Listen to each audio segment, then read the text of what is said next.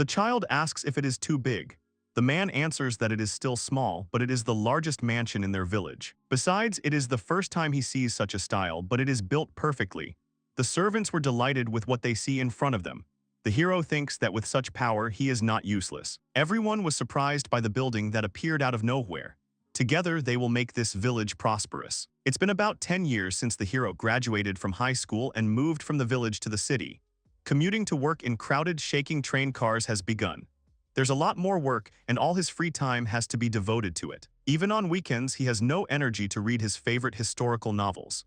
The hero comes home and thinks about how he barely made it to the last train. He eats noodles while watching some video and thinks that day after day it doesn't get any easier.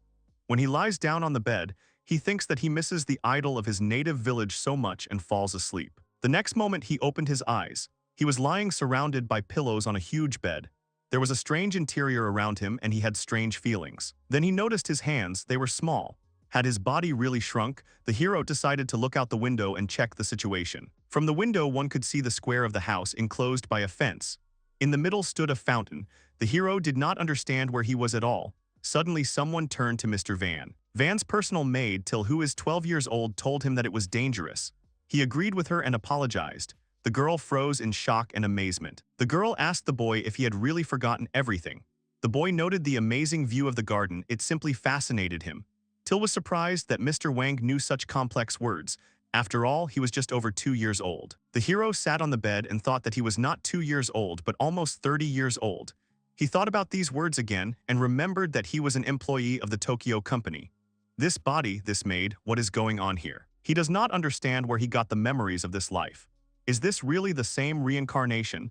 The hero says that she is Till, his maid. The girl confirms this and rejoices. The boy's name is Van Nefertio. Till was amazed that Mr. Van could pronounce the name. He was so smart.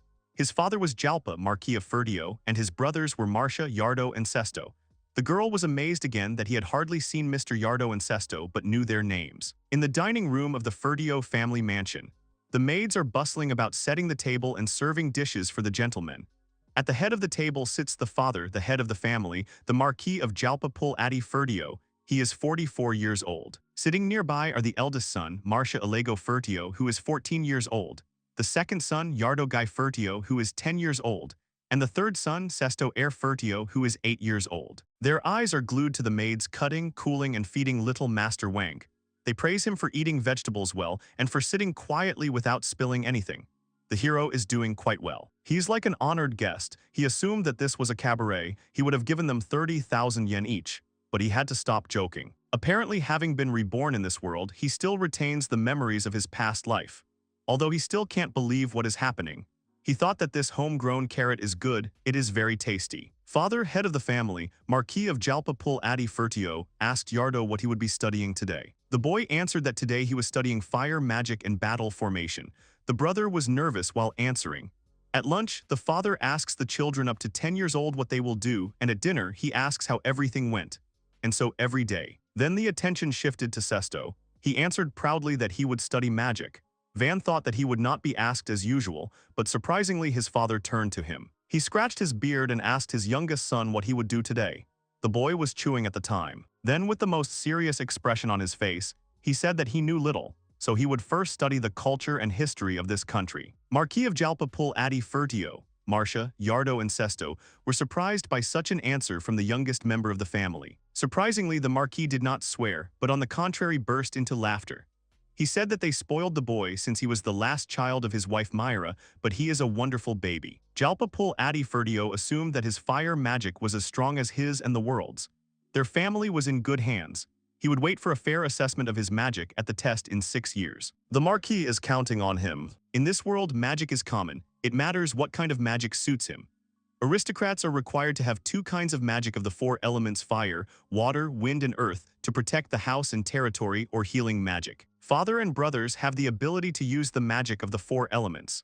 From his point of view, other types of magic, depending on the method of their use, can also be useful. House Fertio, as an aristocracy living in a militaristic state, specializes in military strength, especially in the fire attribute to be powerful in attack. First, there must be a civilization in the world as advanced as the countries of the Middle Ages or early modern times. But because of the convenience of magic, the prevalence of gunpowder is extremely low. Of the weapons, mainly swords, spears, and bows, and most importantly magic. There are 3 continents and a large number of islands in this world. It is currently located in a huge country in the southern part of the western continent of Grant. The royal family, which has ruled for 300 years, is gradually expanding its territory. It seems that during the war, the hero's father received the rank of Marquis. This is the only port through which ships pass. Since there are huge monsters waiting for an opportunity to attack deep in the sea, ships will have a hard time unless it is a narrow strait. If there is magic, then are there animals that look like monsters? Well, the age of discovery is not yet possible. Till began to explain to the gentleman that there are different races, elves, gnomes, anthropomorphs, and others. In most cases, they isolate themselves from others, so they rarely meet each other. One of the maids noticed that Till was explaining things too complicatedly. The third maid suggested that the boy sleep. However, he refused, thanked her, and said that he asked her because he wanted to know about it, and asked about their tiredness. The girls were surprised and said that everything was fine. Van asked Till about the magic tools. Magic crystals, some gems and minerals have the ability to store magical mila. Tools are created depending on magical abilities. He then asked a question about magic, to which she answered based on her own knowledge. The maids are discussing that Mr. Wang is a child prodigy. They don't believe that he is really only 2 years old. He even takes care of them. It's the first time they hear such a thing from an aristocrat.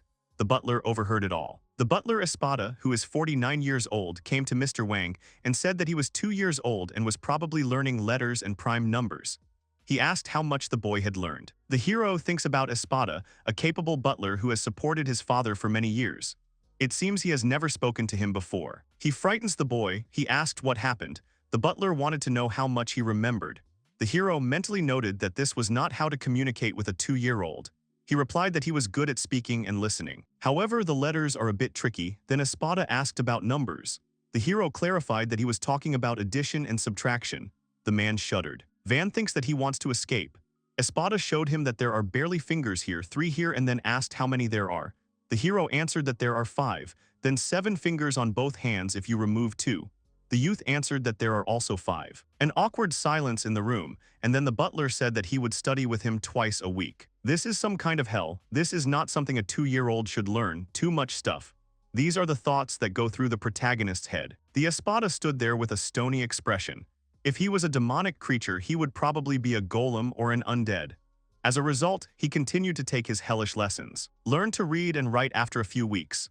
Learned many things. Namely, the rules of war, the system of aristocracy, the management of the kingdom. Thus, the main character spent 2 years of his life studying.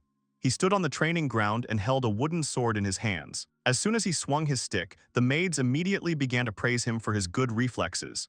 The hero seemed to be fooling around in the room with Mako. He would have thrown them 50,000 yen. Fencing is quite a fun activity. Suddenly Till came up to Mr. Wang, took his sword and said with a smile that she had defeated him.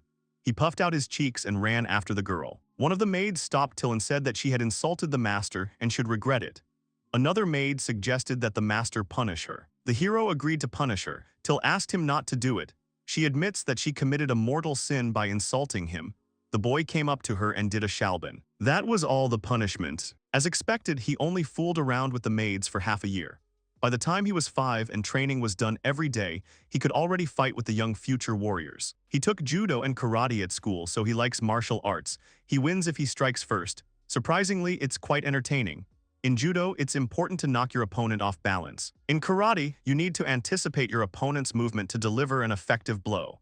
These 2 points can be used in fencing as well. His opponent is about 10 years old tall and his arms and legs are long. He holds a stick in his hands and swings it, keeping his distance. However, he is a child, so his attacks are always the same. They have their own habits and movements. Watching them over and over again, you can win, considering his huge 30-year experience. Van won and everyone began to rejoice, praising the hero. Unlike Mr. Yardo and Sesto, he talks to them more easily. These 2 are not interested in fencing because they are busy with fire magic. Mr. Wang talked to him the other day. Someone thought he was strange. The vice chief of the Knights, Dai, who was 35 years old, decided to ask the young Master Wang a question. The boy thought that in front of him was one of the strongest members of the Marquis family. The man asked the boy to show him his hands. He obeyed but did not understand the reason for this. Dai examined his hands and realized that the gentleman had no calluses, his skin was soft, his nails were growing. The hero replied that he would train more when he grew up. The man thought that Wang was losing to their students and training at night, but it seems he was wrong. The hero noticed that studying is hard. He will study harder when he can. He assures that he will not stop liking it. It is said that Espada gave him 3 times more to learn than usual. The boy was surprised that he had so much to study. It seemed strange that he was the only one studying from morning to night. D told him to come to him if he wanted to practice more with the sword. This old man is too keen on studying. And to someone like him who can judge people impartially, it seems that Mr. Wang should follow the path of the sword. He has innate talent. First, he needs to learn the basics and build up his muscles and then practice every day. D said that sooner or later, he would make the hero the greatest swordsman in the kingdom. Van realized that this man was really serious. He was an Espada who had too much theory, and Dai was a man who did things first and thought later. The hero replied that he liked swords, but he also liked studying. He would try his best in both directions. He replied that there was nothing to be done. At least he would be the one training him. The hero asked the man to be more lenient with the child. He agreed, but it was an obvious lie. He had to do 100 push-ups, 100 squats, 100 jumping jacks. Van said he needed a rest. They had just been running. D replied that there was no time to rest, and they needed to start doing everything. The boy sat down on the bench and thought that D was a real demon. The deputy had an idea that while Mr. Wang was resting, he was not busy with anything. He suggested that they remove the wooden bench and sit outside. The boy realized that this man was not a demon, he was just not the smartest. He continued to insult him while D was actually sitting outside. The knights passing by wished Mr. Wang luck and told him to do whatever the deputy said. Till came up and praised the boy for his good work. He thanked her. It's so great that he tries his best every day. Well, it's hard for the hero, but since he was reborn, something funny happens every day. A sense of satisfaction that he could not experience in his past life. The hero will become the best in this world of aristocrats and will enjoy a happy life. 3 years later, for several years, the hero was called a child prodigy. Someone says that this can't be true, and isn't he ashamed to be such a loser? Jalpapul Adi Fertio took the sword in his hands and said that if the hero did not disappear from his family, he would have to get rid of him. Fertio's second life, which had been so bright, suddenly ended. His father raised his sword over the boy's head. 2 years ago, Mr. Wang is 6 years old. The boy is riding in a carriage and looking out the window. He is surprised by the huge number of people. He never gets tired of watching them. Suddenly, he sees a man being led by a knight. This upset him, but his sadness was interrupted by Till, who called him by name. She remembered what he had said about wanting to go for a walk and asked where they should go. She suggested looking at the market. He is 6-year-old Van Nie Fertio. He still has memories of his previous life. Here, he was reborn as the 4th son of a marquis and was called Wunderkind. Every day, he goes through the hell of studying and fencing lessons. People are talking about how 12-year-old recruits are no match for Mr. Wang now. Although the difference in their physiques is very big, and he studies what adults usually study. Obviously, it is striking. Till said that he was a genius, that he even managed to succeed in fencing, and that perhaps one day he would be able to overtake his brothers and become the head of the family. In the world of aristocracy, it's every man for himself. Money, status, reputation, and power, the winner takes all. Becoming one can radically change the future. So an attempt on the life of a promising younger brother is common among aristocracies. And unfortunately, he can't say that he has a good relationship with his brothers. They can take his life without hesitation. In other words, if he really wants to become the head of the family, the chances of being killed only increase. He can't live happily with such a life. The hero has decided to be a slacker. And even though he has decided so, he has no idea how to have fun in this world, because even in his past life he was a workaholic. Mr. Wang was brought to the best market in the city. He decided to start with shopping. There were a lot of people at the market. Walking through the market, the hero had 2 escorts. They reached Mary's company. She has branches all over the kingdom. The hero compared its size to a popular American company. Suddenly, he heard the knight telling someone to hurry up. It was a child. They looked at the man, who began to angrily ask what they were staring at. This was not a performance for them. The accompanying knights immediately grabbed their swords. The man shuddered. Wang stopped them and asked the man who the child was and why he was tied up. He replies that this is the best thing he can do for his son.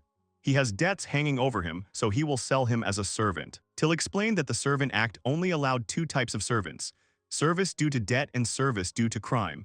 However, poor families have long sold children they cannot feed into servants in order to earn a living. So the man transferred the debts to his child to turn him into a servant. Despite his terrible appearance, he does not even make a sound. Apparently, this is because service has become a common thing in society. Everyone is used to looking at such things. Suddenly a woman appeared and asked if this was the Marquis's son. Till confirmed it. She showed the hero's robe and said that he was the famous wunderkind, Mr. Van Nefertio. The girl introduced herself as Rosalie and welcomed him to Mary's company. If he was looking for something, they would prepare anything for him. The man realized that the boy was from the Marquis family and began to tremble. The hero assumed that he was worried about the punishment for abusing the servant system. Van turned to Rosalie and said that it seemed that the man had come to sell a child as a servant and asked for his price. The child looked about 8 years old. The girl asked about magic. He replied that the boy had thief's magic. She declared that he was worth no more than 3 silver coins. The man pointed to a shop nearby and said that they paid more than 5 silver coins for each servant there. The longer a servant could work, the more expensive he was naturally. Rosalie answered what any shop would buy at a price lower than average. She would pay 3 silver for him. If he were a girl, she would double the price. Since a small boy is of little use, he is worth less, including the cost of raising him. The rope hard and the boy fell. He started saying that he couldn't even get normal money from him. He continued to insult his son. People tried to stop him, but he shouted at them not to interfere. The girl told the man not to be stupid. Now no one would buy him at all. Who knows, maybe he was even lying about this child. The man shouted that they always made him look like a fool. He was not going to sell him to them anymore. He told the boy to get up and that they would go to another store. Suddenly someone said that he was buying it. It was Van. Everyone looked at him in shock, but he added that he was buying the child for 5 silver. The boy mentally reassures himself. If things continue like this, the boy will be deprived of his life. The man asked if he had any money. Till replied that they had prepared gold coins. They did not have the silver 5. Rosalie offered to change them. The man was given the coins. He grabbed them and left without even looking at his son. The boy was left sitting all alone on the ground. The hero approached the child, freed his hands, and asked if the boy was injured and could stand up. He introduced himself and asked the boy's name and extended his hand. The boy took him by the hand and said that he was Kasman. Van told him that he was now free and could go wherever he wanted. Till asked if he had bought him as a servant. He answered that no, he just thought he could help him. Then the hero realized that he was so irresponsible he shouldn't walk the streets alone. He suggested that he go home with them. There would definitely be work for him there. The knight said that Markic would hardly allow God knows who to stay in the mansion, only if it was as his servant. The hero asked him if he was satisfied with everything. The child agreed. Van suggested looking at the clothes first. Since he was now with him, good clothes were needed. Roxana stopped them and said that they had to sign a contract first. She asked them to give her their hands. She took their hands, read some spell, and everything around lit up. Kasman got a mark. The hero asked what it was. She answered that it was a special contract. The mark will be on the servant until the contract is terminated. She is a contract mage. This time she won't take payment since it's his first time here. The hero thanked her, but he felt guilty. Roxana was surprised by the gratitude from the aristocrat, and then, coming to her senses, invited them to look at the clothes. First they need to look at clothes for Kasman. The hero took the boy by the hand. He was surprised. The boy was very embarrassed. It was the first time for him. The woman praised the boy for his good choice. The hero asked her what clothes would be comfortable for her if she were Till. She answered that this one was made of good fabric. Roxana suggested a special servant's outfit that was most often purchased. The hero replied that he did not want to look like a servant. She understood him. And then probably they would choose underwear and shoes. The girl thanked him and said that they had shoes that would go well with his clothes. The boy thought that although anything could happen, he had bought a servant on his first walk. Now everything is fine. Kasman entered the room and told the hero that he was looking for him to replace the Knights of D. The hero handed him the liver and asked him to say that he was not there. The boy refused, probably already knowing that he was lying. Van noticed that the boy had no gloves and asked why. He replied that there was no need for them. The hero assumed that he was unlikely to be pleased when she was visible. While eating the cookie, Kasman replied that it was a connection to him, so let it be seen. Van thought that he shouldn't show it like that. The boy said that he had bought him gloves. The servant decided to put it on anyway. Suddenly someone called him. It was D. Someone explained to him that the master was not there, but he did not believe it since a witness had recently entered the room. Could his feelings for the master really be just an illusion? Then he noticed crumbs on the boy's face and asked about the reason for their appearance. The boy quickly ate them and asked what kind of crumbs the man was talking about. Dai shouted that he had bribed him. He needed to stop ignoring his orders. Kasman replied that he was Master Wang's servant. The deputy said that it took courage to tell him something like that. In that case, he would train him instead of Mr. Wang. He should be flattered. He grabbed the boy by the hand and pulled him along. The hero looked out from behind the door and called his comrade a poor fellow. So he became lazy for the sake of a good future. He wants to be thought of as a normal child, not a prodigy. If Kazman gets tired, he will replace him. People are talking about the fact that Mr. Wang is already 8 years old, so his magic test will be soon. He is a child prodigy. They are eagerly awaiting his results. The boy said that he wants Mr. Wang to become a lord. He is very kind to them and often visits. Ferdio's sons have fire and wind elemental magic.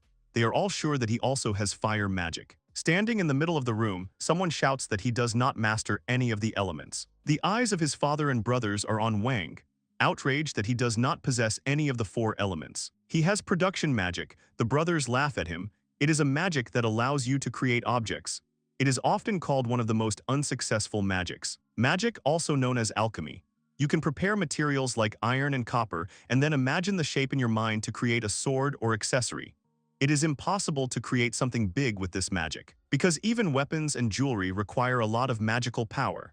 While other people can easily create items, inventors and blacksmiths do not need magic. For 2 years, he did everything to be considered a child prodigy, and his brothers had no desire to attempt on his life. But such a grade for the test is quite unexpected. He expects the magic of the 4 elements or healing magic from aristocrats. And in the Ferdio family, magicians with the element of fire are especially desirable. The eldest son, Marcia, inherited the wind element from his maternal grandmother. But he, like no one else, is trying his best to become the head of the family.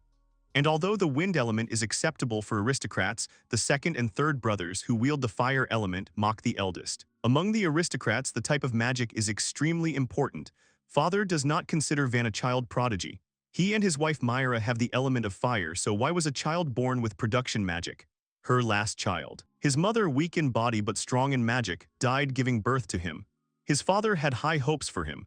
The man suggested that they stop chatting and took up his sword. He took out his sword and said that it was foolish to expect anything big from him from the very beginning. There is no place in the Marquis family for a child born with production magic. The man swung his sword. He asked if he was ashamed to be such a loser. If he didn't disappear from his family, he would have to get rid of him. The man swung his sword. Van was shocked. He didn't know what to do. Suddenly, Marcia stood in front of the boy and protected him with her body. The father asked what had happened. The young man told him that there was a place on their family's property that was difficult to develop because of its location. That remote village. The young man suggested leaving her to Van. Initially, it had a population of about 100 people. They are not engaged in production, but the Wolfsburg years in the north are full of resources. Next to the village is the county of Ferdinand, and on the other side is the hostile kingdom of Arinet. And although it is quite far, there is a fortress there, which is used as a defensive base.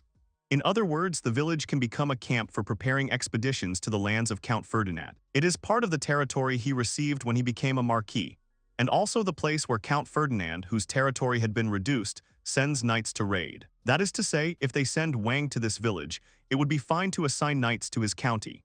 Besides, the newly acquired territory is hardly loyal to their family if they assign a person from the Marquis family there. Father told Van that he would become the master of this village. He could leave as soon as he was ready. The man expected nothing less from Marcia. He found a use for the useless things and left. The hero turned to his brother. He sat down on one knee and apologized to the younger one. His father and brothers put a lot of pressure on him because of the wind element. It must be much harder for him in this regard. Such a reckless proposal. The boy has every right to be offended by it. Wang said that his brother had helped him. Otherwise, he would have been killed or imprisoned or worse. His tongue would have been torn out and he would have been sold as a servant. No matter how hopeless the situation, he would never waste the opportunity his brother gave him. Marcia said that Van really is a genius. He wondered where the boy had learned it. He had an adult mind, thinking deeper than he did. Espada until had been bragging about his accomplishments for a long time. The Marquis who sends him to the border will regret it.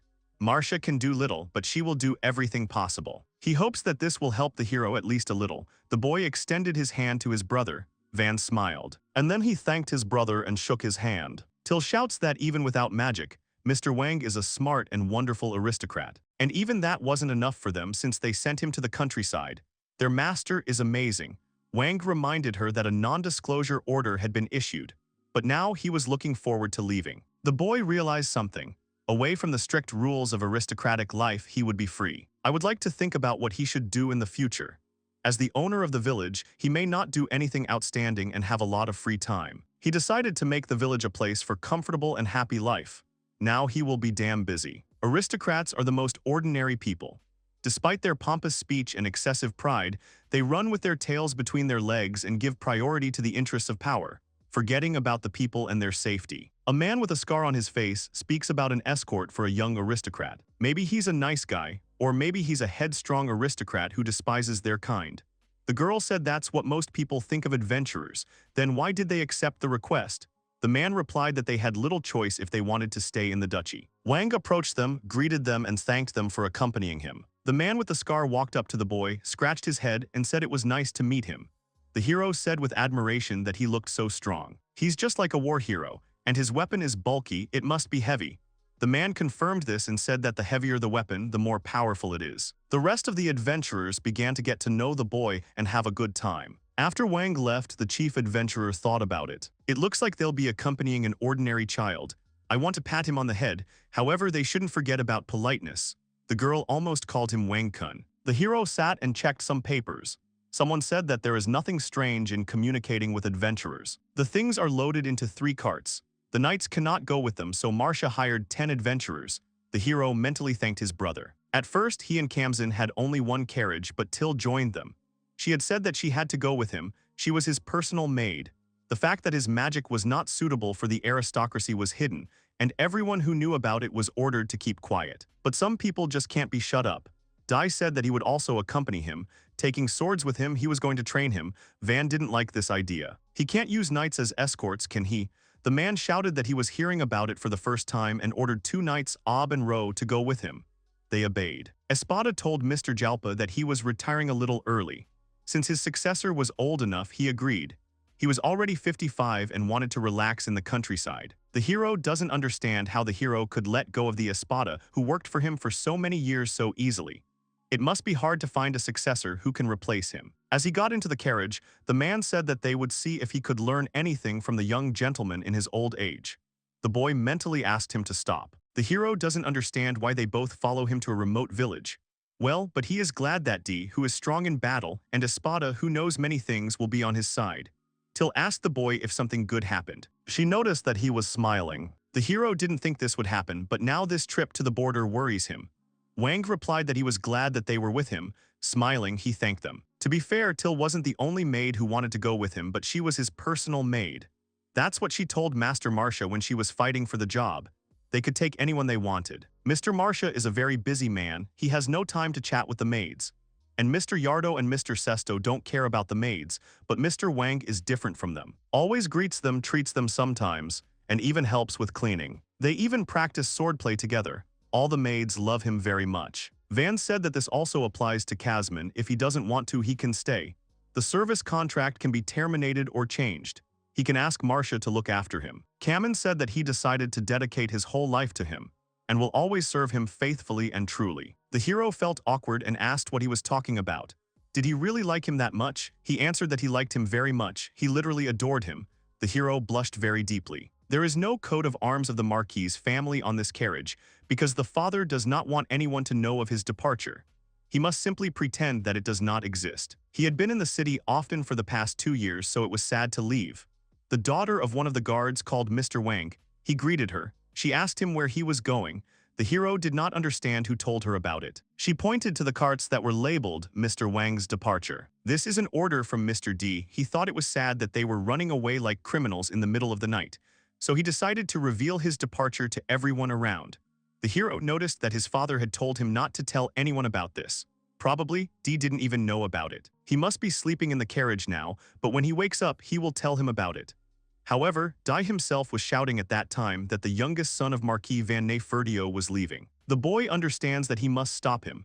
The residents began to approach Mr. Van and ask about his departure. The hero was pleasantly surprised. He smiled, thanked them all, and said goodbye. He didn't think he would be so worried. How sad it was to say goodbye. Someone handed him a handkerchief. It was Till, who was crying very hard herself. The hero was offered fried meat on a stick. In the middle of their journey, he set up camp for the first time. Not counting the time he slept in the car of his world, in a dangerous place full of magic and other things, this is the first time this happens to him. They hired 2 groups of adventurers to accompany them. He is Ordo Sith, a talented adventurer and the leader of the group. He has been working for over 20 years and is used to dealing with different clients. Even though he was an 8-year-old child, he was acting professionally.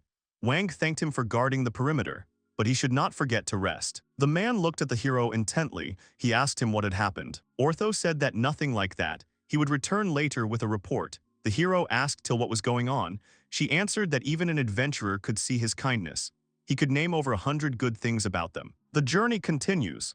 Leaving one city and going to another, they set up many camps. He visited 4 cities, small and large, and because of the luggage they moved slowly. Every day they covered 50 to 100 kilometers, having traveled 500 to 1,000 in 2 weeks. The Marquis's territory is simply enormous. If they were in Japan, they would have already traveled around 3-4 prefectures, although he is not sure of the number. Till said that they would be arriving soon. It was like transferring a department head from one department to another. He had to make a good first impression. Suddenly the carriage stopped abruptly. Till looked out and asked what had happened. The coachman said that it seemed like someone had attacked the village. It looks like someone has attacked the village. The heroes are in shock. Everyone got out of the carriages and stood in a circle. They began to discuss the further plan. It's either a raid of bandits or former mercenaries. Such is nature, either you or them. In time, he will get used to battles. There is a wooden fence around the village which looks quite large, but it is not very effective against arrows. In front of the gate, the entrance to the village, a straight line of fighters in strong armor are lined up, and behind them are the magicians. All that remains for the inhabitants is to protect the village from the inside, like a turtle in a shell. Dai asked the Lord for permission to join the battle. If they work together, they will definitely come up with something. Their opponents will be 40-50 people. Even if they attack them suddenly, they will still be outnumbered. Ortho said that it was too dangerous. Dee knows this. There may be injuries and casualties, but they can definitely take back the village. Ortho said that he has a rule: do not expose team members to mortal risks. Among adventurers, such situations are not uncommon. And if he had to put his life on the line every time, he would have been dead long ago. But there are times when they must give their lives, and now is one of them. These are his lord's first holdings and his first inhabitants. Ortho noted that he was a noble knight, but unfortunately the same cannot be said about them. Even if they pay more money, he does not intend to die. In that case, D wants to ask them for something. If the situation worsens, they should run. Besides him, the remaining 2 knights will also die. Espada said that he was against it. More than 30 people would fight against him, including mages. As it seemed to him, mages are half of them. And then D would die too. After that, there would be no point in recapturing the village. He is the true mage of the 4 elements. The ground beneath their feet is just right, so they can count on his support. Ortho asked if he would really fight. He replied that they should not take risks. First, he will build a wall and the adventurers will attack from behind the wall at some distance. When the enemies pay attention to them, D and his knights will attack from the side. If both surprise attacks are successful, they will be able to win. But what should they do with the mages? And if the archers show up, they will also be at a loss. This carriage is lined with iron plates in some places. After making the first attack, you can get in and drive away. The only task is to attract the enemy. Van asked if the butler also wanted to stay and fight. He confirmed and added that if he stayed behind the wall, Dai and the others would die. The hero objected. In that case, he would die too. The young man was not going to give him up. Espada asked the boy for permission to be selfish this time. The boy suggested using himself as bait. Everyone looked at him and categorically refused. Till shouted that she was definitely against it. She would not forgive him. If he became bait, she would personally go to the enemy. She would also join the battle, then they would definitely win. Kazman said that he would go too if they were together with Till. Van told them all to listen. He asked about the fact that he was now the owner of this village, so they should listen to him. They only hired adventurers to escort him to the village. They are not required to participate in the fighting. Espada is retired now. Having contributed so much to the Marquis family, he cannot die in a place like this. D and the others still belong to his father, and they serve him first and foremost. His father wouldn't like it if anything happened to them. Till is like an older sister to him, with whom he has spent more time than with anyone else. He does not want to see his dear person die. Kazman, he is happy with his feelings, but even if he is a servant, he himself must choose to live or to die. He will be happy knowing that he is satisfied with his life. They were ready to follow someone who was labeled as unworthy and kicked out of the family. Such wonderful people as they should not perish. He will just give them orders without doing anything himself, but he will never be like the boss in his past life. He must be responsible and do something himself first, for which he asks for their forgiveness. First, he will ride forward on the carriage and they will attack from different sides. Concentrating forces on long-range attacks will be pointless. If nothing works, they must flee. They can leave his body, it's okay if they take his life. Since they don't know their names, they won't bother the Marquis. Suddenly someone sighed. It was Ortho. He said that only this time they would put their lives on the line.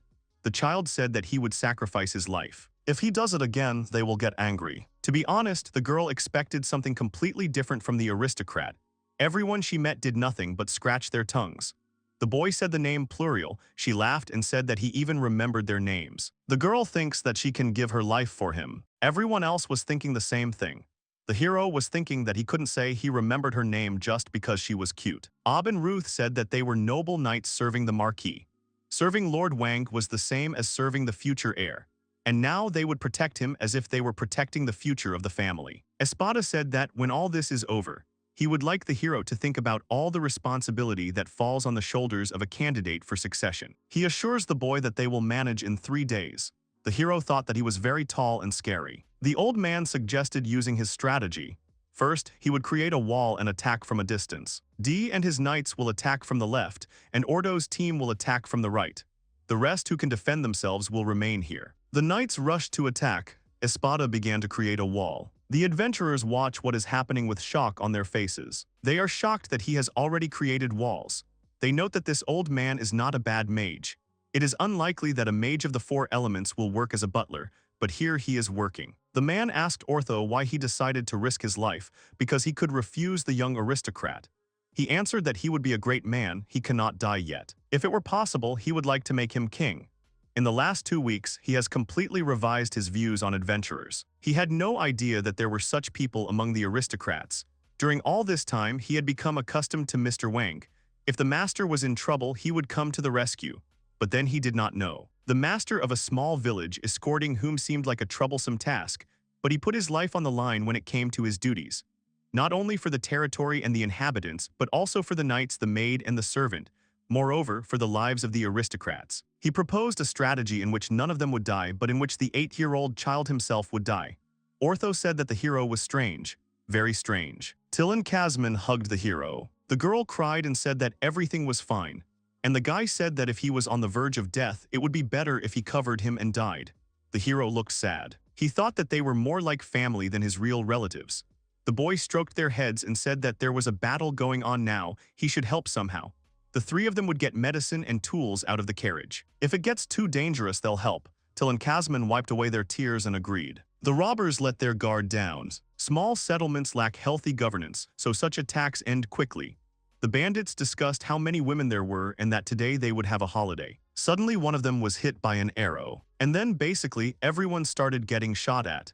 They didn't understand where the walls were coming from. The robbers realized that they were being attacked from both sides. Ortho thought that D and his knights were handling the big swords quite easily. Here he is, the deputy head of the knights of the Fertio family. The robbers were scared. They realized that they would not be able to win and began to retreat. One of the bandits ran somewhere. Ortho noticed it. He shouted that they had stopped the robber who was running towards the wall. Those attacking from a distance will have to be distracted by the enemy. He shouted to them that the enemy was approaching them. A huge robber was next to them. Having already used magic, she will only be able to use the next one in 10 seconds. He won't be able to make it in time. Pluriel thought that she would die. Kazman appeared. The hero said he was here, a warrior with heavy equipment. Pluriel thought it was reckless. 2 children would not stand against him. Van slipped under the robber's feet and cut off the place behind his knees. Kazman entered the fray. He strikes the opponent's head and he falls down exhausted. Pluriel is in shock. Van said that all the enemies could come running here. They need to keep their eyes open. The girl doesn't understand what's wrong with this child. A few bandits managed to escape, but they defeated the rest and there were no casualties. This is the best outcome. Once they get the second half of the payment, we will part ways. Pluriel shot at Ortho and he asked her what happened. Ortho offered to stay here instead of payment. One of the adventurers apologized to his comrade and said that this order was convenient since they were heading to the neighboring county. They would see each other again. The man agreed. One of the guys agreed to stay. The other said that if it was going to be long, he'd better leave. There were thick forests and mountains nearby, and they could earn even more by hunting. Pluriel said that Van is not like the usual aristocrats. Any adult would envy his thinking. That is why he would like to stay, so small and already so smart. Not everyone who is raised by an aristocrat becomes one. He is a genius.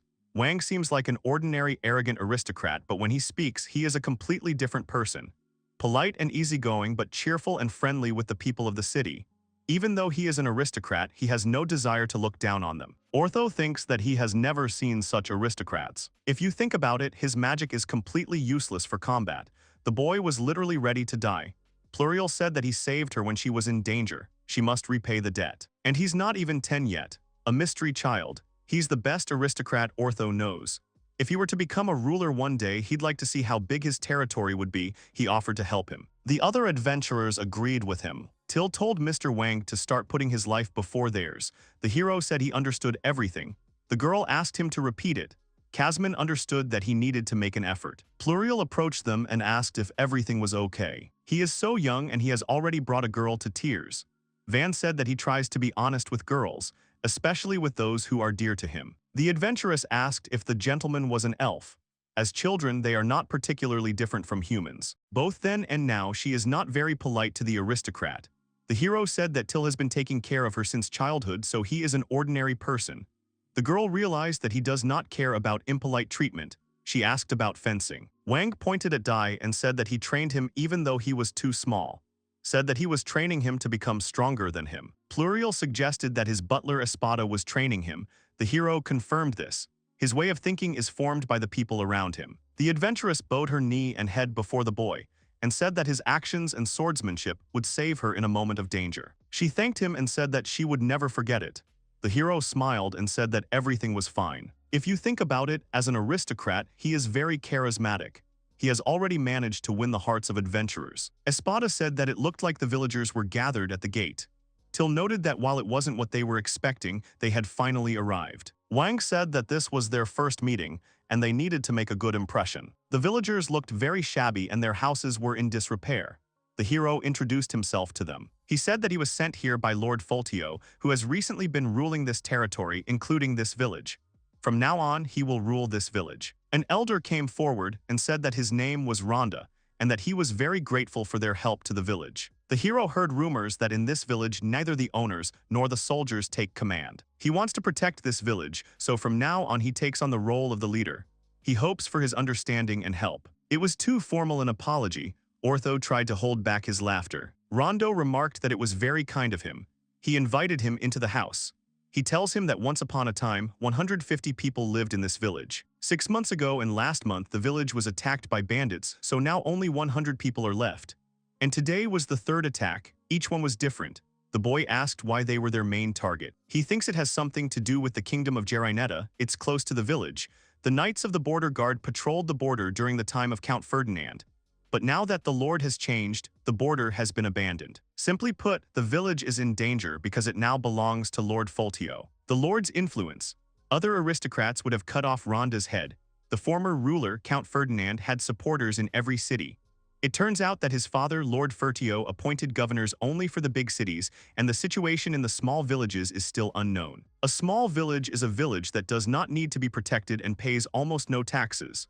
Wang stopped him and said that from now on, he would notify him of everything. There is no point in complaining, bemoaning, or criticizing the state of this country. He may not believe it, but it will not change anything. Rhonda's son, Malaga, jumped up and asked what they were telling the nobles. The hero thought that he had a healthy body, and his eyes were quite bright, but with such a hot-tempered personality the village had no future. The boy asked him to sit down. He speaks for this village. The nobility must be responsible. If you think about it, perhaps the founder of the kingdom, King Berlinet, left a flaw by making a mistake in the law. Everyone looked at the hero carefully. Espada cleared his throat. Van understands that he has nothing to fear, even though he will become the ruler of a village that is on the brink of destruction. But this village has them. However, nothing will change by complaining about the laws of the kingdom and what it should be. There are 3 specific measures. The girl was surprised that there are 3 solutions to the problem. First, you need to create something valuable that the kingdom can't ignore. Second, make money regularly and hire mercenaries. Third, reconstruct the village yourself. The girl said that they had also thought about this, however, none of them could be accomplished so easily. If they are in such a remote place, even if they sell wood or stone, it is impossible to make a profit due to the problem of transportation costs. However, due to the low level of education, it will be difficult for the villagers to produce handicrafts that have a market value. And if so, they will not be able to make a profit. and therefore there is no need to reconstruct the village.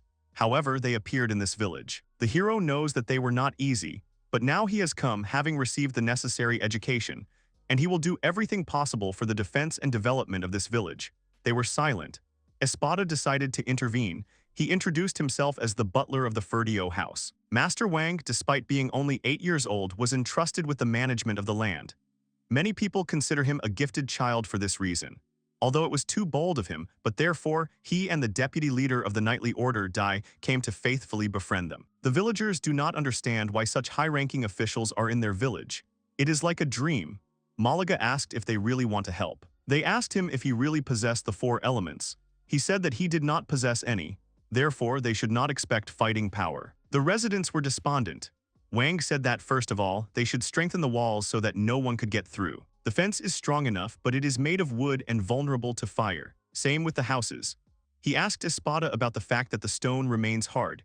He said that as long as the magic is active, it will remain hard, but later it will become an ordinary lump of earth. Then they can use the lumps to strengthen the walls.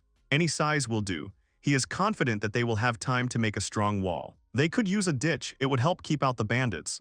D said they would take care of that, they were already used to digging trenches. He also suggested making some traps and prepare for an attack from the wall. They will need bows and arrows, or stones. They are easier for the peasants. The hero asked Rhonda to gather the villagers. They should greet them and explain the plan. The hero stood before the residents and said that this was all he could say. He would do everything possible for the development of the village. And he thanked them for their support. Even though he is a child, but he has strong and smart people behind him. If bandits come, they will be able to fight back together. They must build a prosperous village. Now the hero looked like a politician. One of the residents addressed the boy. He asked about their taxes. Until now, they paid 30% of their harvest as well as monster skins and fangs. The boy thought it was too much, so they lowered it to 10%. If it wasn't enough, he could pay it once. First of all, it is important that they have a stable life. There are cases where people sell their children because of debts. They will be happy to have their taxes reduced. The woman asked if they could call the knightly order. The hero explains that the message will take 2 weeks. A week for confirmation, 3 weeks for the knights to travel. It is too late to call for help. They will most likely not come because of the distance. The residents began to resent. The hero understands their anger. But at present, the marquises have neither the budget nor the knights to protect the vast territory. Even if they could persuade the knights, there would be too few of them to help them. They would need 200 men. You would have to pay for food, horses, armor, tools. The costs for mercenaries would be even higher. The hero asked Espada to build a wall behind the wooden fence. He did so. All the inhabitants were surprised. Now more than ever they need their help, but if they are with them, this village will survive and become much stronger. They don't have enough housing, so they rest in a wagon. Rhonda wanted to give away his house, but he couldn't put it on the street. This moment never complained that he only had production magic. Never was he so bitter. If you do not have elemental magic, then nothing can be done about it. He tried to appeal to them, but the villagers were skeptical. He had to win their trust, for the sake of the village's success and happy life. With his magic, he will protect this village. He will make it a pleasant place for people to live. D says that you can't just defend yourself. Ideally, if the enemy attacks them, they can attack him. Usually they attack from the walls with magic bows and arrows. From a low wall, the attack will not be so effective. Rondo says that they used spears to attack through gaps in the forest fortress before. D says that the enemy is in the same position now, and they will be able to stab them with spears again. Van suggested using a catapult. Espada explained that a catapult was a siege weapon. They couldn't use it for defense. Rhonda asked what it was. The catapult shoots huge boulders, but it is difficult to determine where they will fall, and it also takes time to reload the catapult itself. However, fortress walls and watchtowers are large enough that they can be easily destroyed with a catapult. The radius of destruction will be larger if they throw a box filled with stones. They will aim it at the gate and their attack will be much more effective. If they put a bottle of oil and a torch in there, they will instantly set the ground on fire, which will be more effective. Espada asked who invented this mechanism. The hero said that it was him. The comrades do not believe in his production magic at all. He himself does not fully understand it. In order to master it, on the way to the village he often used it to learn how to freely change the shape of stones, wood, and metal.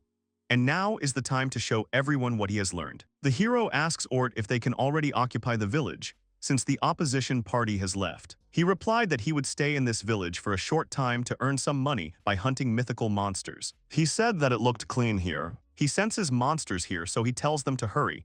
It could be dangerous here, so he tells them to cut down the nearby trees. The hero is amazed by Ort's intuition. During the journey, they notice and destroy enemies he didn't even know existed. Despite his skill, he can't raise his level. Kazman called the master and pointed to a huge tree. The boy replied that it was too big, they would not be able to cut it down. The servant pointed to another, but that was also very big. He didn't imagine the shape clearly enough, so he uses magic. The new shape will be strange and fragile. He wouldn't call magic easy to use. However, if he imagines even a small part of it, he will be able to do what he wants. The bottom of his stomach becomes warm. The power reaches his fingertips. The image must be as small and detailed as possible. It must even represent the fibers of the tree. If it can, they will intertwine with each other, and the cords will be able to form a strong knot. It looks like the hero did it. When the fibers are separated into small pieces and bound together, they are transformed into a wooden cube. This cube is made of wood, but it looks like plastic. Till noted the amazing quality of the cubes but asked what it was. The hero replied that it was similar in structure to nanofiber. A fiber block, but it is stronger than wood under any treatment. They will make a lot of things from these blocks. The boy suggested first to carry it to the carriage and then to process it. The adventuress asked what it was. Didn't he collect wood? Ortho took one cube and said that it was lighter and much harder than he thought. Breaking it would be a real challenge. The hero suggested that he try. The boy is interested in how strong he is. The adventurer took out his sword and threw the cube at the stone with all his might. Everyone watches. There was a dent left on the stone, but the cube was only slightly scratched. There wasn't a single break in it. Till said it was so cool it was really strong.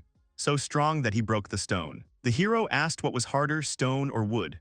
Ortho said that he was talking about the stone breaking, but this light block did not.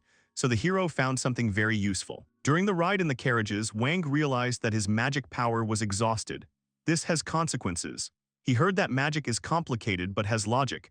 Till said that all things are skillfully made. How does magic work? You need to imagine the whole weapon, its metal sharpened blades shape. He succeeded. The hero noticed how Kazman looked at him with delight. He gave it to him. The boy beamed with happiness. He said that it would be his family heirloom. Till was also waiting for something from the gentleman. He gave her an axe with a skull. She was clearly discouraged. She thanked the boy. He asked her if she didn't like such a weapon. But he made it strong so that it would be impossible to scratch or break. Till decided to fix the situation and said that she loves axes, and she is delighted with this cool hatchet. The boy is glad that she liked it.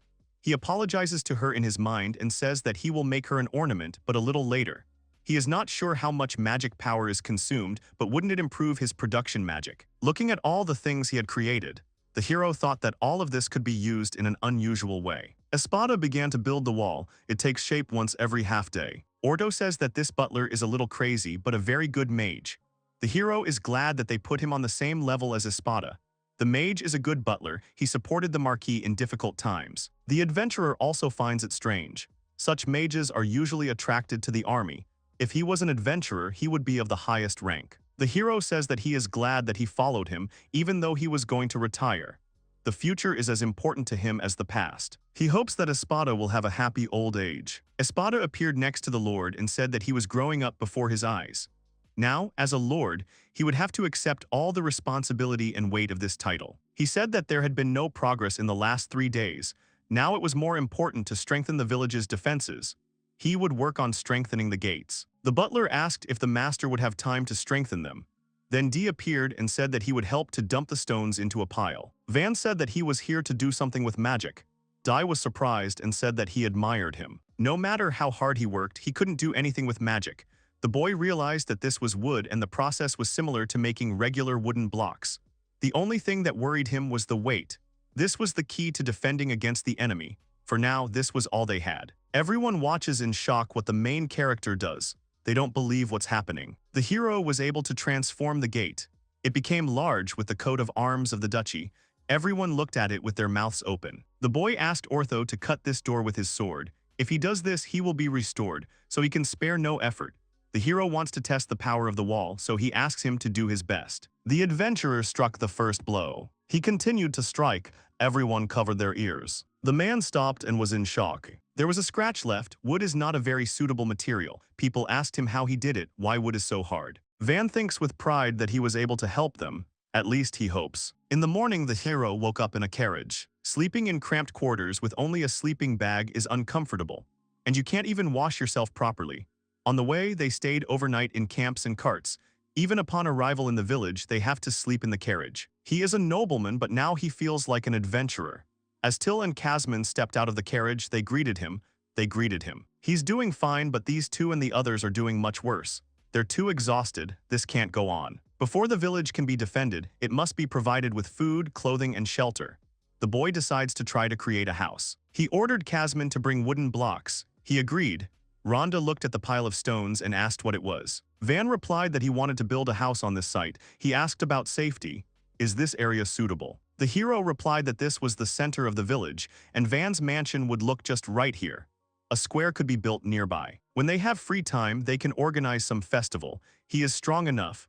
But will he ever be able to build something bigger than a house? Till Kasman and Espada could live there, and Dee and the knights could have their own quarters. 4 support beams to start with, and then he would decide on the size. Imagine it as a wire and insert it into the ground. The thicker the column, the better. Then you need the floor and the walls. Only then can you assemble the roof. You also need the interior walls. He had imagined it in his head, but now it seems much bigger. He used up all the blocks, but the house is finished. It now has a kitchen and a toilet, 1 large bedroom and a second smaller one. There are still 2 small rooms left. Something needs to be done with them, otherwise Espada will be angry. He'll hang shutters on the windows for now. He'll have to ask the merchant about quartz sand. The hero asked if he was too big. Espada replied that it was too small. However, it was the largest mansion in the area. It didn't look like wood at all, but it looked great. Till admired it. Kasman said that Mr. Wang's magic resembled the abilities of kings. Wang shook his head and said that magic was interesting, but he still thought that strong attack magic was much better. The citizens should feel like they are behind a stone wall behind their lord. Till said that she would rather live in his city than in the city of Marquis Jalpa. The hero thought that these were 100% personal feelings. Espada said that the hero is right when it comes to war. But in times of peace, people want a ruler who will make their lives better. And he can't name a person who would be better suited for this role than he is. Kasman said that he would always follow him. The hero awkwardly thanked him. Suddenly they heard a cry about what it was. The hero replied that it was a house built with magic. The knights were shocked because he wasn't here a few minutes ago. Wang said that if they could get more wood, they could build houses for everyone. Dai gave the order to carry the wood. If necessary, they could use the carts, but everything had to be here by noon.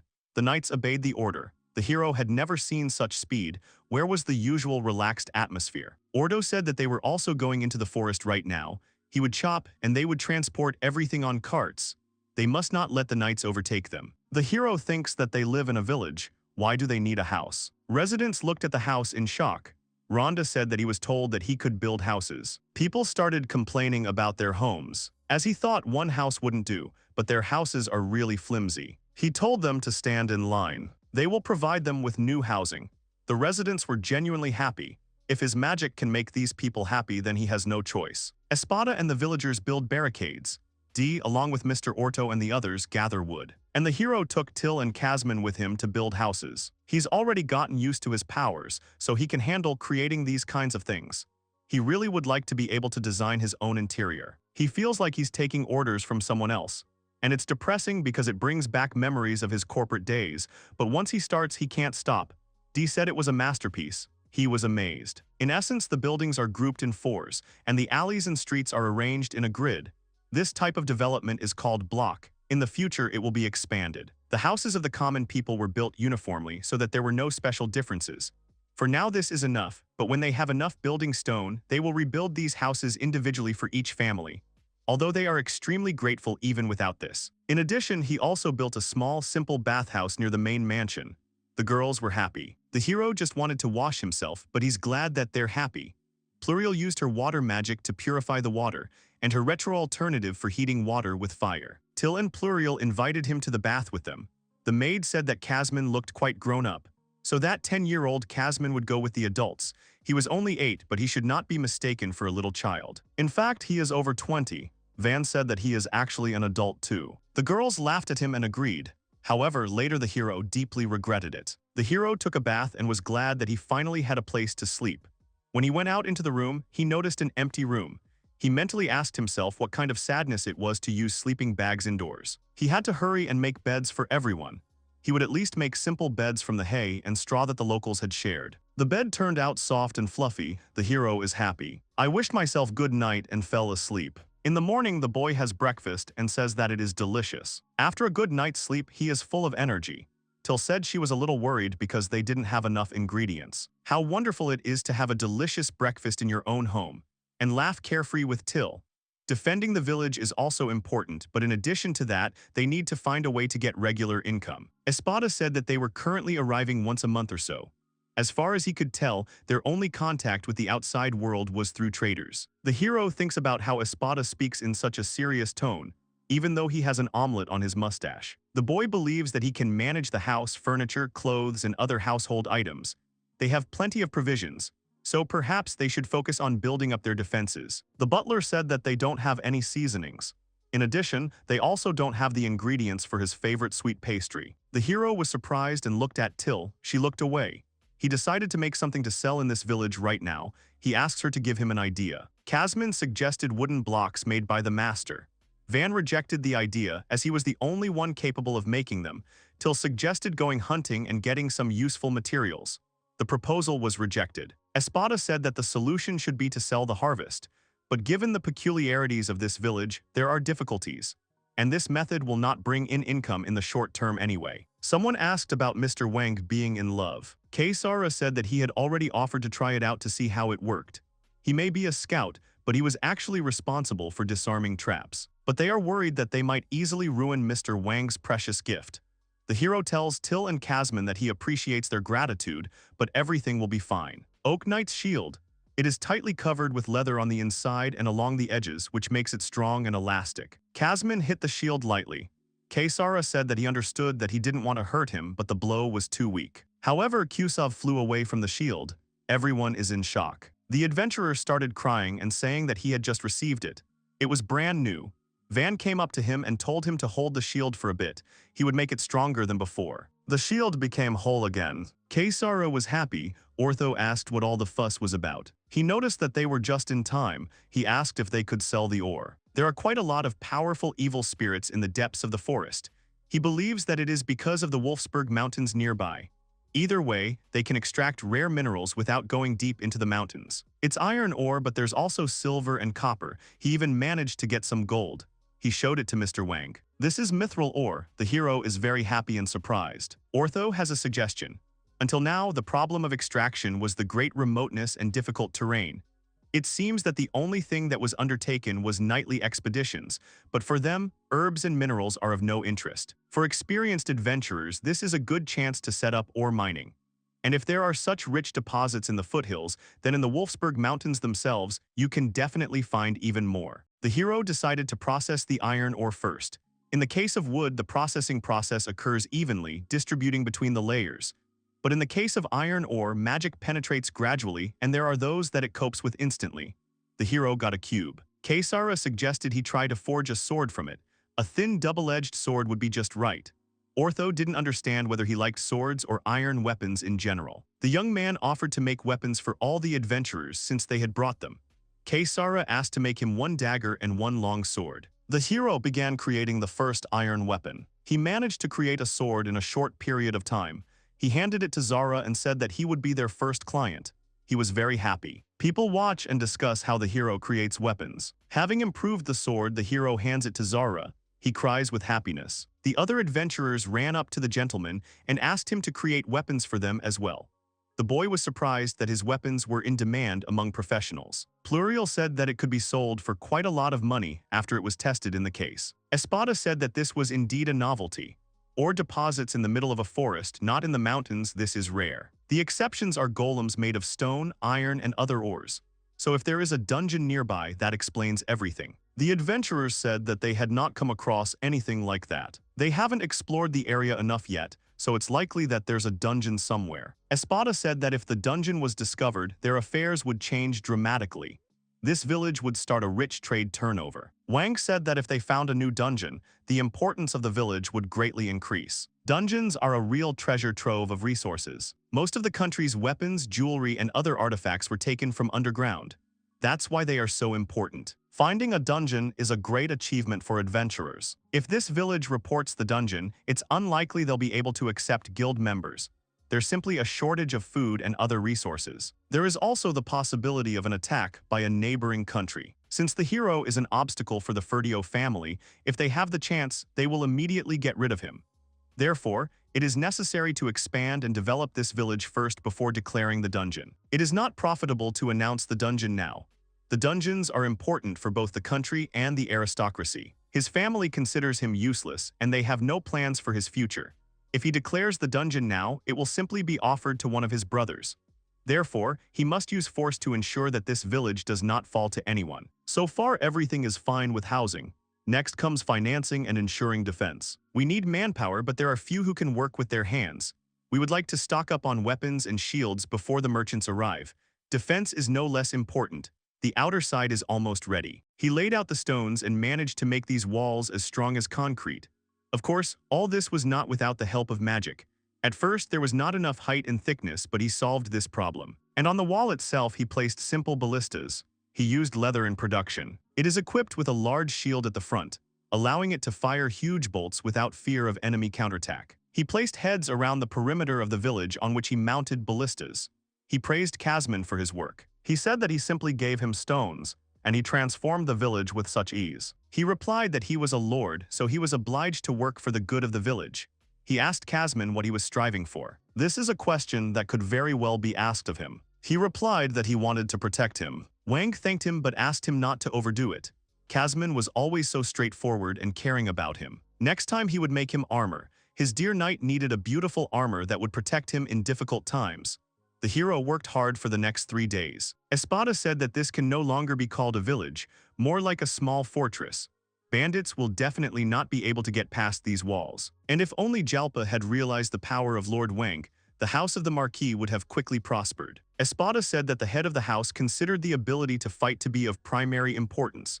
There was no point in discussing it now. Dee began to complain and pointed out that if given time, Van would become stronger than anyone else. They started throwing different arguments at each other, till Kazman watched in shock. The hero was silent. Then he said that it is pointless to regret circumstances or the talent you were born with. It is important to be able to adapt and live with what fate gave you. He decided to quote a phrase he had heard somewhere before, and it seemed they liked it. Dee laughed and agreed with the master. The hero noted that the atmosphere had become more cheerful. It was time to work. The ditches had just been dug and were not yet filled with water. A moat with water was the best for defense. There was something aesthetic about it. The hero understands that they need a more reliable source of water. Water is the most important thing for life. Suddenly, someone shouted that there was trouble. The bandits are here. They are already coming from the other wall. The hero told everyone to go behind the walls, and also to raise the bridge and close the gates. He said to check if there was anyone left outside. The boy noticed that people followed his orders, but were still afraid to fight. It was the same in the last fight. He's a little scared himself. As a lord, he can't afford to look scared. He will take charge and lead them. He knows they are scared, but this is an important battle for the future of the village. He will fight for it too. He definitely won't be able to cope alone. He asks the residents to help. Together they will protect the village. Everyone agreed to fight together. The hero thanked them. He told them to go up to the watchtowers. At least 5 people in each direction, at least 10 people at the gates. He also ran up the stairs, but Till stopped him. He told her that he had to go too. Dee passed by. The hero asked him to take his men and find out what the enemy was planning. He would continue to give instructions. Dee said that the master can rely on him. Dee can confidently say that he is an outstanding leader, a genius, and generally the best of the best 5-4-6. Even if he is surrounded, he will still win. All this is the result of the high training of his soldiers and the choice of the best tactics for fighting. He is proud of the fact that he has achieved greater success than Commander Stradil. He will now serve Mr. Wang.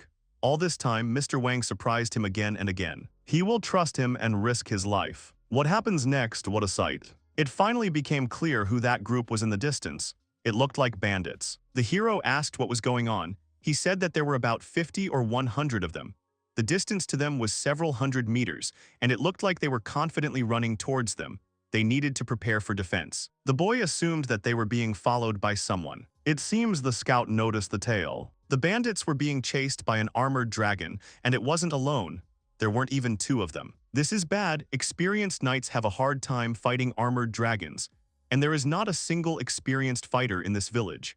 Regular weapons will not be able to penetrate them. This magic is effective, but the only mages who can fight now are Espada and the daughter of that adventurer. and the adventurers themselves went to get materials. Even if there is no mage, a heavy knight could slow him down, and then strike at his weak point. But the locals are unlikely to succeed. They will not withstand heavy attacks with tail and claws. The hero ordered everyone to stand behind the ballistas, and place the bolts from the ballistas nearby 559. D thought that it weighed no more than a dagger, and would definitely not penetrate an armored dragon. He shouted to everyone to obey Mr. Wang and carry out his orders. The bandits ran and asked for help. There is no end in sight for the dragons. Even a large city would have a hard time repelling such an attack. About 40 monsters 8 meters tall, they may use bandits as bait. The hero said that he felt sorry for the robbers. When he finds himself in a difficult situation, it is better to relax and laugh in the face of danger. Then a solution will be found. Van said to aim at the dragons. They should shoot when the bandits jump into the moat. Dai told them not to be afraid.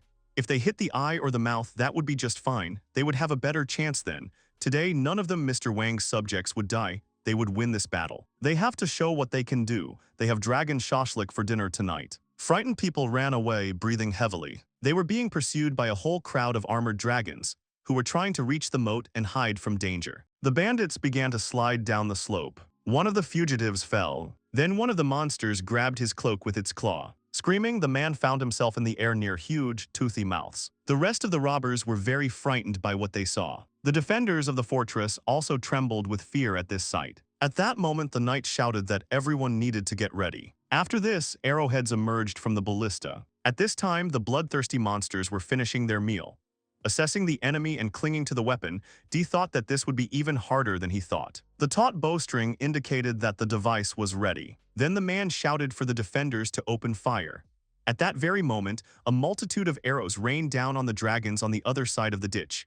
In the depths of the ravine, people were still hiding. The arrow headed straight for the monster's head. The dragons roared in pain. A dent from an arrow appeared in the monster's massive head. The knight was taken aback by the lightning strike and mentally thought that the arrows had disappeared. But the dragon's head had already swayed and fallen to the side. The dragons were wounded. Not understanding what was happening, the knight only saw an arrow sticking out of the monster. The armored dragon with an arrow in its paw roared in pain. When the dragon freed his paw, D was amazed. The knight realized that the arrow had pierced the paw right through. The man mentally clarified that she had fallen into the paw of the rear dragon, and only after she had pierced the paw did she stick into the ground. Dai mentally noted that he had expected fewer defeats.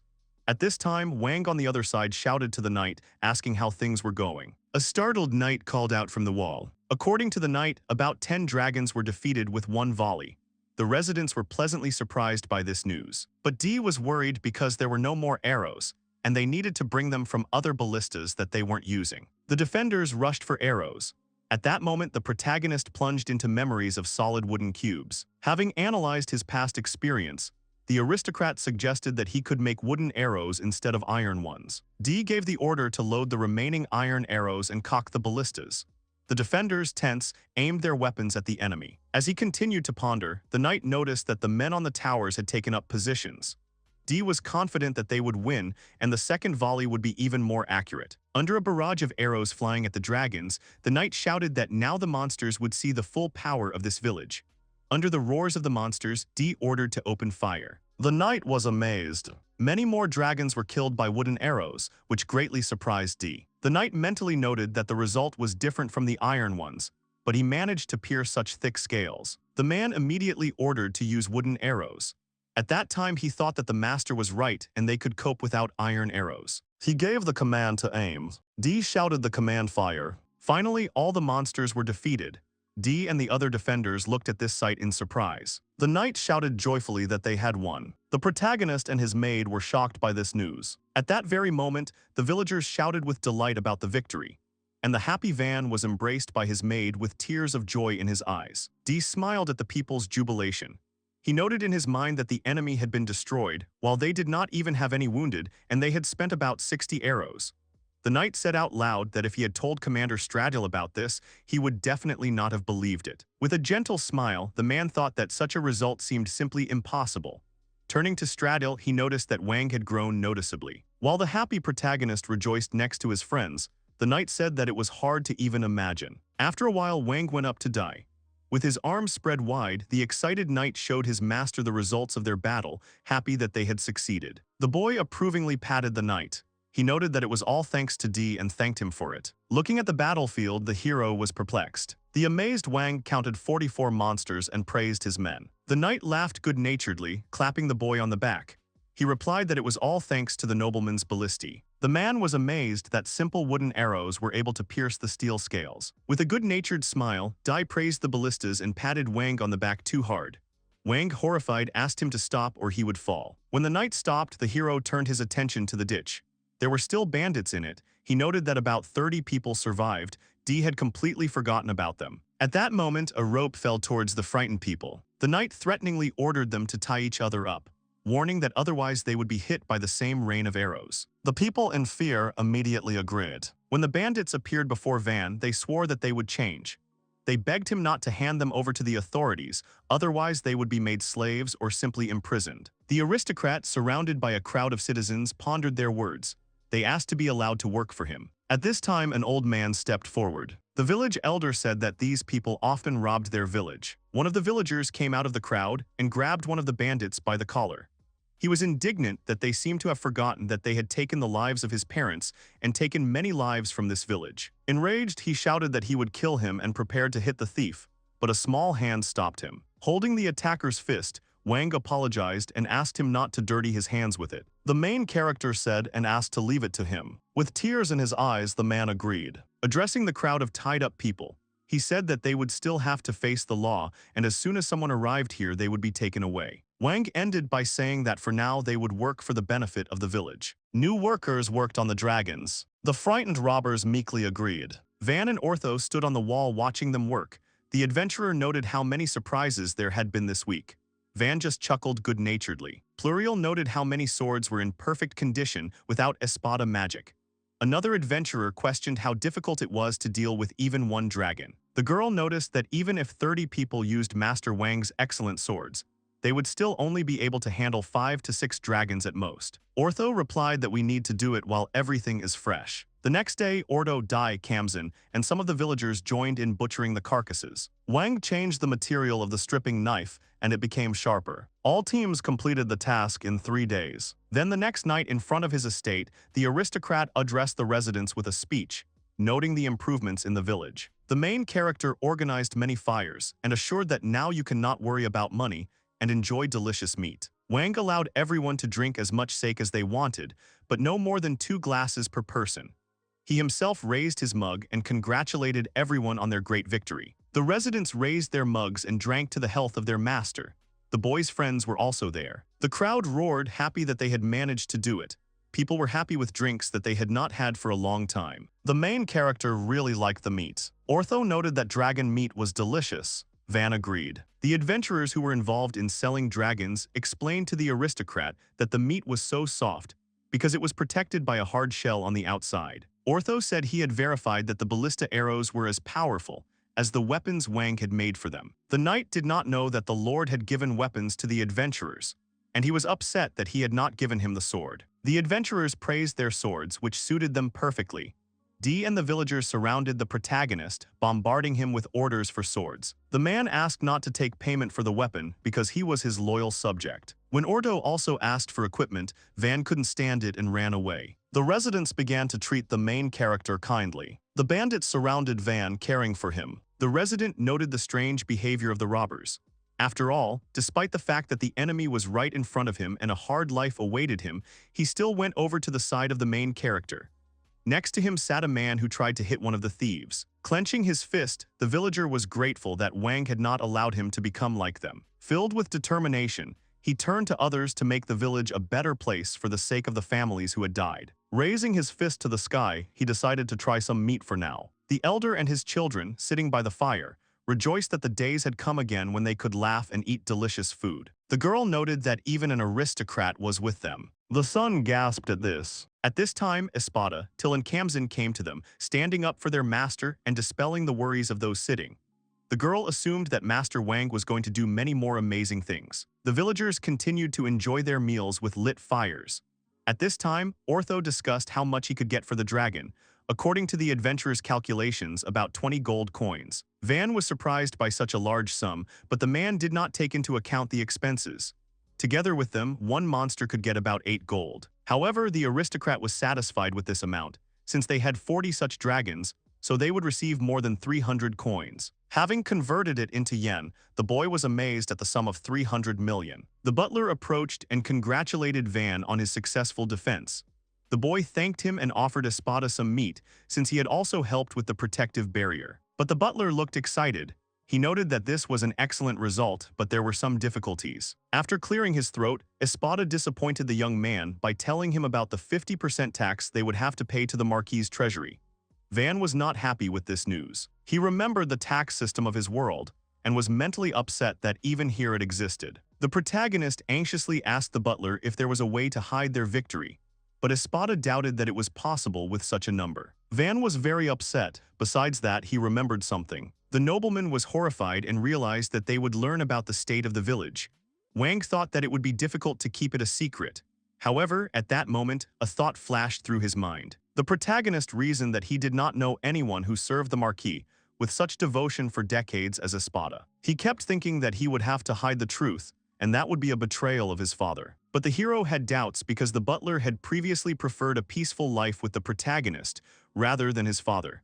Then he decided to trust and find out what could be done. Espada suggested informing the hero's older brother about this. Wang repeated the idea as he thought about the proposal. He then understood what the butler had meant, noting the shrewdness of this plan.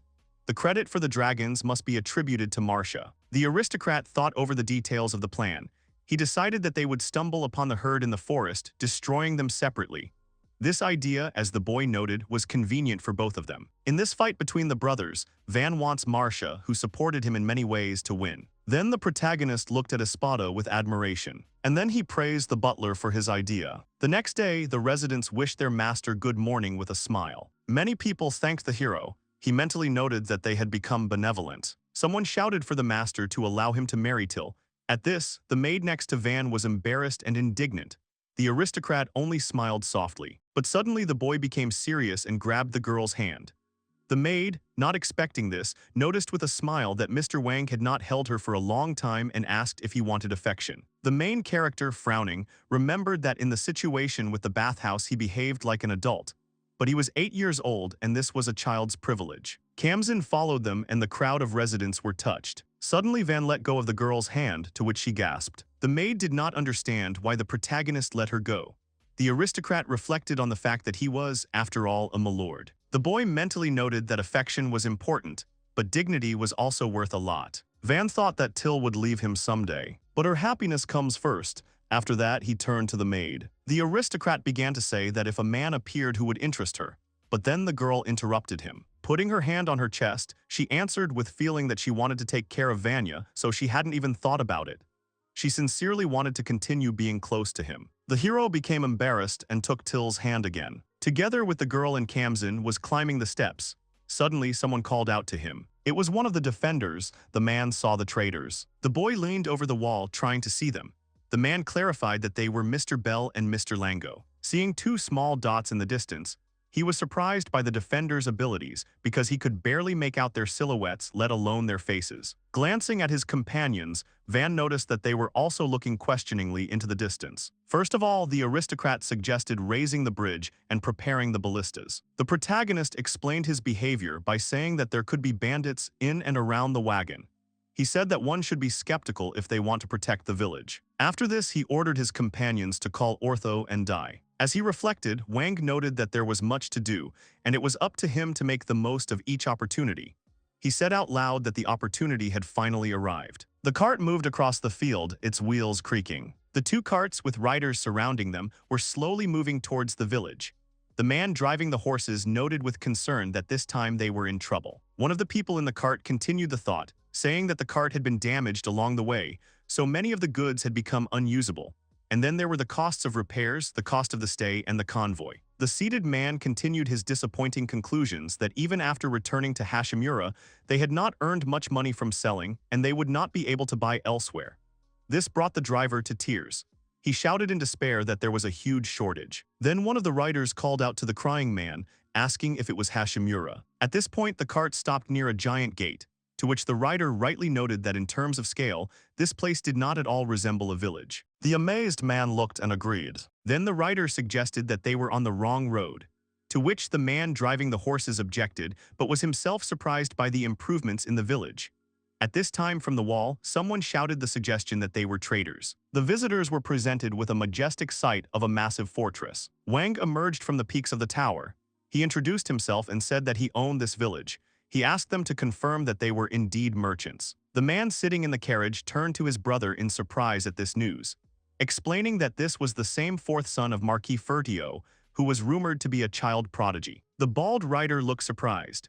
At this time the brother continued, telling that their stronghold was the largest city, so they had seen him several times and people often communicated with him, so he was quite famous. The merchant confidently said that this was definitely the child. The man was surprised because the boy should be less than 10 years old and he became the owner of this forgotten village. He thought that he knew that geniuses were shunned, but not so much that the Marquis personally sent him to the borders. He supposed that this village needed to be turned into a fortress, but he did not understand why. The man who was driving the horses stood up and introduced himself and his companions. It turned out that he was the merchant Mary Bell, as was his brother Lango. Along with them was a guard, the adventurer Ire, who led the B-rank Silver Spear group. Then the protagonist turned to Ordo, asking if he knew this man, to which the man confirmed that he had met him. After this, the aristocrat allowed them to enter. Then the gates were raised and the merchants drove through the gates in their carts. The amazed brothers were met with a wondrous sight of an improved village. The elder said that they had been waiting for them. Rhonda spoke to the guests, happy to see them back. Mary Bell was relieved that the village was okay. They apologized for the long return as they had been stopped halfway. At that moment Wang came down to the merchants, greeting them and apologizing for the wait. Respectfully placing his hand on his chest, he greeted again and introduced himself. Looking nervously at the aristocrat, the brothers bowed respectfully and introduced themselves. Then the protagonist got down to business, asking if they could sell the dragon parts with the shell as quickly as possible. The inspired merchants immediately agreed and were surprised that they managed to tame these monsters, because even adventurers hate to fight such strong creatures. Crying with joy, the brothers thanked God for such a gift. They were happy that their village had received such a valuable material. The merchants realized that they were wrong about the shortage. Van offered to take them to the warehouse in that case. A surprised sigh was heard in the darkness of the warehouse. A room 10 times larger than theirs, filled to the brim, appeared before the brothers. They could not believe their eyes. According to Lango's calculations, there were about 20-30-meter-long pieces of armored dragon material. His brother, standing next to him, was silently amazed by this spectacle. Wang shared with the merchant all the necessary information about the product and asked his opinion. He clarified that the cart was already ready, while Bell was amazed at the quantity. The man thought that maybe then what the aristocrat had told him was true. Then he replied that it was necessary to attract people to trade as soon as possible. While one of the brothers was looking at the goods behind him, the other asked to give them a month to come up with something. The aristocrat agreed and, being polite, offered them to taste the delicious meat. Then Mary Bell realized that they also had meat, and since this amount was too much for the village to consume, it would soon rot. Realizing this, the merchant immediately agreed to take the meat to a neighboring village for sale, of course, reimbursing the cost. The protagonist asked doubtfully whether this village had the opportunity to buy even the meat of such a dragon. Mary explained that the village was actually very poor and would have no savings after paying taxes, so the villagers asked them to get food. The man mentally noted that they were running low on food. The merchant thought that if they gave away even a little meat for free, it would help a little. He asked Van out loud for his consent. Realizing that Mary Bell was sincere in her desire to help, the nobleman decided to give away the dragon meat for free. He noted that despite being a merchant, it seemed that profit was not the most important thing for him. Bell told the main character the required amount, thinking that the rumors were not lying and that the Marquis's son was a very insightful man. The merchant offered to pay for the capture of the criminals, mentally noting that then they would have no profit at all. The man thought that this was at least some payment for their work. The aristocrat thanked them, but instead suggested that they come to him in the future to offer a deal they would not regret. This deal was for good quality armor. This surprised Bell. Mary was surprised to ask Van, who was leaving, that in addition to a highly skilled draftsman and an amazing carpenter, he had also brought a blacksmith here. The main character didn't answer but just smiled at him. Air and Mary Bell both exclaimed in unison that it was amazing. The aristocrat laid his weapon out before them, warning them that he had not yet figured out all the intricacies, but as an exhibit they were worth their weight in gold. He allowed them to test it. Ortho suggested that the adventurer cut a piece of dragon skin with shell. The main character's weapon easily cut through the piece. Ar couldn't believe his eyes because he cut off a piece without resistance. Satisfied, Ortho praised the weapon and asked if he was sure it was an iron blade. The guard continued to be amazed by the knife's cutting ability, immediately deciding to buy it. Then he asked if they had a spear. Ortho continued to praise Iru's weapons behind him, while a pleased Van listened to the amazed Mary Bell. The merchant had undoubtedly decided to buy the weapons at their price. Looking at the mountain of equipment behind him, he apologized that they wouldn't be able to buy that much. The protagonist kindly replied that they could buy it later. The boy then gave the traders a tour of the village's improvements. The contented brothers greedily ate the meat by the fire. Bell, however, said admiringly that he was enchanted by this place. Mary decided to talk to the trade group and increase the number of traders coming, a suggestion that Van liked. The protagonist told about what they lacked in their village and asked to bring them, noting that good food alone is enough for the residents to feel good. The merchant agreed to help with the supplies. The aristocrat also asked for an advertisement for their weapons. This made the brothers excited. The boy mentally noted that they were probably thinking about an exclusive sale. He decided that these two were nice guys. Wang explained that if two people always traded along the same route and organized themselves to sell weapons, they would soon reach their village. This news hurt Bell. The protagonist suggested that the brothers think through their advertising activities in advance. He explained that the more they sell, the more they earn. The merchants were immediately inspired, shouting out that they wanted to know how to do this. To this, the aristocrat replied that it was necessary to open a village shop. Wang decided that it would be great if it were possible to come to an agreement with the owners of the enterprise or with anyone. The brothers were delighted with this idea. The boy thought that in honor of the stable income and the opportunity to have his own store, he would even build a house for Bell and Lango.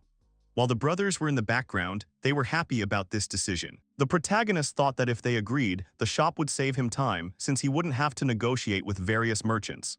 In addition, this shop would be the first one here. Wang mentally noted that the deal was beneficial to both parties. At that moment, Mary turned to Lango, deciding to discuss the proposal with his boss as soon as possible. The merchant, placing his hand on his chest in inspiration, resolutely replied that he would set up a shop in this village until it took on a clear form. The aristocrat and the merchant extended their hands to each other. Wang sealed the deal with the brothers with a handshake, expressing his pleasure in dealing with them. The negotiations were a great success. Lango and the adventurers quickly left the village to convince the Chamber of Commerce to provide labor and materials for the village. Wang gave them his sword, dragon skin, and magic core to convince the Chamber of Commerce. The main character also asked to deliver a letter to his brother Marcia. Also, near the entrance to the village, the boy did something that amazed Mary. It turned out that the aristocrat had built a beautiful shop for Belle. The surprised merchant was amazed at the speed of construction because they had just recently discussed the appearance of the shop. At this time, Wang explained the internal structure of the building. The protagonist kindly explained that he tried to do it according to Mary's description, but if he made a mistake somewhere, he could easily redo it. Belle was amazed that the boy had such power. The merchant thanked the nobleman for his work with tears of joy in his eyes. In his mind, Van decided that the goods should be ready in 2 weeks, so the business concerning Belle's shop was finished for now. In the afternoon, the aristocrat and his entourage left the village for the river. Till, walking next to him, was worried about whether her master was tired. The boy answered the worried maid that everything was fine. He asked how she was feeling. The girl only smiled cheerfully and said that she could go for now. Kamzan walked silently ahead, easily cutting through the plant obstacles. The protagonist mentally noted his gentlemanly behavior. Wang was not happy about this, because he wanted to show his considerateness and kindness towards everyone, but he did not have the strength to help Kamzan. The journey from the village took an hour. Kamzan politely let the tired travelers go ahead, parting the grass in their path. Then the travelers came across a beautiful, wide river from which they were going to get water. Having chosen a suitable place, the man touched it with his hand. A ditch was formed and a wall blocked the river. Thus began the work of lowering the water level. Espada used his magic to dig tens of meters in an instant. While the butler was resting, Kamzan and the rest of the guys broke through manually. Van follows everyone behind and strengthens the earth and walls. The protagonist was mentally amazed by the Espada's magical power reserve. At that moment, made an unexpected sound. As the knight dug, he began to laugh. This made the boy wonder what he was laughing at. The butler noted that was already over 40 but in his prime. The aristocrat was surprised by this. This news caused excitement among the other guys. Till noted that it was quite a labor-intensive job due to the distance between the river and the village. Van agreed but noted that they would need water. The protagonist expressed the opinion that the work is hard, but he believes that working together to achieve the goal is very enjoyable. He mentally noted that in addition to the barrier, there is also satisfaction, which one cannot fully enjoy alone. The boy thought that if living conditions were improved, then many things in the village would become normal, and it would be easier for traders and other people to come here. The aristocrat decided that this was what they needed to achieve in order to live comfortably in this place further. About 8 hours later, one of the sweaty and tired workers shouted that he could see the village. This news surprised Van because according to his plan, it should have taken about a week. However, the main character announced that the work was finished for today. Espada and Dee were surprised by this decision. The knight commented that at their current pace they would reach the village in a few hours, but the nobleman objected. The boy drew their attention to Ab, Lo, and Kamzin. They looked like the boys were at the end of their rope and could no longer continue working. Dee sighed in disappointment because it seemed to him that after so long he had found a good way to temper. However, he admitted that it was still better not to give too much work. Wang was amazed at the knight's endurance. Dee's power simply terrified the protagonist. Looking at Espada, he mentally agreed that it was definitely terrifying. This day had shown the hidden strength of the older generation and veterans. The next day, to everyone's surprise, they dug down to the village before the end of the morning. After this work, it was time to lower the water. After clearing his throat, the boy gave a speech. He thanked them for their contribution and announced the completion of the water supply work. The crying Abba and Lu, as well as the inspired Kamzin, listened to the words of the gentleman.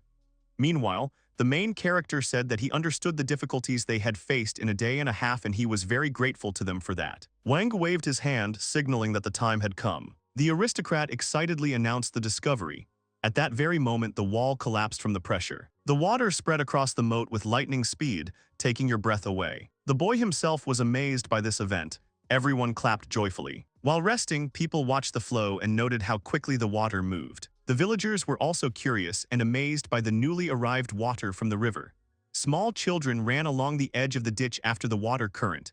They were surprised by what they saw. The happy elder rejoiced at the time and effort he had saved. To this, the inspired Van noted that special equipment for filtration was also needed. To this, Rhonda only sighed questioningly. At that moment, one of the people helping approached the main character and handed him the medal. He looked at him with admiration and interest. He stood in front of the boy, embarrassed. Not understanding, the aristocrat asked the reason for his behavior. Then Lo replied that he was interested in what kind of device the gentleman would create. Analyzing his behavior, Wang remembered that the young man was very happy when the work was completed. According to the protagonist, he apparently likes the production process. Realizing this, the boy with a good-natured smile offered to create the device together. He said that he would need helpers and Lo immediately, cheering up, agreed. To Lu's delight, Wang began to explain the device. It was divided into 3 parts, a filter, a copper reservoir, and a boiler. The protagonist thought about the work of the fire for the boiler. Till solved this issue by suggesting to light it with a crystal of fire magic. The aristocrat liked the idea and decided to clarify whether Belle had one for sale. Kamzin ran up to Wang and reported that water had filled the space. The boy looked around the ditch with admiration and noted that everything was filled to the brim. There was already a bridge to cross. Turning to Espada, the protagonist clarified what would happen if the water level suddenly rose, fearing flooding. The butler replied that the gentleman had made a correct observation. The old man explained that, depending on the volume of water, the canal is widened, and embankments are built in those places where it is often flooded. Espada continued, pointing out that these dead-end paths also require ingenuity, to which Wang added that the water would then have nowhere to go. The aristocrat suggested that in that case it would be necessary to make sure that the river returned downstream, or to build a lake behind the village. Dvoretsky especially liked the idea of the lake, because during times of lack of precipitation and water from the river, the reservoir would be useful. The protagonist was pleased with the measures he had found and asked Espada again if everything would be all right in this case. The old man agreed. To sum it up, the structure now looked like this. The lake had to be built about 200 meters from the back of the village. This was a forced urgent project before the rains came. In 3 days, the lake was mostly ready. The aristocrat noted that he would like to install some sort of water outlet, but he needed to think about how to use it in practice. But Wang let go of the situation and simply enjoyed the large amount of clean water. The disgruntled boy noted that it was still early morning. The main character noticed that even the sun had not risen yet. A disheveled Till brushed the aristocrat's hair and apologized excitedly. She noted that many people, including Rhonda, looked worried. Van, meanwhile, was hastily buttoning his shirt. It turned out that the early awakening was provided by the elder, and a crowd of residents. Throwing a cloak on the boy, the girl conveyed that Dee and Espada were already on their way to the right place. The protagonist in turn asked about this place. Till replied that they were on their way to the newly created Lake Van. The boy was puzzled by such a name. The inspired maid said that the lake was named in honor of the main character's merits, which they decided to preserve as a legacy for future generations. The girl also reported the news that the village was now also called Van. The aristocrat interrupted her, saying that he felt awkward and that he felt that things were not quite right. One of the residents hurried the gentleman. Having said this, the man immediately ran away. The boy was unhappy that they left him. Together with Till and Kamzen, Wang hurried to the lake. Tired of running, the main character later decided to build a passage from the other side. A crowd of residents looked at the lake. As he approached, the aristocrat asked excitedly what was going on. In response, the surprised residents began pointing to the lake. Something appeared on the water's surface. A sea creature resembling a mermaid emerged from under the water. Uncomprehending, Wang could only ask in surprise what it was. It is believed that deep in the forest, in a picturesque river, live mystical creatures with beautiful blue hair. They are half human, half mermaid. Their species is called Ubgalu. The protagonist had never heard of them, to which Espada clarified that this species is rarely seen. Van asked if the girl was an Ubgalu. Meanwhile, the half-mermaid, half-human was watching them from underwater. The aristocrat wondered in his mind if she was still a child. Then he called her from the shore and asked her name. There was only silence in response. The boy decided that she did not understand and ordered Till and Kamzen to bring meat and fruit. They immediately went to fulfill the request. The main character came to the conclusion that in order to show friendly intentions, food is needed first of all. After this, the creature in the water twitched. Ubgala began to slowly approach Van. The residents sighed in amazement. The aristocrat's defenders were on guard. Swimming cautiously to the shore, the girl sniffed the food. Then she hesitantly asked if she could eat. The boy was noisily surprised by what she was saying. This scared the little girl. At that very moment, the Ubgala moved to a safe distance. The protagonist immediately hurried to apologize and asked her to return. Mentally, he could not help but note her speed. Van politely offered her meat and fruit. The girl accepted them. Ubgala noticed the taste of the meat. After she tasted the meat, the girl turned sharply to the aristocrat's defenders. It seemed she had questions. Ortho and Dai looked at her in surprise. The boy explained that it was dragon meat with shell and offered to make dried for her if needed. Then the girl tensed up. She wanted to know who had caught it. The adventurer, knight, and butler responded in unison that it was Mr. Wang. The protagonist objected that it was all thanks to the ballisti, but the residents only confirmed the words of the master's confidants. In the end, Wang acknowledged his merits. The girl looked at him. Still holding the meat in her hands, the Ubgala said she understood. At that moment, the aristocrat only saw a splash of water, and the girl swam away. This behavior caused bewilderment both among the main character and the residents. The boy was still sitting on the shore, dumbfounded.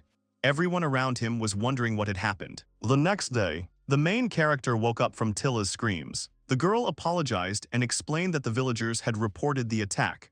She noted that everyone was in a panic. Wang, who had just woken up, asked again about the attack. The maid helped the master to get ready faster, simultaneously telling him what she had heard.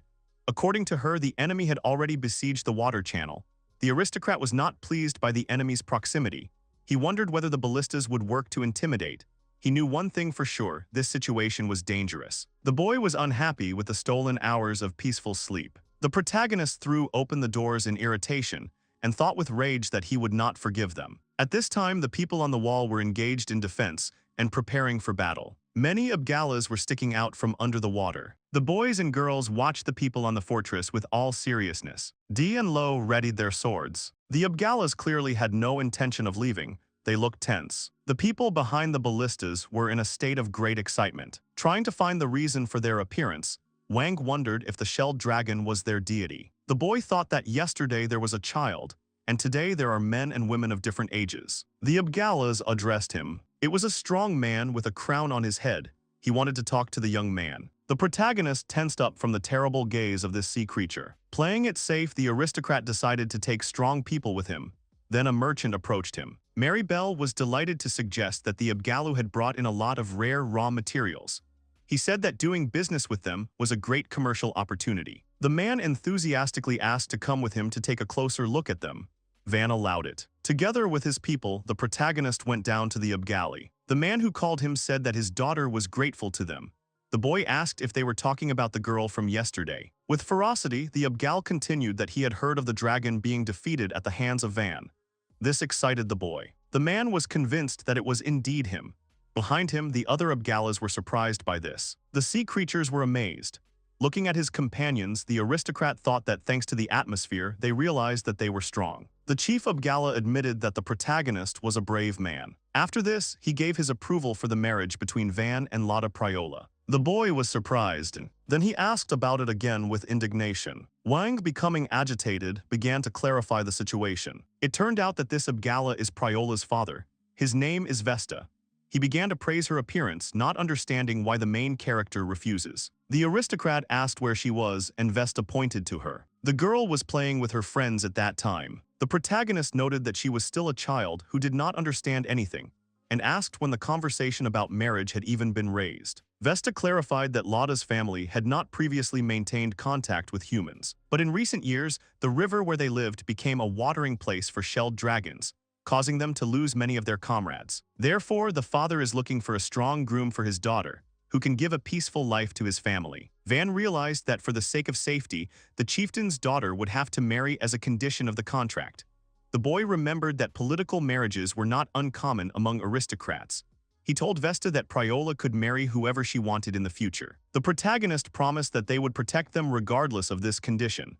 This answer struck the leader and prompted him to think. The head of the Abgali decided to live near the groom.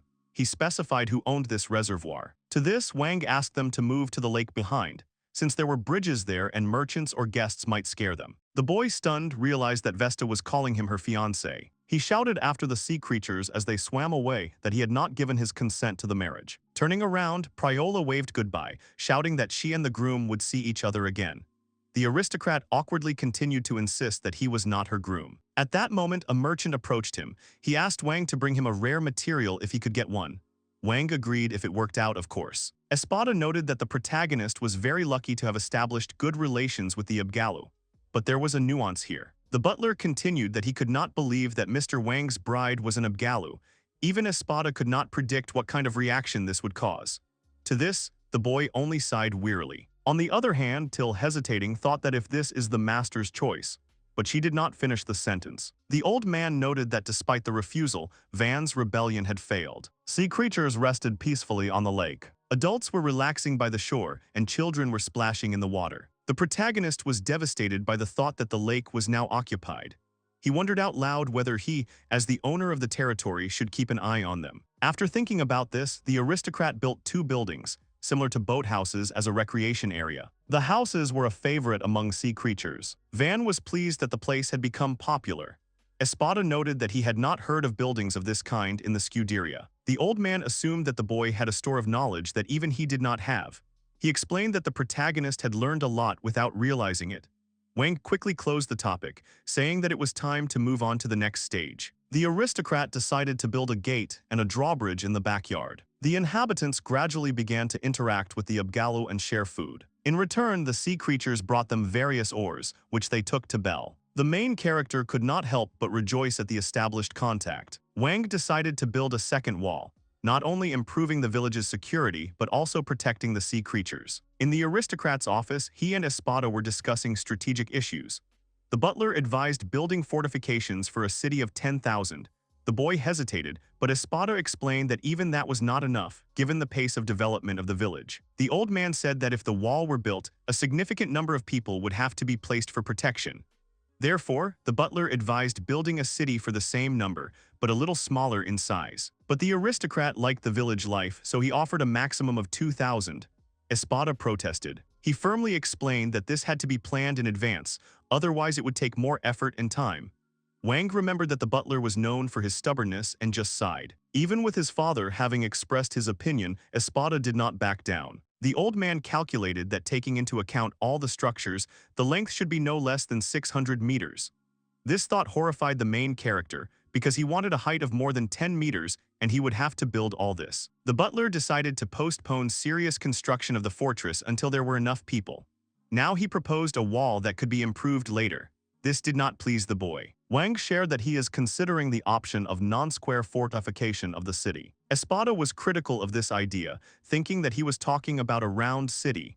The gentleman decided to demonstrate it visually by drawing his plan. However, the main character meant a star-shaped city. The structure was such that even if the triangular part was broken, the city would not be accessible. The boy explained that this could be imagined as having 6 independent fortresses. The roof would be connected to the city walls, but could be separated if a drawbridge was installed on the wall side. In Wang's plan, the attackers should take their time and attack the corners before they can reach the main body.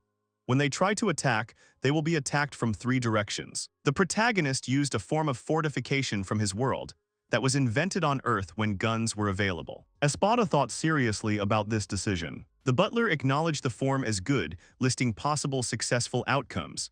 But at that moment the boy was distracted by a knock on the door. One of the defenders burst through the door. Van asked with displeasure what had happened. Abba corrected him, it was not what that had happened but who. It turned out that a messenger had arrived from Count Ferdinand. The boy was surprised by this news. A second man leaned over his shoulder, adding that it was not only Count Ferdinand's coat of arms that was there. The defender said there was also a unicorn flag and the shield of Viscount Cayenne, a rising nobleman from the Count faction.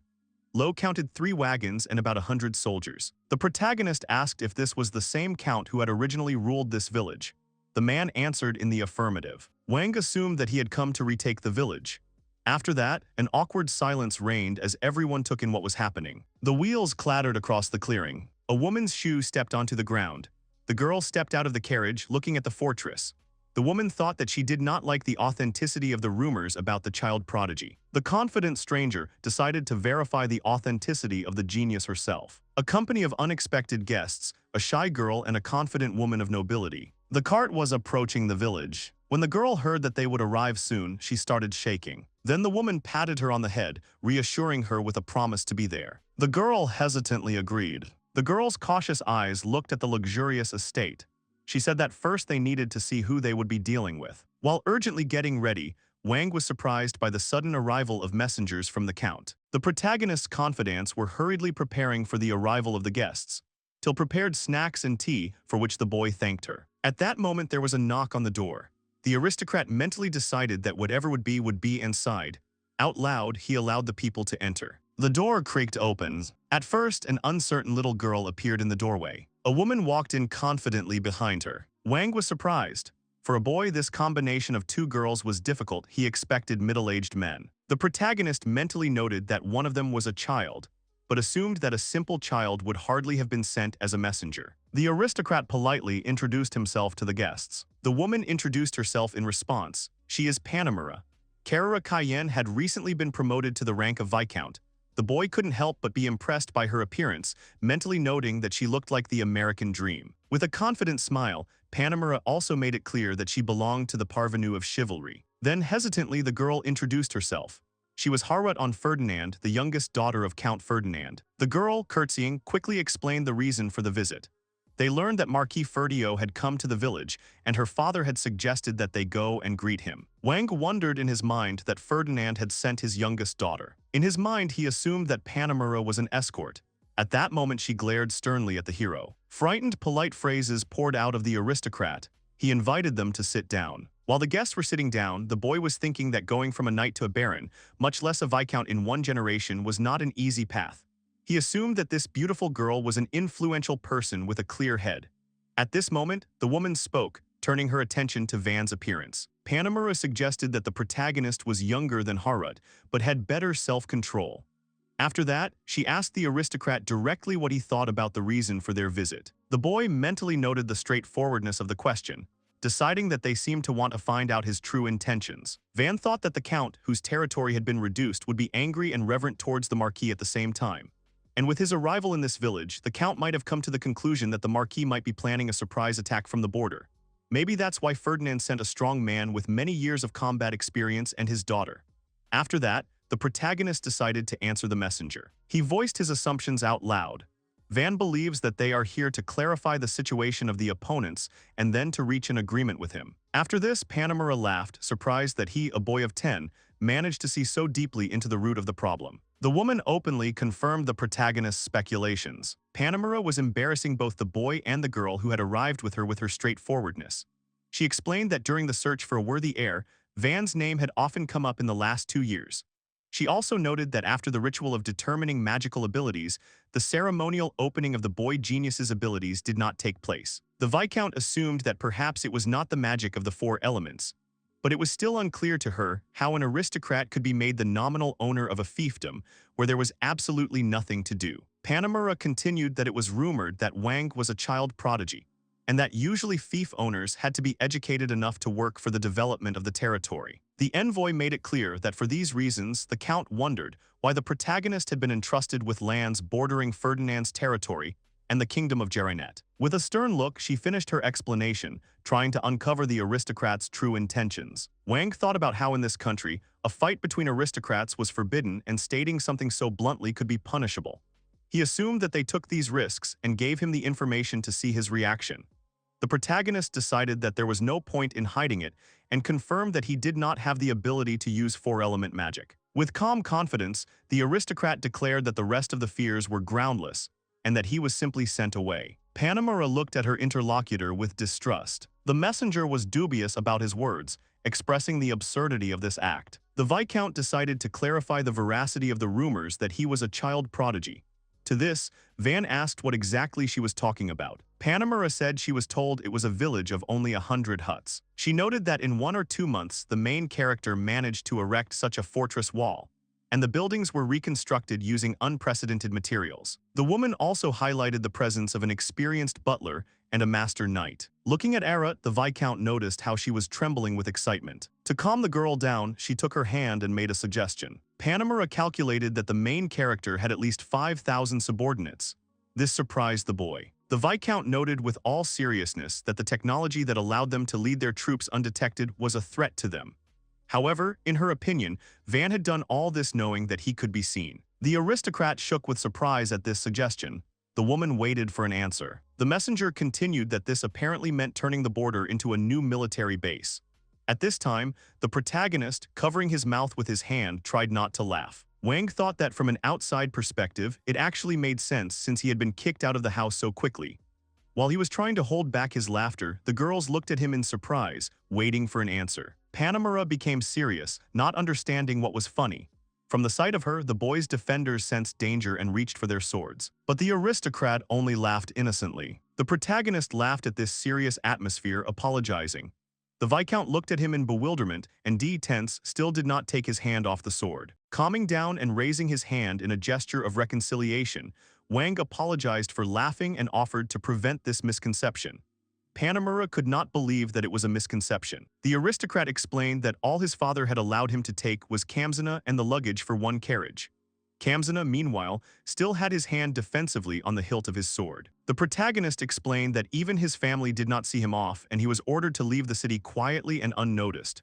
At this, Arat looked at the boy with surprise. The woman, meanwhile, asked about the knights, butler, and maid, since they were probably subordinates. Wang wanted to clarify, but Dai interrupted him, explaining that, impressed by the master's genius, they had voluntarily followed him. The Viscount looked tensely, trying to understand if this was true. The knight laughed and said that he had indeed received a letter from the head of the knightly order with instructions to return immediately, but had ignored it. The protagonist decided that this was something to laugh about and tensely asked if D would be expelled for this. Then Espada spoke up, explaining that he was an old man. Continuing his story, the butler said that the boy's departure to the village was an excellent opportunity to retire. As a way of spending time, he wanted to pass on all his knowledge to the master. The aristocrat mentally noted that this was a very troublesome hobby. Till also told him that he communicates on equal terms with people like her, that is, from the lower classes. The girl wants to serve such a kind-hearted gentleman forever. Smiling sheepishly, Wang added that he was grateful to these people for following the exiled people to such a remote area out of a sincere desire to be close. The Viscount calmed down a little, but she still had a question about the transformation of this village. She wondered how an aristocrat would explain it. After that, the boy stood up, offering to see everything with his own eyes. Mura asked where he was heading. Reaching for the door, the protagonist explained that he was going outside, as he was just about to build a new outer fortress wall. This proposal made the messengers nervous. Walking outside, Wang sighed in surprise, amazed at the number of knights. The Viscount meanwhile gave orders to her people. The residents crowded in the street in surprise, looking at the crowd of unfamiliar knights passing by. Meanwhile, the main character asked the workers to bring wooden blocks. In a neat column they, together with the envoys, went out of the gate. Suddenly the boy noticed that Mura had stepped forward. The woman with a stern expression asked where exactly they were going. Turning around, the child prodigy mentally assumed that she most likely thought it was some kind of ambush. Then Van turned to Espada, asking if they were there. The butler, looking at the plan, confirmed it but noted that the corners would be a little further away. To this, the main character suggested making the wall about 2 meters wide so that he could make adjustments later. The old man took this into account. Turning to the envoys, he warned that they would now make a fortress wall. This amazed the girls. At that moment, a noise was heard. It turned out that the noise came from Espada, who caused the stone to move. Arut and the Viscount were amazed. Mura was especially surprised that the old man was a retired first-class four-element magician. While the boy was feeling the stone, the woman doubtfully noted that if the magic was lost, the wall would have to collapse and lose its strength. But she did not finish her thought. At that moment, Wang began to use his magic, thinking about the variety of materials that could be connected in this wall. He made a mental note that he wanted to make perfect concrete, but they didn't have the materials they needed, so they would make temporary arrangements. At the same time, the wall was erected. Mura didn't understand how the main character did it. But then carts with wooden cubes arrived and the boy continued. The woman asked if they were used to build houses and Van confirmed it. Under the girl's surprised looks, the aristocrat continued. He mentally noted that a metal coating would then be applied, and when constructing the gates, first of all, one must imagine their shape and strength. The envoys and their people watched the aristocrat at work in amazement. In the thick fog, the main character announced that he had finished. His cloak fluttered in the wind. The fog cleared, revealing a boy standing in front of a giant gate. Turning to his guests with a smile, he made it clear that this was indeed the case. The knights behind the woman were stunned. Arut turned to Van with excitement, asking what his magical abilities were. Mura also had questions. The Viscount asked furiously who he was. The protagonist replied with a smile that, unfortunately, he had production magic and could only create things. The aristocrat explained that this magic was considered the most useless in society. It seemed to impress Arut. Juan's words about his magic being considered useless impressed Arut. Stuffed toys and dolls were piled up. Because her father was busy, the girl was unable to spend time with him, and her mother had no interest in her, so she left her with a nanny. For obvious reasons, Harut was considered worthless. This is because of her timid nature, fastidiousness, and inability to study. At first, there was nothing for which the girl had a talent. Her only talent turned out to be the magic of doll making. Physically, Harut was not skilled in dancing, but she could control the doll and move it more freely than her own body. The girl wanted to please her mother with this ability. To gain approval from her parents, Harut trained her magic. She dreamed of performing a dance with a doll her size, but everything turned out differently than the girl expected. For her efforts, she only received a slap in the face from her mother, who screamed and called her a talentless child. Then her mother grabbed her by the hair, and little Harut cried from the pain. She recalled that she did not understand what she had done to anger them. The mother threw the girl out the door. Harut continued to remember that she then learned the reason for their anger. It turned out that the magic of puppeteering was considered vicious and despised in high society. The girl cried because magic, as her last hope, also did not come true. After what happened, Arut was left completely alone. People stopped paying attention to her and her mother stopped visiting her altogether. Because of this, the girl stopped leaving her room. Surrounded only by her toys, she spent her days inactive. Ferdinand's daughter was in despair, blaming herself for her uselessness. The memories of her mother's harsh words made the girl cry again and again. All this made her scream in despair. At the age of 10, she was summoned by her father for the first time.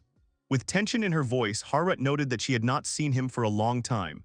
Ferdinand confirmed this, as did Mura, who was standing right there in the Count's office. The Viscount asked Ferdinand if he was sure of her candidacy, since when dealing with a person without a title, one could simply send a summons.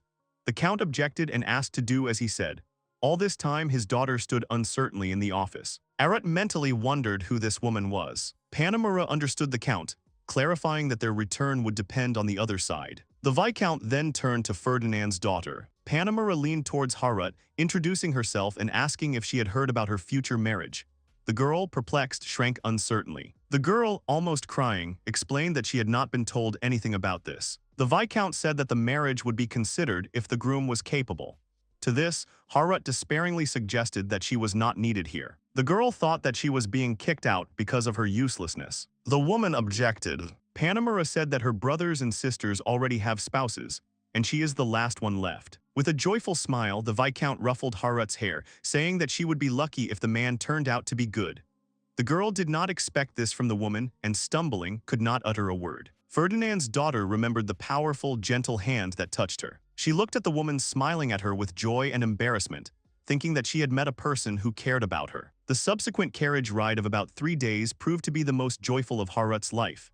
Mrs. Panemura was kind to her, though she often found cause for anger. The Viscount often showed aggression but still remained kind. When the girl said that she was good for nothing, the lady would hug her tightly after reading her the lecture. Panemura often started a conversation with Arut, stroking her head. When the girl suddenly began to cry with joy, the Viscount was not at all angry, but only stroked her head again. Squeezing Mrs. Panemura's hands, she thought about how much she loved them. With a soft smile holding the Viscount's hand, she thought about how gentle, warm, and magical the hand was. However, the woman only joked. The cart approached the village, and Arut thought that she did not want any marriage and wanted to always be close to Panemura. Therefore, the girl decided not to approach this boy and just watch him, as if they had nothing in common. It became obvious to Arut that Van was a special person. The main character was the complete opposite of the girl.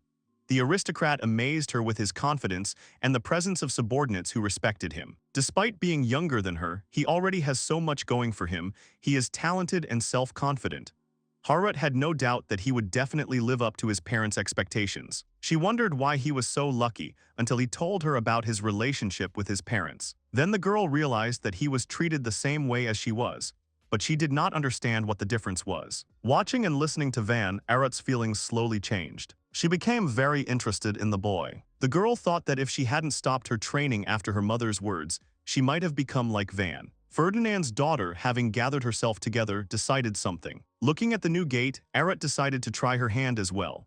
While the Viscount declared that this force was a threat, Panemura was concerned about the boy's ability to establish bases in strategic locations, as well as the Marquis's focus on the Count's territory. However, the nobleman made it clear that his father did not know about the power, as he had kicked him out as soon as he learned of his type of magic. Then the Viscount began to reflect on what a waste it was, and if the Marquis had such power, he would be able to rapidly expand his sphere of influence.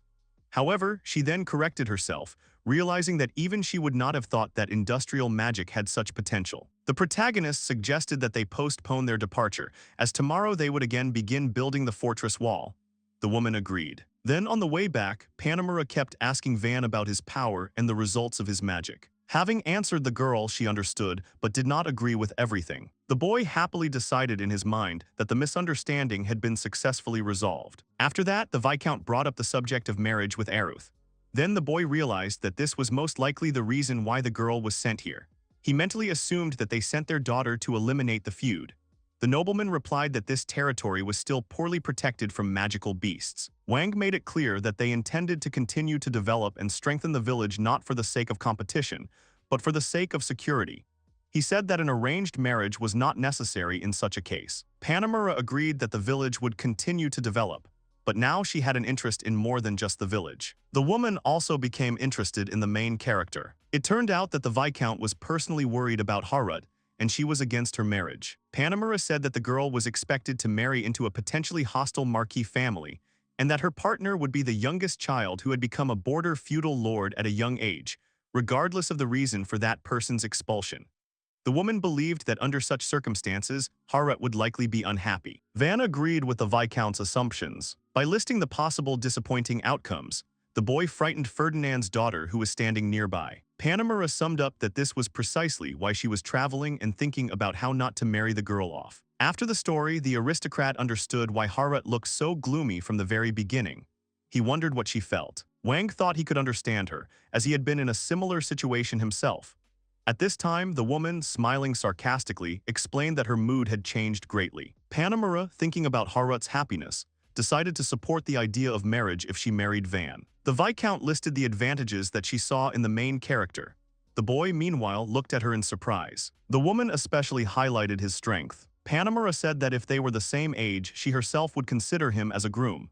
This greatly surprised the aristocrat. Wang was embarrassed but delighted by the praise. After so many compliments, Panemura's impression had clearly improved.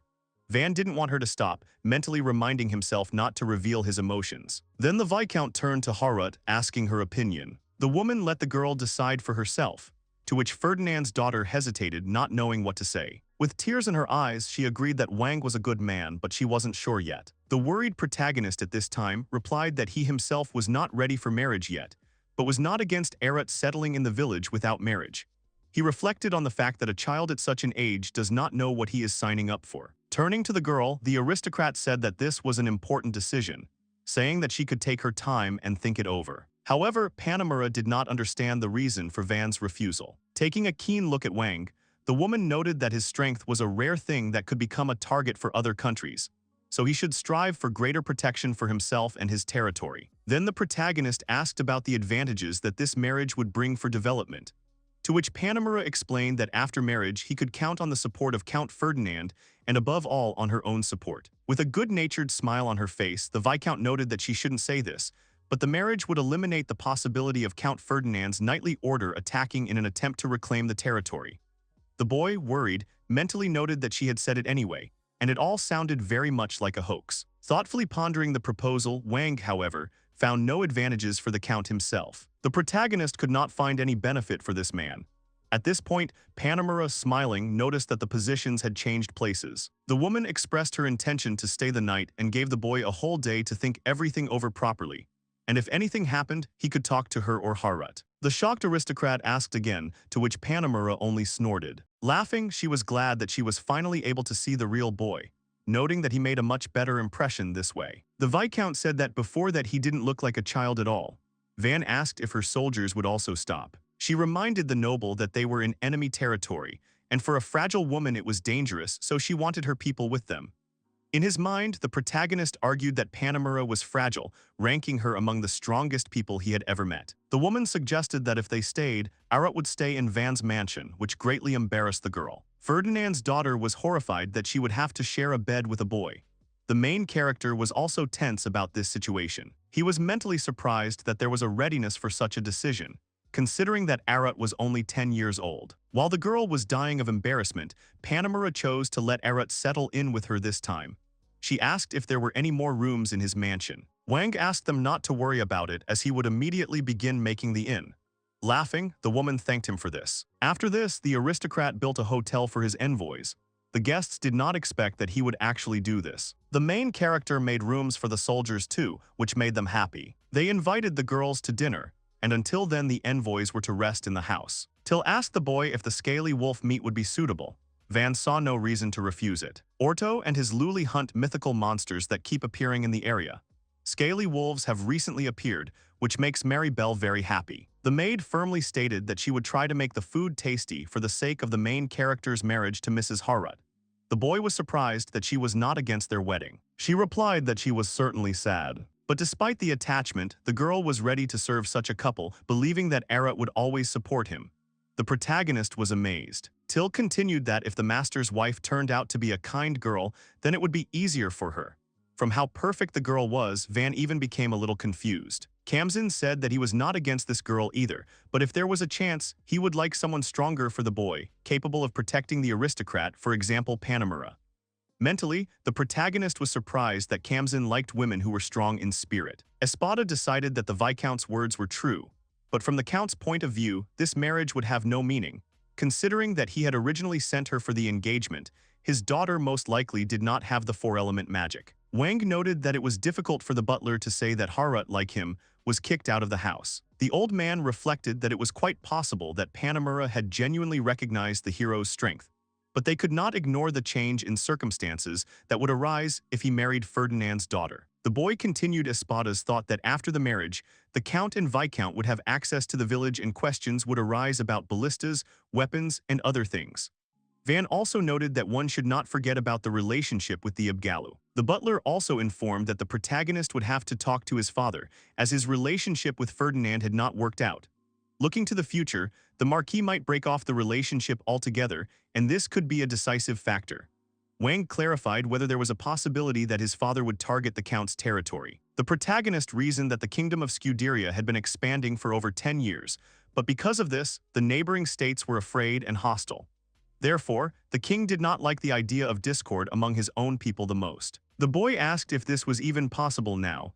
Espada told about several methods. The old man summed up that there were many ways. This excited Van. For now, the protagonist has decided to concentrate on the will of Erot herself. Regardless of the situation, he will respect her choice. The aristocrat thought. He remembered that they hadn't even had a chance to talk, so he would try to do that over dinner.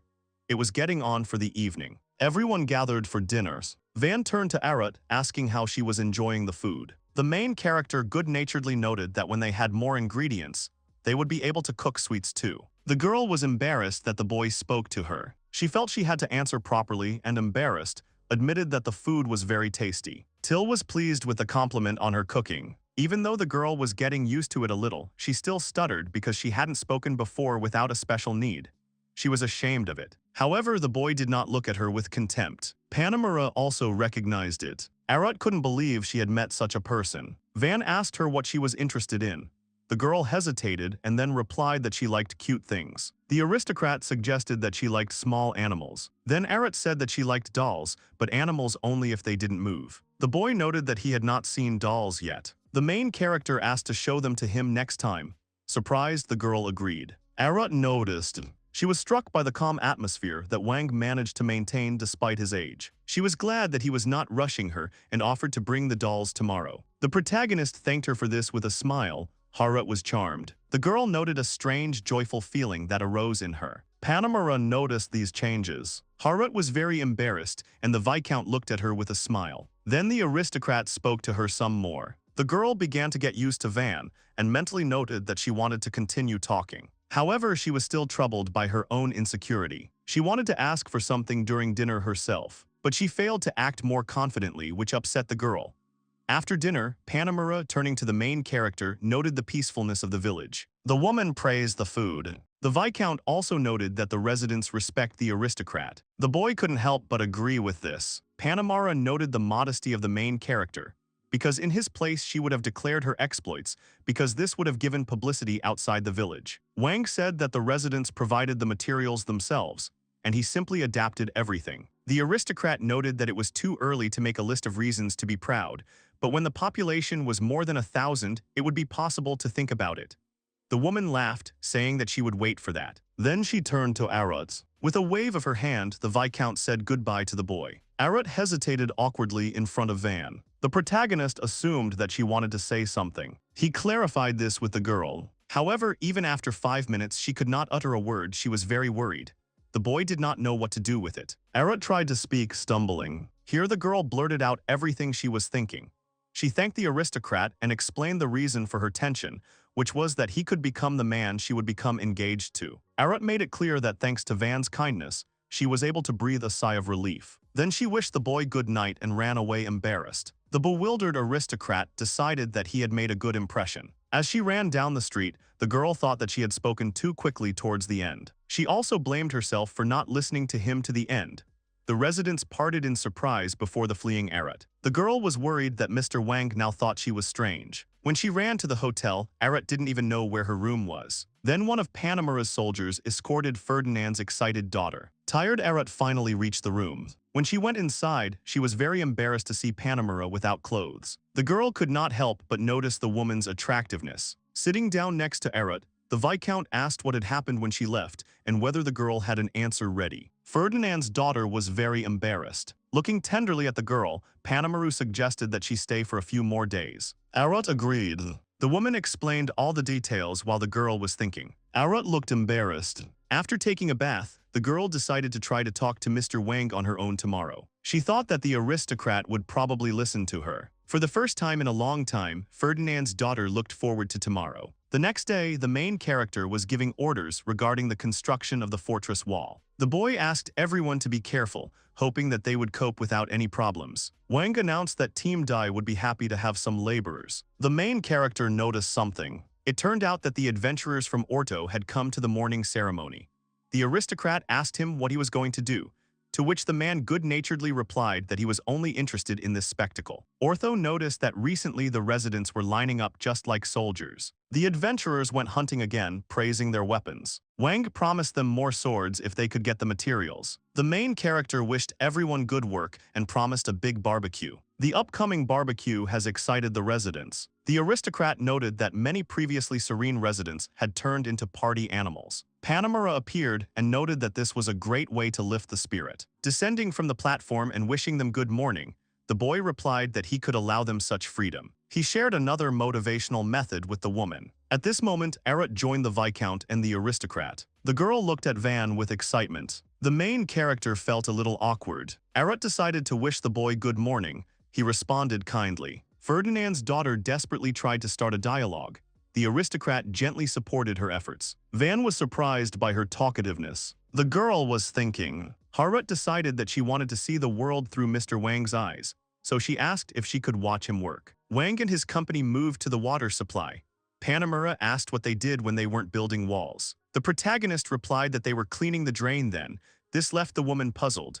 Meanwhile, the boy and Kamzin leaned over the water. He explained the system of the pipeline, warning that if it was not cleaned it would be unhygienic and could lead to epidemics. The boy explained that the water eventually returns to the river. At that moment a tail flashed in the water. It turned out that two young Abgalu had swum up and offered to help ferry the water. The messengers were very surprised. Panamura wondered what these sea creatures were doing here, while Erot was seeing them for the first time. The Abgalu children responded joyfully to the lady.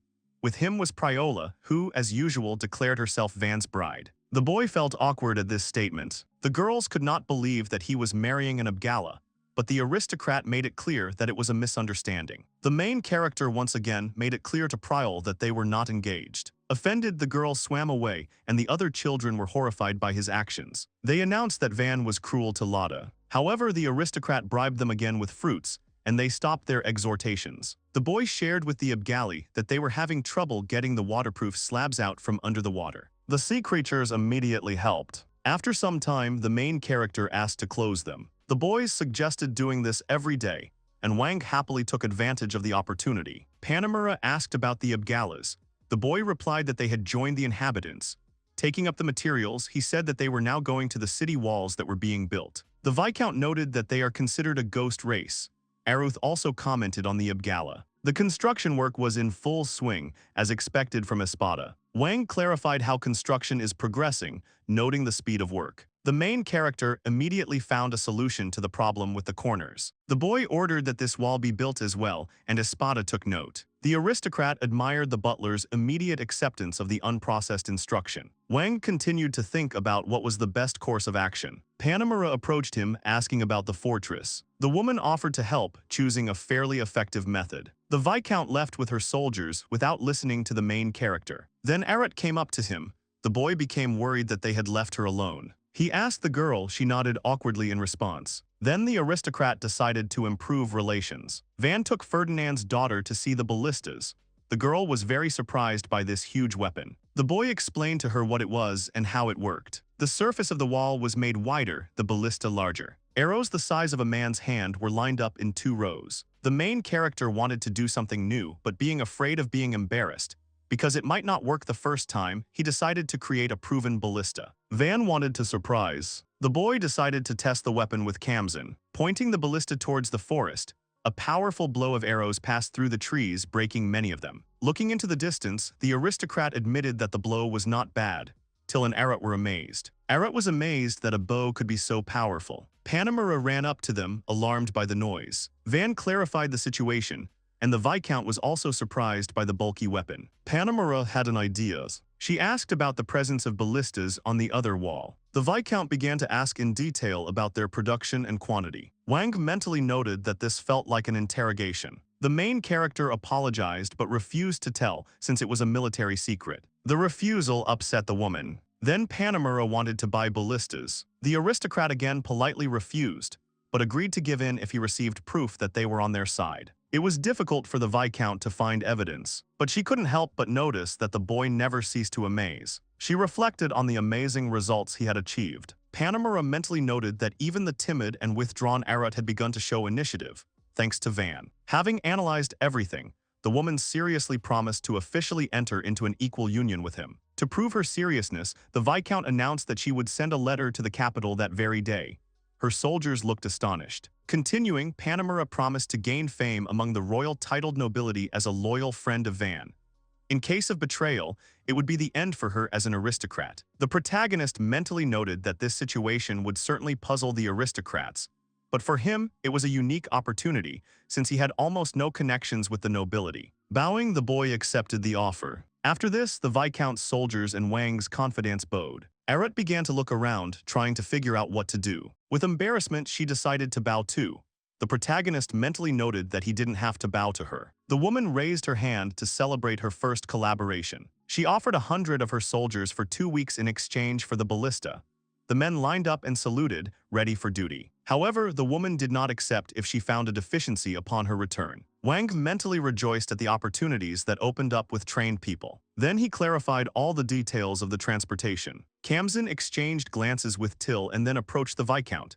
He advised her to take at least 1 arrow made by the master, but the woman did not understand why. Then the boy handed her the sword made by the main character. Wang mentally noted that he had been very happy about this sword when he had received it just recently. He had been discussing it with Mura in the meantime. The protagonist was curious to see new sides of Kamzin, as he had recently learned that he admired Mura. Mura noticed that against a man with armor and shields, the sword seemed less reliable. Then Kamzin asked for an unnecessary sword to test. The woman pulled out her spare sword. The Viscount said excitedly that if even 1 chip appeared on it, it would be amazing.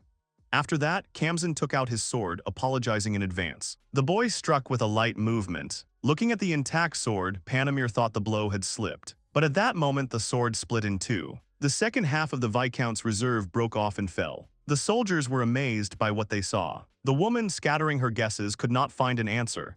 Kamzin was pleased with this. Wang revealed the secret, saying it was a matter of manufacturing, not material. Mura asked if the ballista arrows had the same property.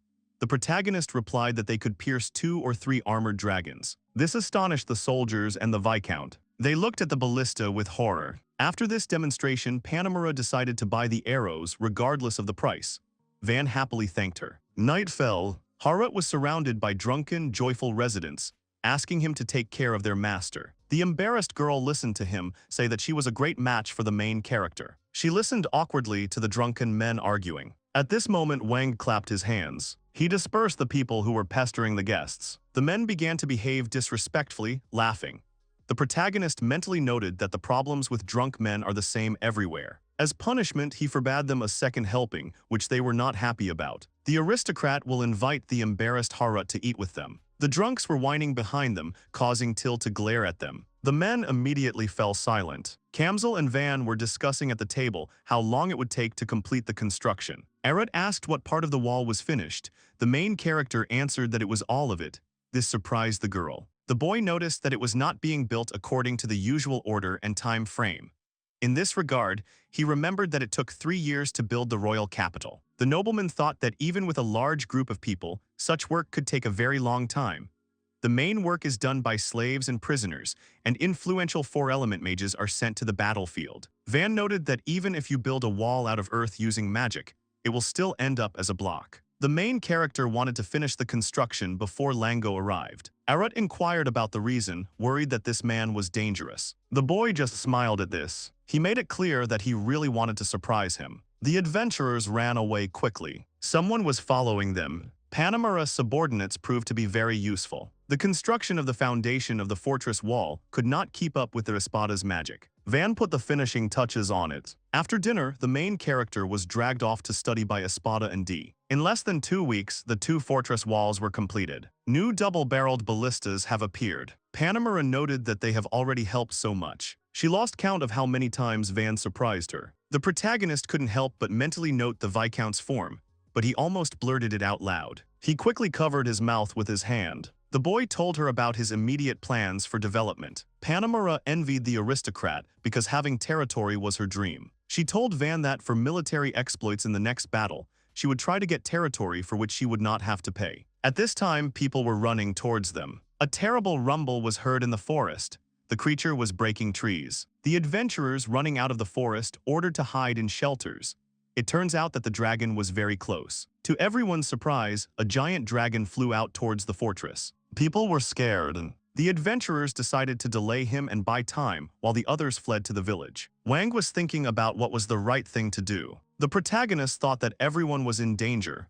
people were ready to fight. Mura decided to help. Then the aristocrat gathered himself and confidently shouted for Ortho to run to him.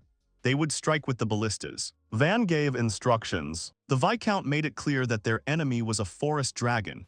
She gave orders regarding Aruth. The girl was worried. The main character noticed that Aruth was afraid. The boy decided to reduce the tension. He reassured her with the presence of weapons and strong people. The aristocrat noted Mura's participation in this. Van confidently said that they would not lose.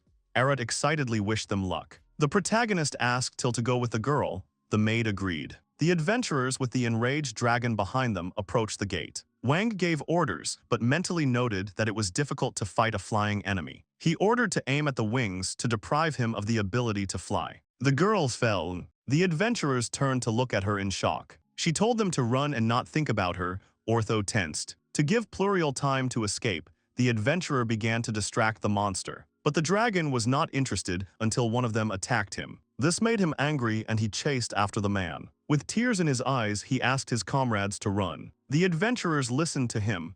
Keisara was upset that he was abandoned. Ortho expressed that he had no doubt about his speed, giving the order. With tears in his eyes, the man continued to be indignant. Zero promised to remind the boss of this, arguing with him. Van hoped that this conflict was for fun. Here the main character ordered to aim and shoot. He announced that Zara would be eaten if they slowed down. The adventurer did not like this. Mura said she could stop him. The Viscount prepared to attack. Wang guessed that the Count had appointed a man of such a young age to a responsible post for a reason. Seeing the woman's ability, the protagonist thought that it was obvious. A fiery whirlwind formed in the sky. She threw a fire spear at the monster. However, the dragon dodged. The monster paused. At that moment, the defenders fired their ballistas. They managed to hit the wing. Van noted the monster's good eyesight. He dodged many of the attacks. The wounds should slow the dragon down. The protagonist orders to prepare a second shot. Arrows rained down from the ballistas. The monster growled furiously and dodged. The aristocrat noted with regret that the second shot did 0 damage. At that moment, the adventurers ran through the gate with sighs of relief. The boy interrupted their joy, reminding them that the attack had not yet been repelled. Mura began to summon the fire spear again. She said that this would buy time, but everyone should take refuge in the village. The dragon dodged the fire again. However, with a movement of her hand, Mura immediately turned her attack on the rebounding monster. Wang watched in surprise as a barrage of fire hit the enemy. The dragon roared as it was roasted. It tried to escape. The main character could not help but notice the power of fire magic. The woman landed on her knees. Mura then rushed to the village to organize a counterattack. While the aristocrat was organizing the evacuation, the monster was already ready. The monster jumped onto the fortress. Wang noted that due to his wounds, he could only rush after them. The boy thought that after the armored dragons, they were too self-confident. This is an exceptional type of magical creature. Then someone ran forward. It was D who decided to fight hand-to-hand. The protagonist quickly managed to convince him otherwise. At this moment, Espada was heading towards the dragon with a serious attitude. Wang tried to stop the butler, but he continued to walk towards the dragon. His persistence angered the aristocrat. The boy said he wouldn't leave without him. Smiling softly, the butler replied that that would be a problem. The old man promised that he would just buy time and return. But the main character was not satisfied with this and he refused. The dragon headed towards them until Espada's earth pillar appeared. The blow hit the monster. The old man was satisfied.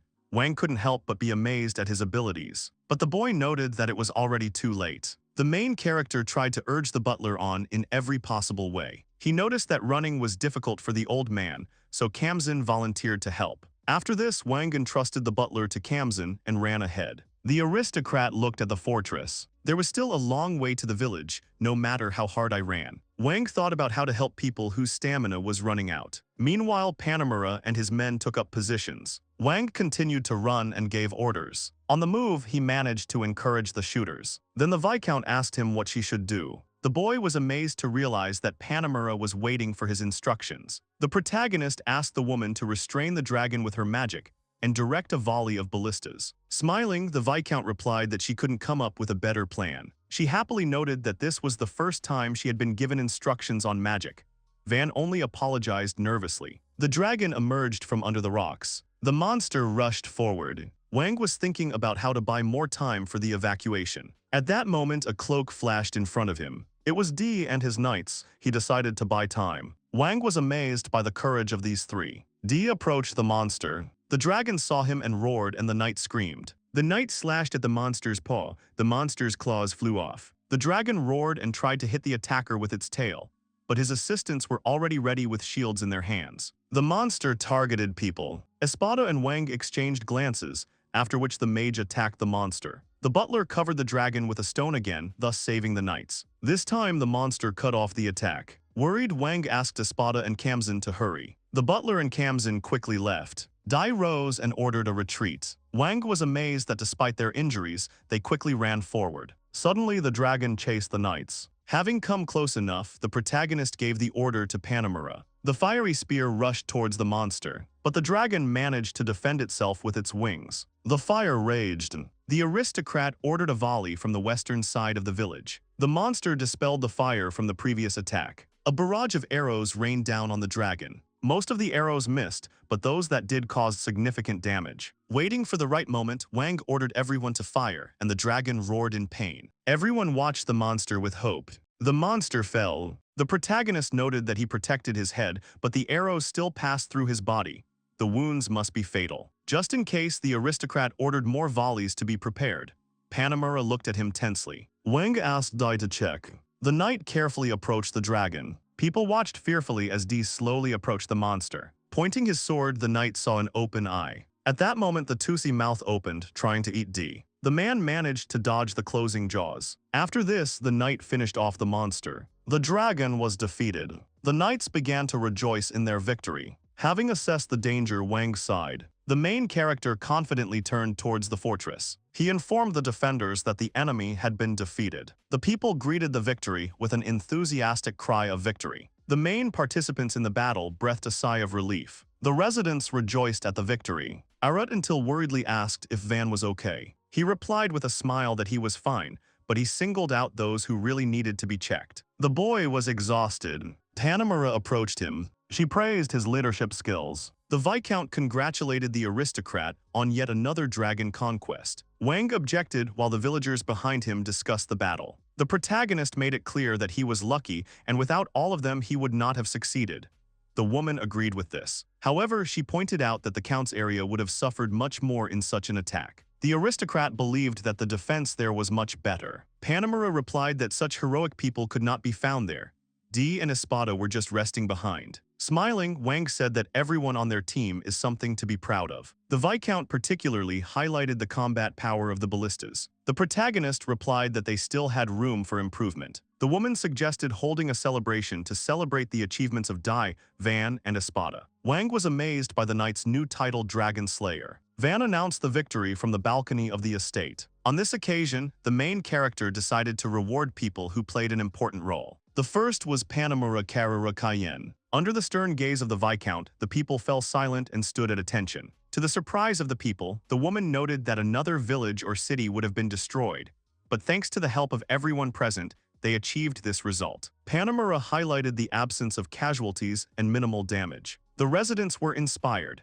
Then the Viscount decided to announce the people who had made a huge contribution to the victory. The woman called D, declaring his merits. The second was Espada. Panemura smiled and looked at the last hero. To the roar of the crowd, she announced Van. To the embarrassment of the main character, she listed his merits. Then the Viscount told what the aristocrat's feat was in the battle. Children and adults chanted his name. Surprised by the amount of love, the boy waved amiably. At this point, the ceremony ended. Meanwhile, the cutting of the raw materials began.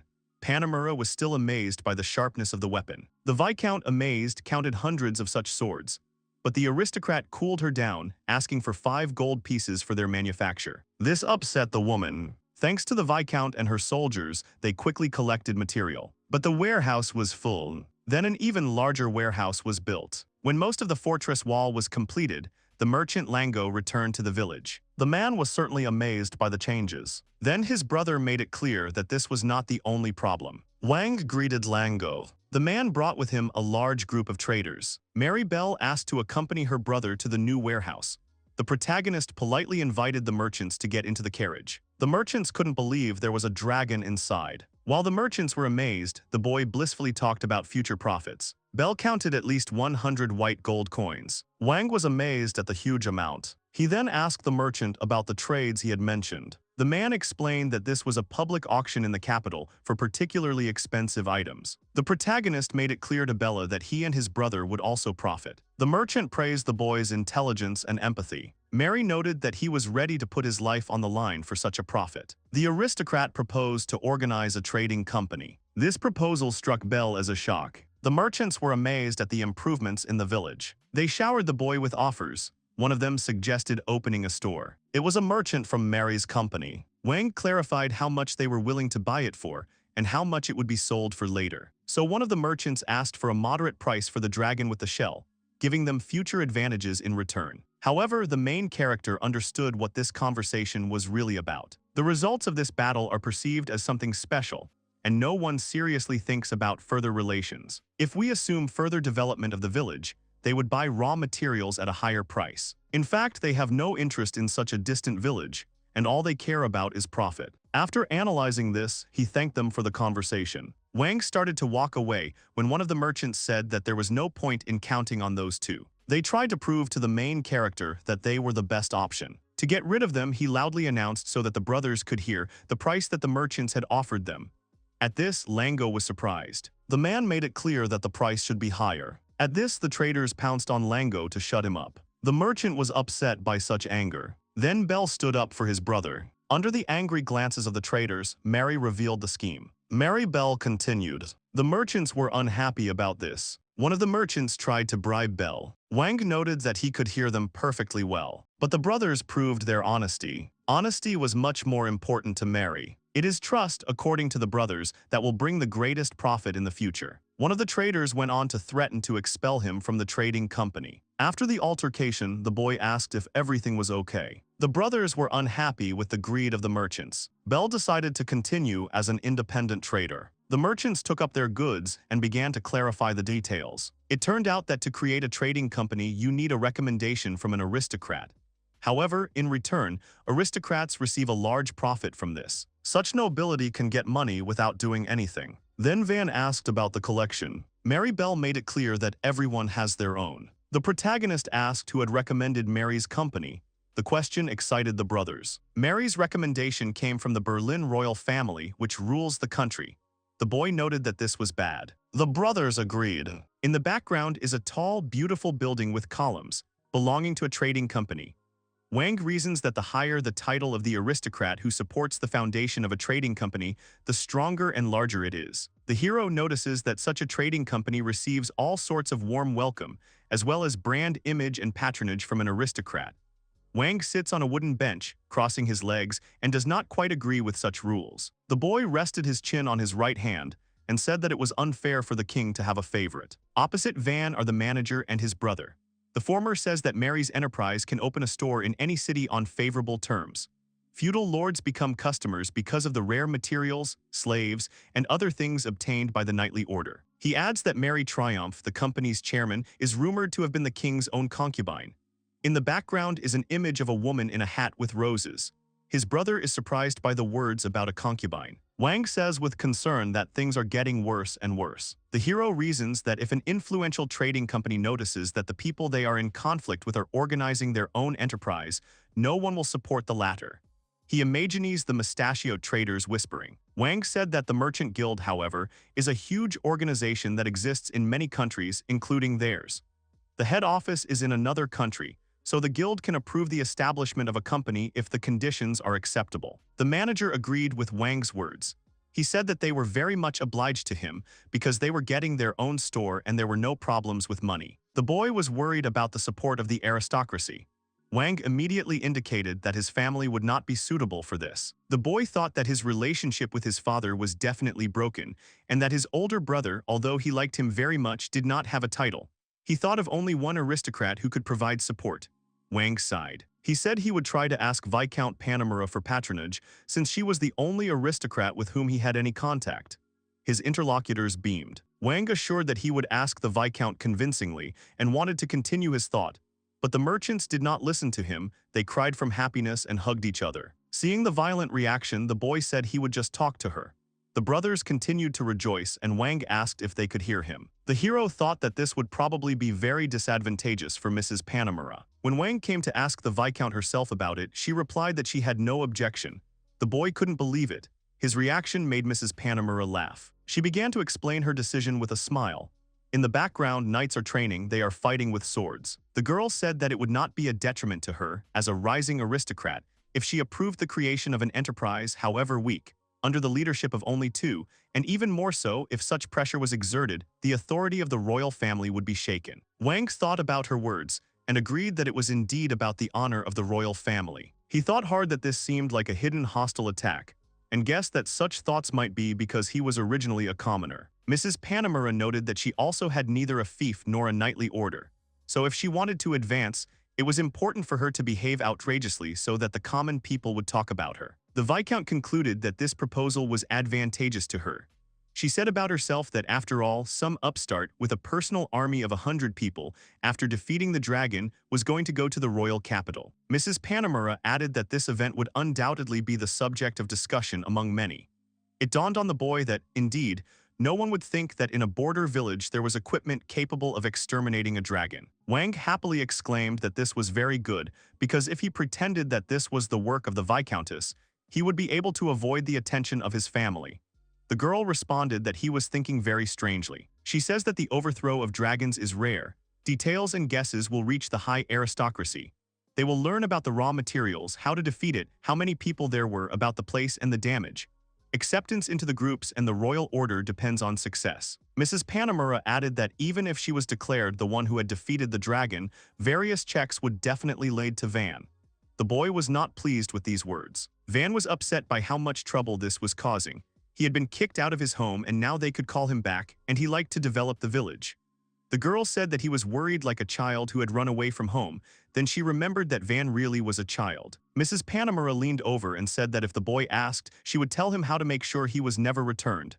Van was interested. Excitedly, he asked if this was really possible.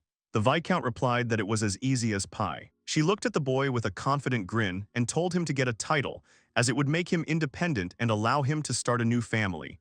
Wang had not expected such advice. The hero thought the girl had presented it too simply, as if she were talking about buying an apartment. Panamura said that it was better to leave it as if the dragon had been killed thanks to the baby, and what she had done was due to the time delay. Wang protested. He was sure that this would change everything again and attract a lot of attention. The Viscount leaned over sharply and asked what the boy was unhappy about. He made a frightened face because he did not expect such a quick movement. Wang thought excitedly that there was cause for concern in the conferment of a title. He pictured the faces of his family.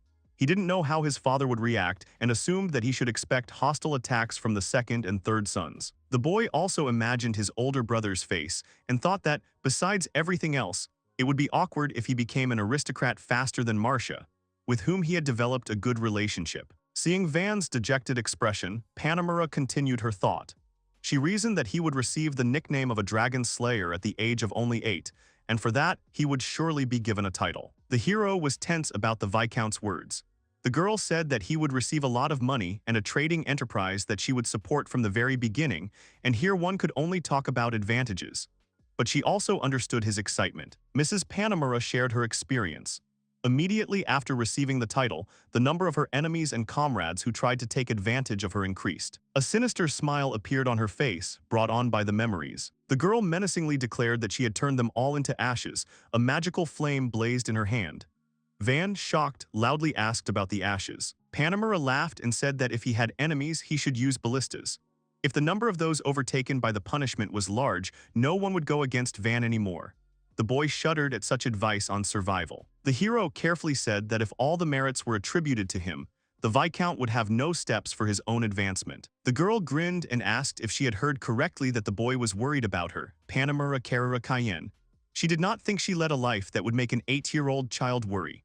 The Viscount looked like a snarling wolf. Van felt like a defenseless rabbit in front of her, and trembling, assured that he was not at all worried about the girl. The boy, still feeling like a rabbit, said that he was more worried about himself and asked the Viscount not to eat him. She laughed and replied that his answers were as funny as always. Mrs. Panamura smiled broadly and confidently told Wang not to worry, as she would not be eating him for the next 5 years. The girl also added that in order for Van to continue to grow, this time she would give him the feat with the dragon.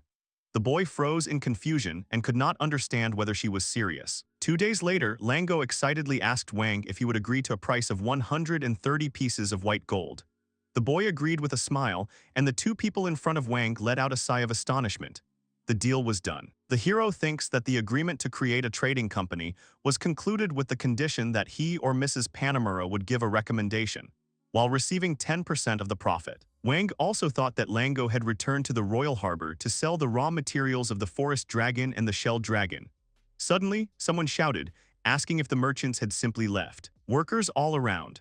The manager's brother confirmed that all the adventurers and merchants had left with empty carts, but they could probably still be caught up. The manager was indignant at how they would explain themselves to the trading company if they returned empty-handed. Mrs. Panamura came up. She sighed and said that the merchants were probably expecting to be spared, because if the shipment failed, that was all that was left. In that case, they would have to obey and sell the goods for 80 pieces of white gold. Van became nervous and said that he definitely wouldn't want that. The boy asked if they could transport him on the cart he had created. He thought it would be fine if he asked Mr. Orto and his team to accompany him. Panamura replied that she would lead the army to the capital to apply for the title of Van. She said that for this reason, Wang does not have to worry about the escort and manpower. The hero beamed. He was very happy. He warmly thanked the surprised Panamura and said that if she was nearby, everything would definitely be fine. A blush appeared on the girl's cheeks, and she replied that she was embarrassed when trust was expressed so openly. The boy's sudden reaction struck him like a thunderbolt. Mrs. Panamura looked at the very surprised Van with bewilderment. The residents are reported to be having fun today. The annual events after the Fertility Festival and Carnival include the Festival of Bright Lights. Locals look up questioningly, paying attention to the figure radiating light. The manager hesitantly asks Wang if everything is okay, since a large cart and many horses will be needed to transport the raw materials from the dragon. Smiling resolutely, Wang says that everything is fine and he will start preparing right away. The result was a huge cart with a roof rack made from a wooden block, so it was light and strong. There was also a canopy to cover the luggage after loading. The manager and his brother were absolutely delighted. Mrs. Panamura suggested that the cart be pulled by the horses she had brought, as they were trained, well-trained, and their strength and speed would pleasantly surprise them. The boys thanked her warmly. The wooden wheels of the cart creak and carry it along the grass. Horses slowly pull carts. Mary's trade caravan moves across a plain surrounded by mountains. One of the traders asks if they have caught up yet. In one of the wagons, Mary's traders are talking. One of them says that those brothers are stubborn and can do stupid things. The second agrees about the stupidity and specifies that in such a wilderness they will not be able to sell raw materials anywhere. The merchant continues with irritation that if the brothers do not ask them, they will not be able to assemble a caravan, which means they will soon understand that they should not have refused. Suddenly there was a commotion. Someone said to move to the edge and that a cart had appeared that had never been seen before. The merchants anxiously asked what was going on. A loaded cart passed them. The stunned merchants asked what an order of knights was doing in such a village. One wondered if this was Marquis Ferdio's carriage. The other cut him off abruptly and said that Van Ferdio was simply the youngest son who had been cast out of the family. Besides, this was not the carriage that aristocrats rode in. There were many large carts passing by the caravan. One of the caravan members pointed at something with a startled expression and called on the others to look at it. A unicorn flag was flying over the large carts. The caravan couldn't believe it. Mary's traders looked out of the carriage with very surprised faces. Viscount Cayenne rode past them quickly on horseback. Her face was very calm. The traders also noticed Lango with her and were also very surprised. The guy confidently held the reins and smiled. The members of Mary's caravan froze with identical shocked expressions. One called Mrs. Panamura a precocious rich woman and remembered that she was supposed to be in the Count's territory. He didn't understand why she was here with Lango. The merchants were actively speculating that if these two were cooperating, then Bell and Lango had formed their own firm. They realized that they had been mistaken in thinking that they had no means of transportation and no guaranteed buyers. The merchants thought that if all this was true, then they had traveled so far in vain and would also lose profit. They had agreed with the head of the company to sponsor a caravan for the delivery of 40 dragons with shells. They are very worried about this. Everyone thought that they would lose their position as merchants if they returned to the city empty-handed. If they had agreed earlier to 100 pieces of white gold, then everyone would have had a huge profit of 1 or 2 pieces. The merchants were pondering what to do. One said that even with a large number of carts they would have to make 2 trips and they should apologize and offer help. Another rejected this and said that they had addressed the leader of the caravan with kindness. Developing his thought, he added that the head should be told that Bell and Lango had thwarted their good deeds and deceived them. Sweat rolled down the man's face from the strain. He resolutely ordered to return. The others were in shock. The merchant expressed hope that they would be understood and forgiven. The horses continued to pull the carts across the plain between the mountains. Before you is the ruler of the kingdom of Scuderia Dino Enzola Berlinate. He became king at only 16 years old, and already at 20 he carried out a significant military reform, acquiring armed forces more powerful than ever before. All officers of adjutant rank and below, except for the commander, who is obliged to prevent betrayal and attach great importance to blood kinship, must be brave warriors with many years of combat service in the troops. Giving the highest priority to the military is the main idea of King Dino's reforms. This reform requires time, effort, and a lot of bloodshed. Previously, it was considered the norm that anyone born into an aristocratic family became an adjutant of a knightly order, which meant that many incapable children were left without work. At the same time, those families that could afford cuts, such as the Count of Ferdinand or those who specialized in military affairs, such as the Marquises of Ferdio, progressed rapidly. In recognition of her military service, she became commander of the Count's Guard at the age of 16. She then survived several battles and fought with distinction in the war against the Kingdom of Aranet. The platoon under her command performed a feat that had an important impact on the course of this battle. And so she became an aristocrat. She is grateful to Count Ferdinand, who appointed her simple knight to a high position and petitioned to grant her a title. His Majesty was so pleased with her active work that he elevated her to the title of Viscount with extraordinary speed after 6 years. The man said that without a doubt, he believed that she had come to ask for her own promotion to the title based on new military achievements. With a menacing face, he said that she was saying that she was asking for the title to be given to another person, wasn't she? But he couldn't see the person to whom it should be given. It was the ruler of the kingdom of Scuderia Dino Enzola Berlinate, who was already 43 years old. The girl said that this man is the owner of a royal fiefdom. He protects a border village where there is not even a deputy, so it was not possible for him to come to the royal capital. The king asked why the owner of such a fiefdom should be elevated for his great achievements, even if the prospects are vague as they may seem. The king chuckled and added that if she was a man whose fame in military affairs was known to them, recommending him, then they must be talking about something promising. But how did he achieve military success in a remote village without having any knights or even guards? She had aroused his interest, but this question required a proper answer. The girl spoke about the conquest of dragons. All the men present in the throne room whispered in disbelief. They were surprised that this was not a rebuff but a conquest. The man standing near the king asked again and said that if it was true, it was really amazing that a mage who owned 4 elemental magic grew up in this village. The girl said that this man owned production magic in his family. He was not favored and was expelled. The man near the ship asked if the man had dealt with the dragons. The king interrupted him, asking seriously who this man was. The girl replied that he was the son of Marquis Fertio, Van Nie Fertio. He was a hero who had defeated dragons when he was only 8 years old. Kral asked what she was talking about since the Marquis had not reported anything to him about it. The girl explained that she knew nothing about the report, but in fact the information could be confirmed by the person who was the main figure in this conversation, the villagers, and also by herself. She said that on the day the boy had made his way, with some difficulty, to this nameless village of only 100 people, it had been attacked by a group of robbers. But the group had been crushed and the village had been cleared thanks to him and the modest number of subordinates and adventurers who had previously acted as escorts. The king said in surprise that despite his young age he was able to fight and win, no matter how you look at it, and not everyone is capable of that.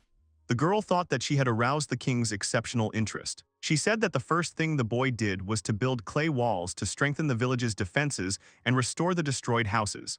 People wondered if it was too strange that an 8-year-old child had done all this. She said that the ancients' fighting capacity consisted of 100 commoners, the deputy commander of the knightly order, the marquis, 2 of his knights, a butler, an elderly mage, and 5 adventurers.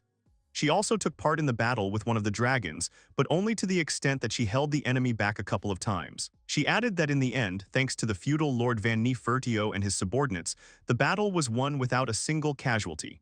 The advisor replied that it was hard to believe something like that right away, but she must have had proof. She replied that she had raw materials from the slain dragons. She decided to clarify that there was also raw material from 40 dragon carcasses with shells. The men screamed when they heard about the shells and 40 dragons. Even for the capital knights, such a battle is not an easy task. The girl saw the commotion she had caused, but they were understandable. She said that she had also heard oral testimony from the villagers that the boy had led the battle, but some details were different from those given in the report, so they could confirm this when they checked the dragon. The advisor said that he doubted that she had done without exaggeration. Perhaps the man wanted to indirectly obtain the fief by assigning the achievements to the child, since he is easy to control, and not to another person with whom she has no connection. The king said not to test him, since there is no doubt. The king asked if the boy was asking for the transfer of the fief directly to him, and she replied that it was so. The king said that the people who would carry out the check would arrive to them in the coming days. In such a matter, it would not be possible to deceive. The advisor relayed that His Majesty said he trusted her. If all this turned out to be an attempt to mislead, then her title would be taken away, and what's more, she would be severely punished. He repeated this, asking if she understood this. The girl replied that she understood, and she would like His Majesty to see this place firsthand. How much this boy Wang had transformed the village in a short period of time. Perhaps His prudent Majesty would appoint a new owner of the prosperous fiefdom to defend the state. The king rose from his throne, saying that this was interesting, and he wished to see Van Nefertito as soon as possible. A huge dragon skull was being carried through the square in the middle of the crowd. People watched in shock. One of the guys called out from the crowd to Mrs. Panamura, who was walking towards him. The girl said that a decision had been made to grant Van Nefertito the title of Baron, and that a reward for subduing the forest dragon would be determined later. People around were talking about the son of Marquis Fertio, that same fourth son who was called a child prodigy, and this child defeated the dragon. Panamura said that it was now possible to organize their trading company. She would file an application for its creation today. She asked what its name would be. The guy with shining eyes, clenching his fists, suggested the name Lango. The girl was surprised that there wouldn't even be the name of the older brother. The guy said that he was sure that he would be pleased to see the name of his beloved youngest even after death. Panamura responded that she did not want to change the name later due to the conflict, so she would register it as Bell and Lango. In the following days, the name of the new trading company and rumors about the new Baron Van Nefertito became the hottest topics of conversation in the capital. They spread as a heroic tale, and somehow the ending changed to the dragon being surrounded on the battlefield and having his head cut off by a boy who was a powerful swordsman. The girl thought that the rumors were having the desired effect. She said that her participation in this was also vividly adapted so they would think that everything was going well. She told the boy that this is where the most interesting things begin, and she asked what about gratitude. Since the day when Mrs. Panamura and the others left the village, the construction of the fortress walls was completed and more ballistas were created. And since 100 people live in the village, not all of them will work at the same time. The standard houses were rebuilt in a modern style, and the village center became picturesque and functional. Moreover, the hero built 2 towers. The hero asked the others what about a meal with a beautiful view. The girl with black hair said that she liked the Oligo Tower so much because it overlooked the main road. The hero answered Kamzan that it seemed she liked high places. The second girl said that she liked the Budo Tower more because from there you can take in the lake with one glance. The man called out to the hero, asking if he was going to climb Oligo Tower. The 2 knights behind him winced at the mention of another bathhouse as they were already exhausted. The knight said that they were thinking of climbing it as a form of training, but in that case they would go to Budo Tower and drag the soldiers along with him. The hero was surprised. To rise and the top of the tower takes 10 minutes. The hero was pretty tired of climbing the stairs. Kamzan climbed more vigorously than the others. The hero turned to the girl behind him, saying that she was also quite resilient. Till replied that this was for now and that once they got up they wouldn't be able to move anymore. Finally, they all reached the tower balcony. The trio watched the scenery from above with a smile. Wang said that the village only had 100 residents. It was quite large for that number. Till agreed, saying that you couldn't tell it was a village. Looking at the buildings and various equipment, it would probably be renamed a city soon. It was Van who had given up the idea of calling the village Vana Village, but people were not satisfied. He would not be surprised if everyone started joking again and suggested Vana City. Till asked if that was a bad idea, she also thought that the name would sound wonderful. Nay asked if the girl had decided to joke about him too. He was sure that she was speaking mockingly. The girl denied it. Kamzan called the hero, pointing to the side. The hero said that recently his vision had become as sharp as that of the villagers. He could not see anything so far away, he could not see anything. Kamzen said that this was because he began to look into the distance often. To Kamzen that these were not soldiers or adventurers, but many children and old people as well as a number of servants. The hero asked if he was serious and asked how much the young man's eyesight had improved, the talent of their settlement. The hero thinks that there is still more than an hour before their arrival, so why not have lunch for now? Till agrees, saying that today she has prepared his favorite sandwich with a fried egg. She assures him that it is very tasty because thanks to Mr. Bell they now have the best quality bread. The boys were saying how delicious it was. At that moment someone ran up to them. The young girl called out to Mr. Wang. The hero thought about how lovely she was and smiled. Lady Panamura left for the royal capital and Aruth did not follow her, deciding to live in this place for a while. She was trained by Espada. The hero asked Harut what had happened to her. He even became less formal with her because she was a child. She is very little, and when the hero says that she is lovely and he feels something different from love for her, he really wanted to stroke her head. He really stroked her hair. The girl became embarrassed. The guy thought she was the sweetest creature. He apologized for his actions, saying it was unintentional.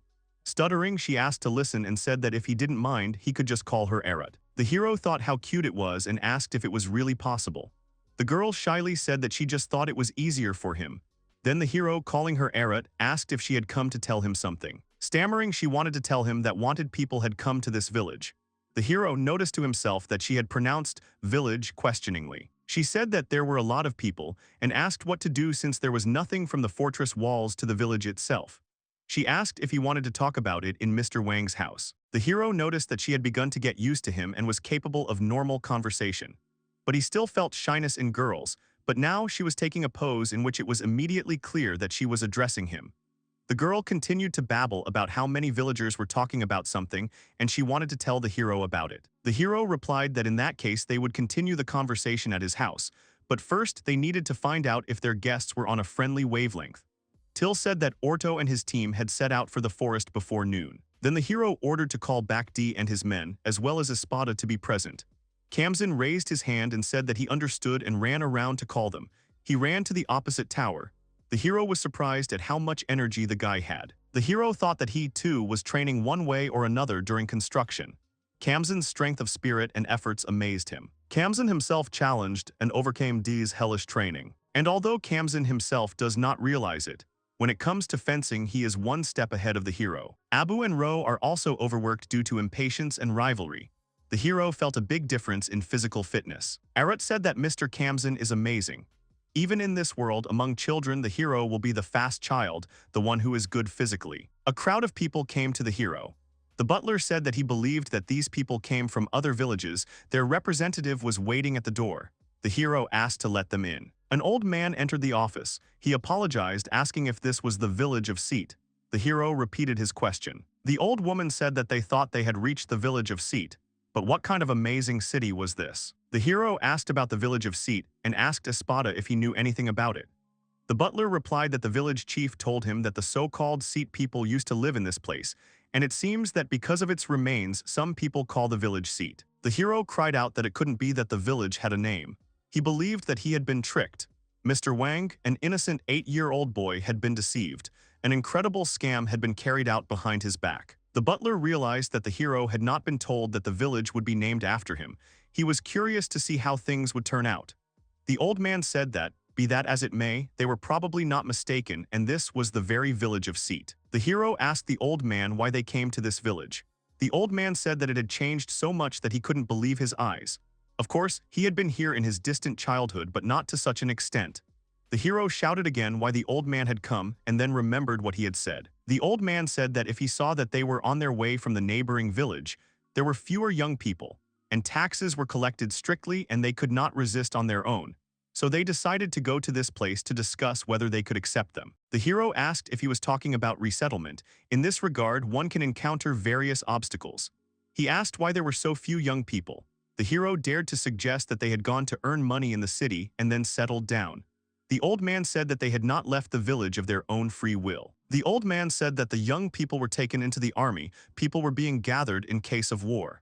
The hero asked again about the army. The man confirmed this and said that, having lost its workers, the village could not pay taxes, and the Lord Count did not care about border villagers like them. The hero realized that they were from a village on the territory of Count Ferdinand. He remembered that Starkey said that it was located nearby, however, it was quite far. The old man said that it would take about 2 weeks to walk on adult legs. They came here instead of to the nearest city because they thought that if they stayed in the Count's territory, they would be condemned sooner or later. After thinking it over, they decided that it was better to go to the Marquis's territory. If you're worried about the Count's disposition, then you shouldn't accept the villagers. It could be perceived as if the hero is taking away his population, meaning the Count has problems with the territory. No doubt, nothing good will be thought of this. However, this doesn't change the fact that these people went to him risking their lives. The hero did not want to do anything that would further aggravate the tension between the Marquis and the Count, but he also did not want to refuse to help people who needed it so much. The hero asked the old man if all the inhabitants of their village had come to move.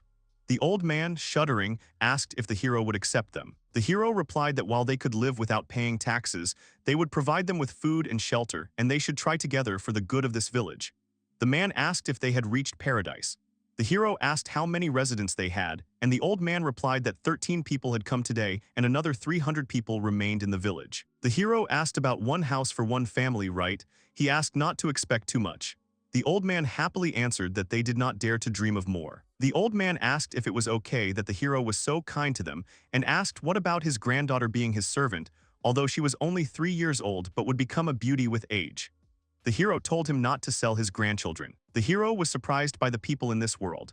They give away a person with such an attitude as if they were giving him a gift for the new year. The hero knows that there are cultures in which women and children are given to serve, but when you encounter this yourself, it somehow feels uneasy. In modern Japan, there are enough stories that are hard to believe. But in this world, the hero was surprised by such a frivolous attitude towards human life. He told the old man that he would lend them carts. Now from free horses there are only van, and he asked if they would be satisfied with 2. The old man answered that they would be grateful for the return journey. They have cows that can pull the carts so that the horses do not get tired and can return safe and sound. The hero, hearing about this, eagerly asked if they had milk cows. Starkey replied that this was true because the Count's territory was known for its pastures, so there were cows in their village. Every year 5 to 6 calves are born and they grow up in about a year. Although they sacrifice them every year, they always keep more than 10 heads. The hero realized that if they moved here, they would have more cattle. He needed to ask Mr. Orto and his team to accompany them. He told the old man that they must be tired, so today they should take a leisurely rest. This inn was intended for soldiers, but there was room for everyone and they would prepare food for them. The old man said that he was not the head of the village, and the hero was surprised. A little later, the residents were surprised that they would actually live in such a beautiful house. This building was larger than the owner of this village. The child next to him said not to talk nonsense because they know how the owner can change houses. The hero laughed mentally, saying that it was not about the appearance in the house of the owner of the feud, the furniture was much better. The hero suggested that they all celebrate when the rest of the villagers arrived. The people were surprised and asked again. The hero explained that he had recently made a large bathhouse, so he asked how about being escorted to it. The hero told Till and Kamzen to invite their villagers and asked if he could ask them to prepare food and show the guests where everything was. The boys agreed. Harut came up behind Van, asking what would happen to these people. The hero remembered that Harut was actually the daughter of Count Ferdinand. The hero thought that it wasn't that she could see hostility in his behavior, but he made a very good impression. The hero explained to her that they were from a neighboring village.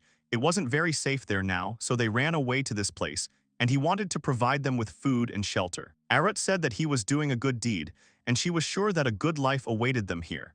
He thought that he told her that they were from the neighboring one, so she did not even think about whose territory they came from. Van remembered that about 2 months had passed since the day she arrived, and he asked how she was, whether she would live here. She stuttered and replied that she too thought it would be better that way. The guy said that they were still children, so they should forget about any kind of marriage. Smiling, he asked what she would like to do. He wanted her to think carefully. She repeated his question about what she wanted to do. The girl replied that she would like to marry Mr. Wang. Stuttering, she began to explain. He asked her if she wanted to get married, and the girl blushed. As a true gentleman, Van will not make the lady feel embarrassed. The girl, blushing, covered her red face with her hands, covering her eyes when the hero asked if he should pretend that he hadn't heard it. The girl agreed to this. The guy understood. The girl called out to Mr. Wang, saying that he had an unusual gait.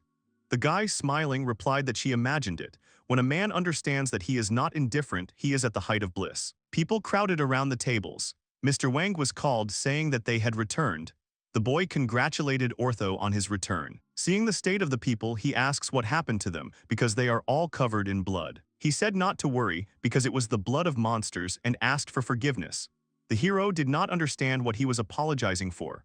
Ortho said that they had accidentally discovered the entrance to the dungeon. The hero was a little surprised to hear about the dungeon. Everyone fell silent, and only later did it dawn on the hero. The hero realized that this was the very thing they had tried so hard not to find. For some reason, yellow birds, fat merchants, and pocket monsters adore them.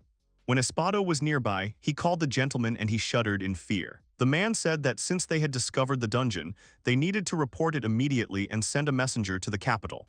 The hero asked that if they didn't hurry now, Daddy would take everything into his hands. Espada replied that it was definitely the best thing they could do to report to the capital in secret from everyone else.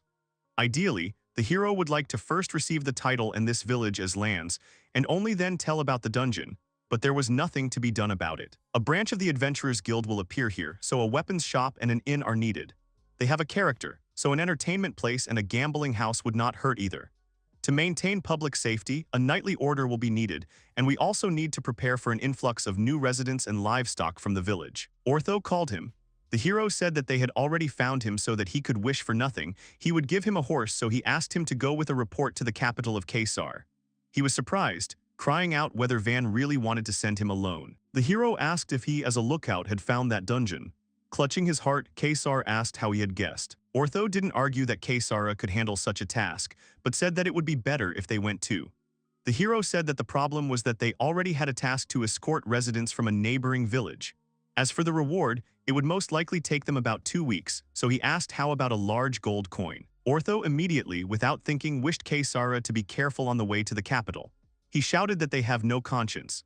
The hero of the herd felt sorry for Kesara, so he handed him a mithril sword and asked if such a reward would suit him. Now the others were dissatisfied, telling him to stand and telling him to change with them, expressing a desire to go to the capital themselves. Others considered it unfair. Kesara shouted joyfully that the master had given this task to him and waved to his comrades. Thus, Orto's group went to meet the villagers, and Kesara went to the capital with a report about the dungeon. Kesara joyfully waved his sword, hummed a song, and said that good deeds are rewarded after all. He looked at the sword, saying that the young master knows his business. This dagger is very light and comfortable. A little later, the boy made a halt with the horse. Afterwards, he moved on. Some time later, Kesara said that while he was admiring the new weapon, the time on the journey to the capital flew by unnoticed. After a few kilometers, it would become visible. Kesara saw an overturned carriage. To the side of the carriage, a group of orcs were devouring a horse. Kesara tensed as he watched them. He thought that they had a good appetite. Any orc is always driven by one of the basic needs: appetite, fatigue, lust, and finally, bloodlust. Simply put, this orc feels arousal or a desire to kill towards whoever is currently in the carriage. The guy started twirling his dagger, saying that normally he would be a tough opponent. He grabbed the dagger, adding that now it seemed to him that the fight would be even too boring. The orcs continued to eat the horse, not reacting to Kesar. The guy started attacking the monsters, cutting them. The monsters growled as the boy attacked. The boy told them they should have stayed still, but they attacked. He hit them one after another by saying that they were no good as a team. He struck down the last one and looked at his sword, saying that it was a mithril dagger made by Mr. Wang himself. As he thought, it was a cool thing. A girl fell out of the carriage and, standing up, curtsied and thanked the guy with all her heart for saving her. She introduced herself as Familia Stratos. She assumed that he was a very noble gentleman, but she nevertheless asked if he would like to state his name. The guy replied that his name was Zero and that he was not an ordinary adventurer. The girl did not believe him, saying that it was enough to look at his magnificent blade to understand that he was of noble origin. She assumed that he was probably on an important mission now and therefore hiding his identity, and said not to worry because he would take his secret with him to the grave. The guy tried to tell her the truth. The girl giggled, saying that she understood everything. With his permission, she said that she would go to the capital on foot. Unfortunately, now she could do nothing for him, but she promised to definitely repay this debt someday. The guy asked her to wait, saying that he himself was just going to the capital, and told her to get on the horse. The girl refused, saying that she did not want to cause them more inconvenience, but the guy himself sat her down. The guy smiled, saying that the horse itself would be happy to carry not a lout like him, but a little lady. The girl smiles and says that no one has called her a little lady for a long time, and said that for his information she is already 30. The guy laughed, saying that she was a joker because she didn't even look 20. The girl thanked him for the compliment and asked Mrs. Framley where to take her. The girl replied that she herself did not know the coachman who knew the way had run away. The guy asked why she was going to the capital. Framilia told that her father, a baron, died in battle, and after that their house was captured by another nobleman and she was ruined. She wanted to get a job as a maid for someone in the capital. The girl became sad, saying that she didn't want to tell him about it at all and asked if it was a shame or not. The guy asked what it meant that she was searching for her own path, right? He added that there was nothing to be ashamed of, he was the same. Smiling, he said that he now lives in a village on the border, and if she wants, she can go there with him. He is sure that there will be work for her there too. The guy added that in case of anything, he would always protect her, so she would definitely not regret it. The girl agreed with a smile. She said she would be happy to go with him. A little later, the Adventurers Guild. Someone shouted that a dungeon had been discovered on the border of Marquis Ferdio's lands. The man said that they were discovered not just on the border, but next to the very village whose inhabitants defeated the forest dragon and a group of armored ones. They had definitely heard about its lord, Van Nefertio, who had recently received the title of Baron. He said that it was decided that the guild would open a branch there, and for some time would buy up all the mined materials with a 20% markup. The man said that those who agreed to map the dungeon and succeeded would receive a special reward. Everyone was happy. The adventurers surrounded Zaire and Framilia, saying that everyone had heard that they had killed the dragon, but who exactly had done it. They asked if it was true that Baron Wang had personally cut it down, and how long it was to walk from the village to the dungeon. Kaiser shouted that he didn't have time to explain everything to them. He had done his job and was now heading home. Everyone shouted for him to stop, saying that he had decided to go there first himself. The adventurers followed him, saying that they would not allow it and would go after him. Kaisara said that he would not go home right away. First, he was going to a hotel to spend the night, so there was no point in following him. They went to the market to buy something. They left the capital only after they bought a horse cart and clothes with provisions, but a whole crowd followed him anyway. The girl called out to him, apologizing because he had paid for her hotel room and food, and she already owed him so much. The guy replied that it was nothing because it was his own fault that he had gotten her into all this, so she shouldn't worry. The girl said that for the first time in several years she was smiling from the bottom of her heart, and it was thanks to Kaisara. He smiled contentedly, saying that their young master was a wonderful man, even though he was tiny. He said that she could count on him and could be sure that their village would pleasantly surprise her more than once, and that her smile would become even more beautiful. The girl agreed, saying that she would wait with impatience. The carts moved forward, and the exhausted people walked alongside them. Ordo asked the man if he thought Kaisara would reach the capital without delay. The man replied that the guy had been given a mithril dagger which would probably turn somewhere to test it.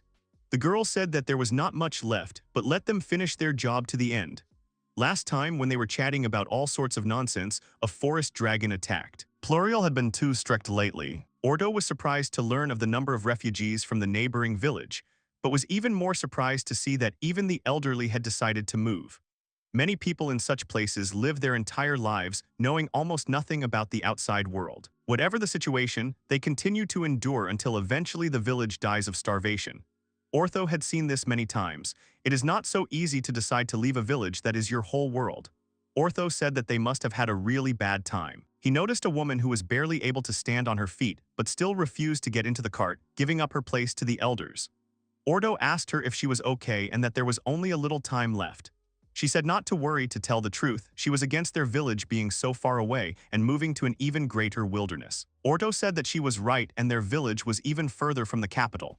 But this border village was a real paradise. They would live better there than in any city. The girl replied that she didn't understand what he was talking about. But Orto didn't hear her anymore, shouting that the village had finally appeared. He pointed his finger at the fence, telling them to look.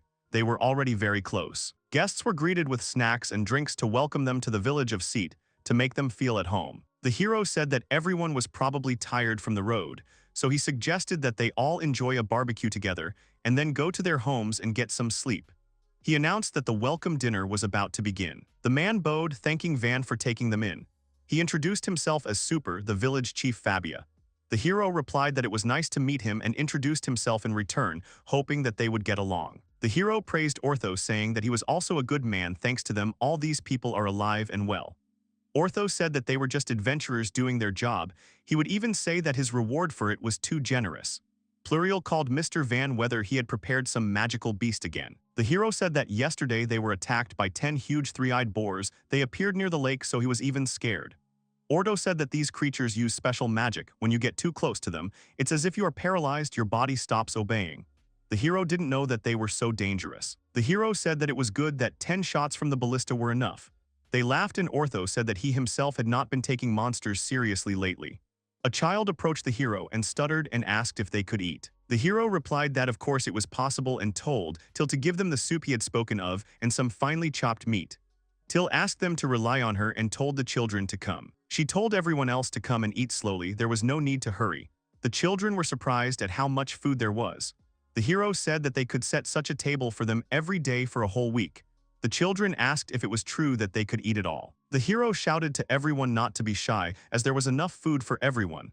People finally began to eat slowly. Children and adults cried, saying how delicious it was. Other people also agreed with their words. The hero, Pluriel, Ortho, and the other villagers watched the guests with smiles. Someone was shouting for the others to pull the rope towards him. The number of residents of the village of Seat was growing, and it was planned that the flow of people would only increase. And now, about a kilometer away from the village, with the help of local strongmen, they are building a new city for adventurers.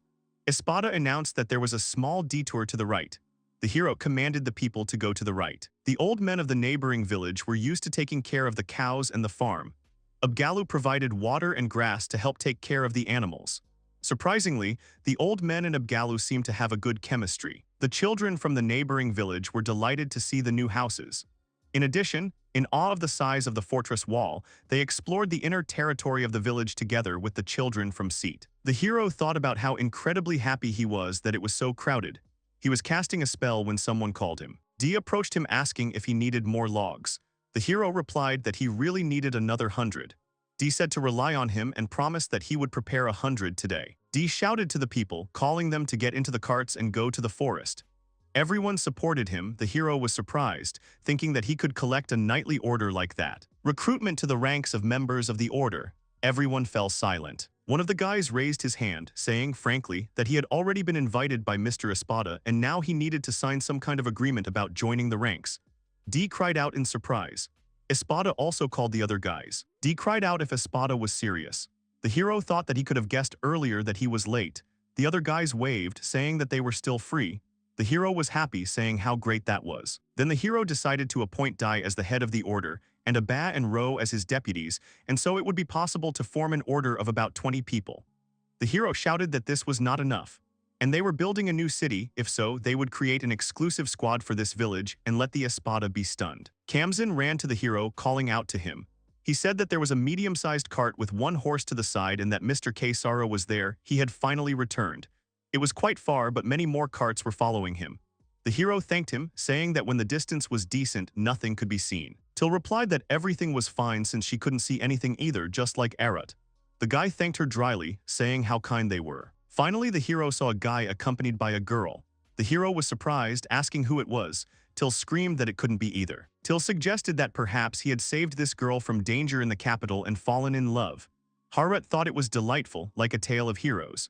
The hero thought it was too good to be true. Kamzin said that Mr. Kesara is an amazing person. He runs fast, senses someone's presence better than anyone, finds and disarms traps, and he has a specific way of wielding a sword, and he is a skilled swordsman.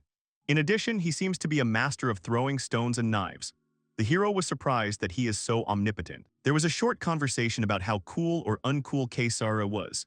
Kesara approached and called out to Mr. Wang to stop talking so loudly about him. The hero turned around, greeting Kesara, and by the way, asked who was next to him. Kesara said that they met under strange circumstances and she said that she had nowhere to go, so he brought her to this place. He asked if it was okay that there would be more residents. The hero agreed that there were already about 300 of them, there would be no problem. Kesara asked if he was talking about those people from the neighboring village. The residents increased in an instant. Till introduced herself to the new girl in a friendly manner and introduced her to the Lord, Van Nefertio. The girl introduced herself as Framilia Stratos. She said that not far from the capital she was attacked by orcs and then Lord Kesara saved her and escorted her to this place. The hero asked if it was true. Embarrassed, the guy said that he hadn't done anything wrong, he wasn't that cool. The girl didn't agree with him. She said that even if he said so, for her he was more beautiful than any hero from the tales. The girls were delighted until the hero again skeptically asked if it was true. Remembering the main thing, the hero asked about the crowd that followed the guy. Seeing these adventurers, the hero decided that the end of the world had come. Kesara apologized and said that when he reported to the guild about the dungeon, a bunch of fools came running. eager to profit from something. It would be bad to scare the villagers, so he asked to let them spend the night outside the village. This was also not allowed. In the future, adventurers should become the local main guests. Here, good rumors about the village should be spread. The adventurers liked it. The hero said that the guy was probably tired and said that he could return to the village with the others. He asked to wait a little longer and an inn would be ready for the night, and the hero would build a small fortress around it. Keisara agreed and asked where the boss was. Van said that Orto and the others were currently exploring the perimeter of the dungeon, and it looked like the area was in poor condition. Apparently, it would not be possible to build a stronghold there. Keisara said that it would be his turn here. Sarah said that he would rest today and set an example for them tomorrow. He and the girl bowed as they left. The hero noticed that the girl was definitely from a noble family. Erot said that it was Baron Strato's daughter. The hero asked again, asking if she knew her. Erot said that she only heard what the maids said, that the Baron had died and the family had fallen into disrepair, the house had been destroyed. Till said that it was a nightmare because she looked like her age and had already suffered such hardships. Erot said that this is not so and said that Framilia is about 30. Everyone froze in shock and asked again. Kamzin responded that the world was full of miracles. The hero thought she was a teenager and decided to leave it without comment, because it was better not to say anything unnecessary about a girl's age. After all this, the hero then suggested returning to the creation of the city.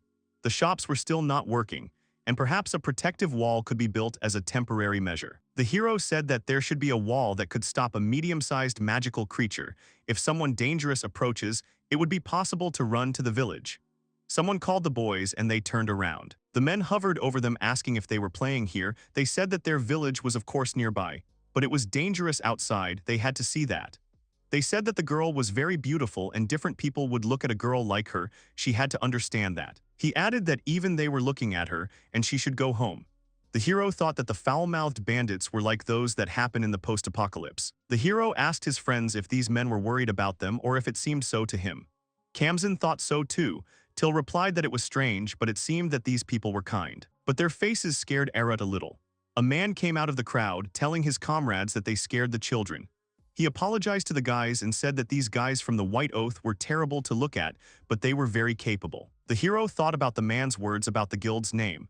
The man asked what the children were really doing in this place, since it would be dangerous if magical beasts came here. The hero thanked them and said that if they found anything, they would immediately return to the village, and they could not worry. The man asked if this was the border village. Judging by the stories he had heard in the guild, a fairly young baron rules there. He has enough money and people. So it turns out that such a village is a very important stronghold for the Marquis. The hero wondered in his mind who this baron was and whether there was such a young and capable aristocrat in the Marquis' faction. The man leaned towards him with a smile and asked what he was playing. The hero answered questioningly that he was waiting for timber. The man repeated his words and asked what he was talking about. Van turned back to the cubes and said that this was all that was left. They didn't look very good to him, but he decided not to dwell on it. Van began to use magic. Right in front of the adventurers, the hero used strong magic, and they were not very shocked. Wang said it was a temporary measure, but it would do for today. The adventurers trembled and stuttered, wondering what it was. The hero sighed, saying if they understood, but it looked unreliable. He added that it was much stronger than it looked, but in about a week it would create a good defensive wall. The adventurers shouted that they were not talking about this at all. They did not understand what kind of cool magic it was. They called Mr. Wang from the side. Dai threw the logs on the ground, saying that he had brought 30 logs so far. Hearing the hero's name, the adventurers cried out in shock, asking if this boy was really Van Nefertio. Dee pointed his sword at them and angrily asked who it was that told him to step forward. The man said he was a knight of the Marquis Ferdio family and then corrected himself, saying he was the head of the Seisan Knights Order of Dai and he would punish the culprit. The hero noticed that he was beside himself with anger. It was scary. The adventurers began to warm up for the fight, and one of them called Dee an old man, asking if he really thought he could beat them and said that he could try. Dai cut through his opponent's sword with one swing. The adventurers were shocked and froze. And so, the name of Dai, the dragon slayer and the strongest knight, instantly spread among the adventurers who had arrived in the village. Kohai from the baseball club among them. Dee told the men that if they committed atrocities they would not be spared. The men stuttered and promised that they would not. They did not want him to hack them to death. The hero thought that public safety would be fine, so why not with Dee's impression of him? And the hero, on the contrary, was apparently of interest because even a child can be a lord. One man asked the hero how he ended up in the border region. The hero answered that he was driven out of his home. The men felt sorry for the child. Wang replied by saying that an aristocrat can also be sad. The men were surprised that the boy knew such complicated words. He reminded them that he was actually a lord.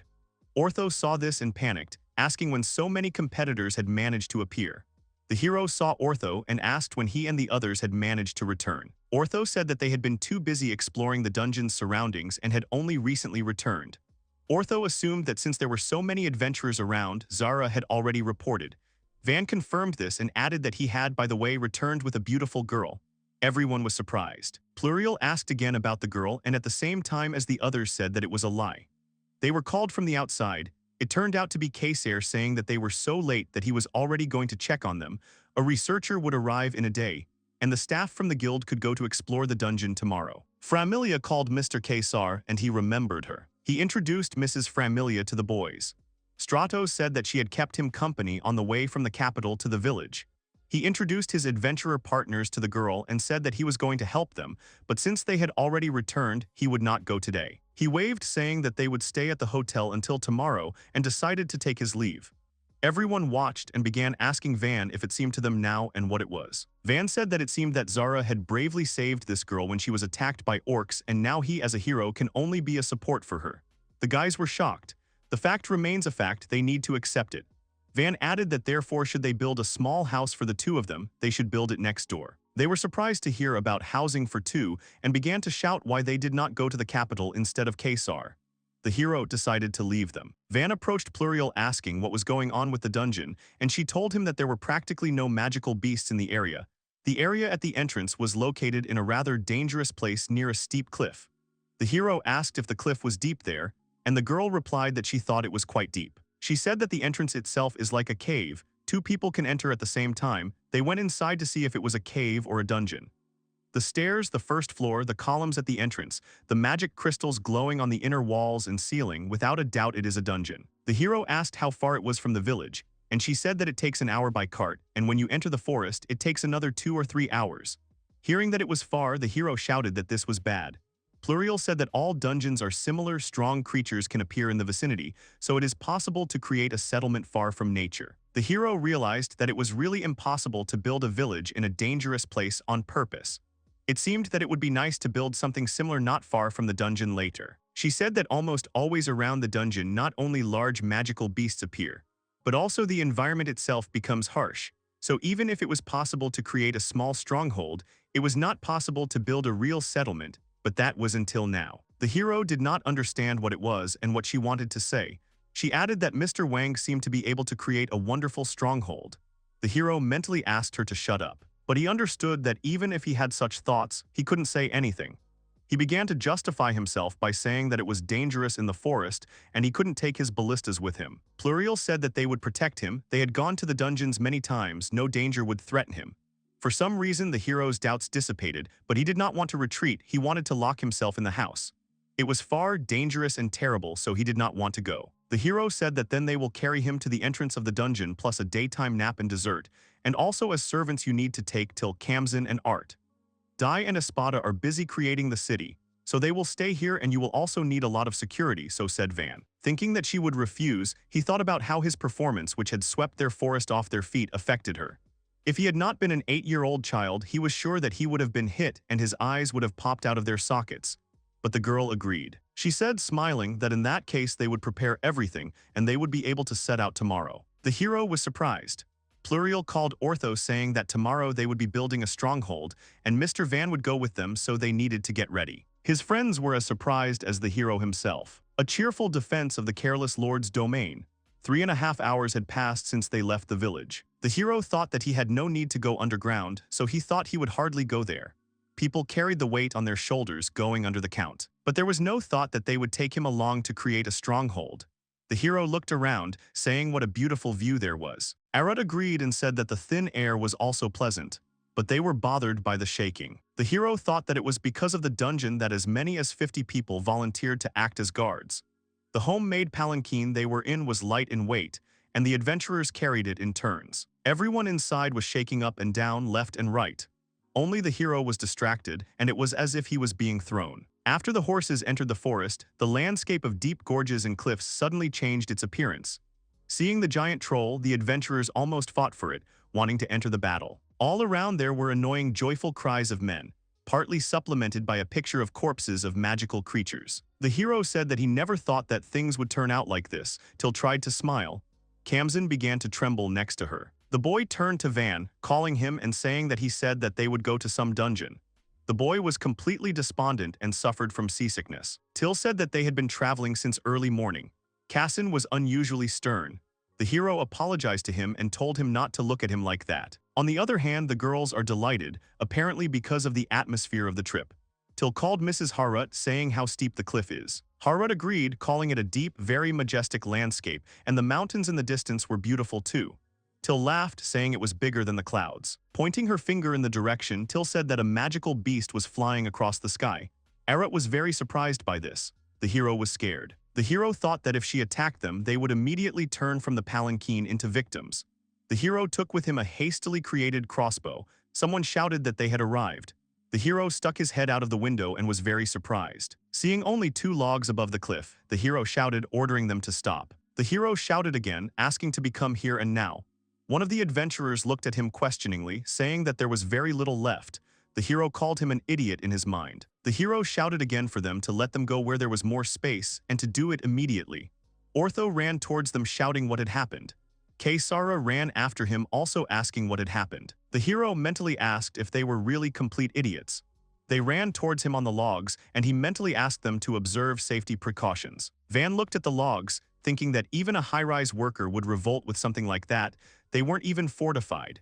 He realized that adventurers really did have no instinct for self-preservation. The hero stood in front of the adventurers and said that they needed to improve this place, where every wrong step was life-threatening, a premonition of danger and risk control. He asked if they understood. One of the adventurers asked if there was such a place. The hero replied that there was and pointed to the side and told him to sit there and think. The other adventurers sat the man down while he screamed, asking why. Kaysara ran to him and the hero asked him if he was jumping on the logs. Van asked what if he kicked the log and Kaysara screamed, asking if he wanted to kill him. The hero said that if the log rolled with other owls and broke, then there was a chance that even the nimble Kaysara would fall, and asked the people if they understood. They all answered at the same time that they understood. Pointing his finger at the cliff, Van said that it would be better to strengthen the logs well or look for a safer path. He asked what they thought could be done with them. Kaysara suggested putting many logs in a row. The hero replied that it was good and told him to sit down. Kaysara joined another adventurer on the ground. The hero ordered trees to be brought to him. Wang said that the correct answer was to build a strong bridge. He used magic to create a large bridge connecting the 2 hills. The hero told the men to cross to the other side after ensuring their safety. They shouted that it was impossible and how many days it would take them. They did not have that much time. Wang said that if they complained, he would not build the stronghold at all. They apologized and agreed to build the bridge right away. The hero thought about the stronghold. He saw a cave on the side and wondered if there was an entrance to the dungeon there. There were only cliffs around, there was little space in front of the entrance. It would be difficult if he had to build a stronghold on such a small piece of land. Till approached Van asking what had happened. A man approached them, asking if they would first demolish the proposals for the necessary equipment. The hero asked him what he wanted and immediately suggested an entertainment establishment. The hero irritably immediately rejected his proposal and ordered him to sit down. 3 adventurers saw on the ground in front of the hero, and the same adventurer suggested a gambling house, to which the hero immediately replied that there was no need for that here. The creation of a stronghold was not without difficulties. They found themselves in front of the gates to enter the dungeon. The hero had installed a block on the cliff to extract water. The rocky heap next to the entrance had a suitable slope, so he would build a stronghold on the border with it. They were collecting logs in one place. Arut walked forward and looking at the sky said that a magical beast was flying across the sky and asked if everything was okay, that everything was like this. The hero answered that it was nothing to worry about and began to use magic. And after 4 hours, the adventurers continued to carry materials for construction. The construction was completed and everyone looked at the building in awe. The hero's friends and subordinates were also in shock. The hero finally gave permission to enter, and the crowd of adventurers moved deeper into the race. The first floor was a rest area and a storage area. Everyone was surprised by the large space. On the second floor there was a dining room and 3 sleeping rooms. Someone asked if they could sleep in the dining room. They were shouted at, asking if they were idiots, and told that there were rooms for sleeping there and that they had to sleep there. The third and fourth floors had 6 sleeping rooms each. Someone said that for strength and balance the building was in the form of a step. This place could be used as a terrace or something. Someone shouted about the gorgeous view. They immediately understood how things were in the area. Someone shouted that the terrace was his. They were explained that on each floor there were 4 toilets on the roof. The hero had installed tanks for storing rainwater. If you clean the network of tanks once a week, you can constantly use the flush. He explained to them that you can't drink this water and you need to be careful. He asked them again if they understood everything. They stuttered and answered that they understood, but in fact they did not hear or listen. The hero said that he would entrust the management of the stronghold to Ortho and told him to train everyone properly. He laughed and answered that he understood. The hero also said about the entrance gates of the dungeon. Usually it is better to keep them closed. He asked if they could decide on the time. Ortho answered that this should be discussed with other adventurers. Some are going on a raid already at night. But he added that when there is no one they should definitely be closed if someone dangerous appears, then the gate will help to buy some time. In the center there is plywood with mithril sheets installed. He thinks it is quite stable. The hero said that for about a day they will be able to hold the power at the level of a forest dragon right. The hero said that he had installed bars and shutters on the windows of the building. Even if the monsters came, everything should be fine. But for the sake of lighting he had installed more windows, but he reminded them to close them tightly. The hero thought to himself that it looked like spotted garden eels. The hero suddenly noticed that it was already well past noon and shouted, calling the people and saying that they would soon be moving out and he needed security. The adventurers began to whine, saying that it was still light and they wanted to sleep before they set off. The hero shouted that he was only allowed to be absent until sunset, so they were going back. He said that Espada would be angry with him. The adventurers started laughing at him. Laughing, they said how cute it was that even the lords were angry and called him a baby. The hero smiled angrily, thinking about whether he should demolish this stronghold. He began to rush everyone, saying that if they did not hurry he would be left without dinner. Laughing, they ran after him, shouting to the others to move quickly. The hero thought that they did not respect him. They were all having fun and they were laughing. They were dragging his palanquin again. Kamzan was feeling unwell. Someone called for Mr. Wang. The adventurers asked what they would do with this cliff. When they went there they passed it. The hero was terrified, not remembering that they passed it. He cried out that such a dangerous place must be changed for the better immediately. It so happened that before he left the forest, he built 2 more bridges. As a result, he got to the village exactly at sunset. The hero, tired, walked forward. At the entrance, D and Espada were already waiting for him. Espada was smiling and the hero was frightened to see this. Usually he is dispassionate and gloomy. The frightened hero flinched when he was called. The butler said that they needed to talk and asked him to follow him. The hero begged to tell someone that it was dinner time, but everyone turned away. He called out to Till and she said she would be with him too, but he quickly replied that that was not what he was talking about. He called out to Kamzan and he replied that he could not, and the hero did not understand what that meant. He called Arat and she only stuttered, and he asked if it was true and she followed suit. Van grabbed Ortho's hand, saying that everything turned out this way because of his request. Ordo Frozen nevertheless approached the butler, saying that everything happened because of them. The hero was already happy, praising Ordo. Espada told the adventurer to be silent, and he immediately obeyed the order. The hero trembled when the butler turned out to be a rascal. As a result, he was lectured until midnight. The hero tried to explain that he was trying for the sake of the village, but they answered that it was not about that. Suburb of the capital, city of servants. Women who do not possess the magic of the 4 elements are required to manage the house of song and dance. Hunters like girls are not taken. If you stay in this place, the price will go down and the treatment will get worse. People walked and talked about the man who was buying up the local servants.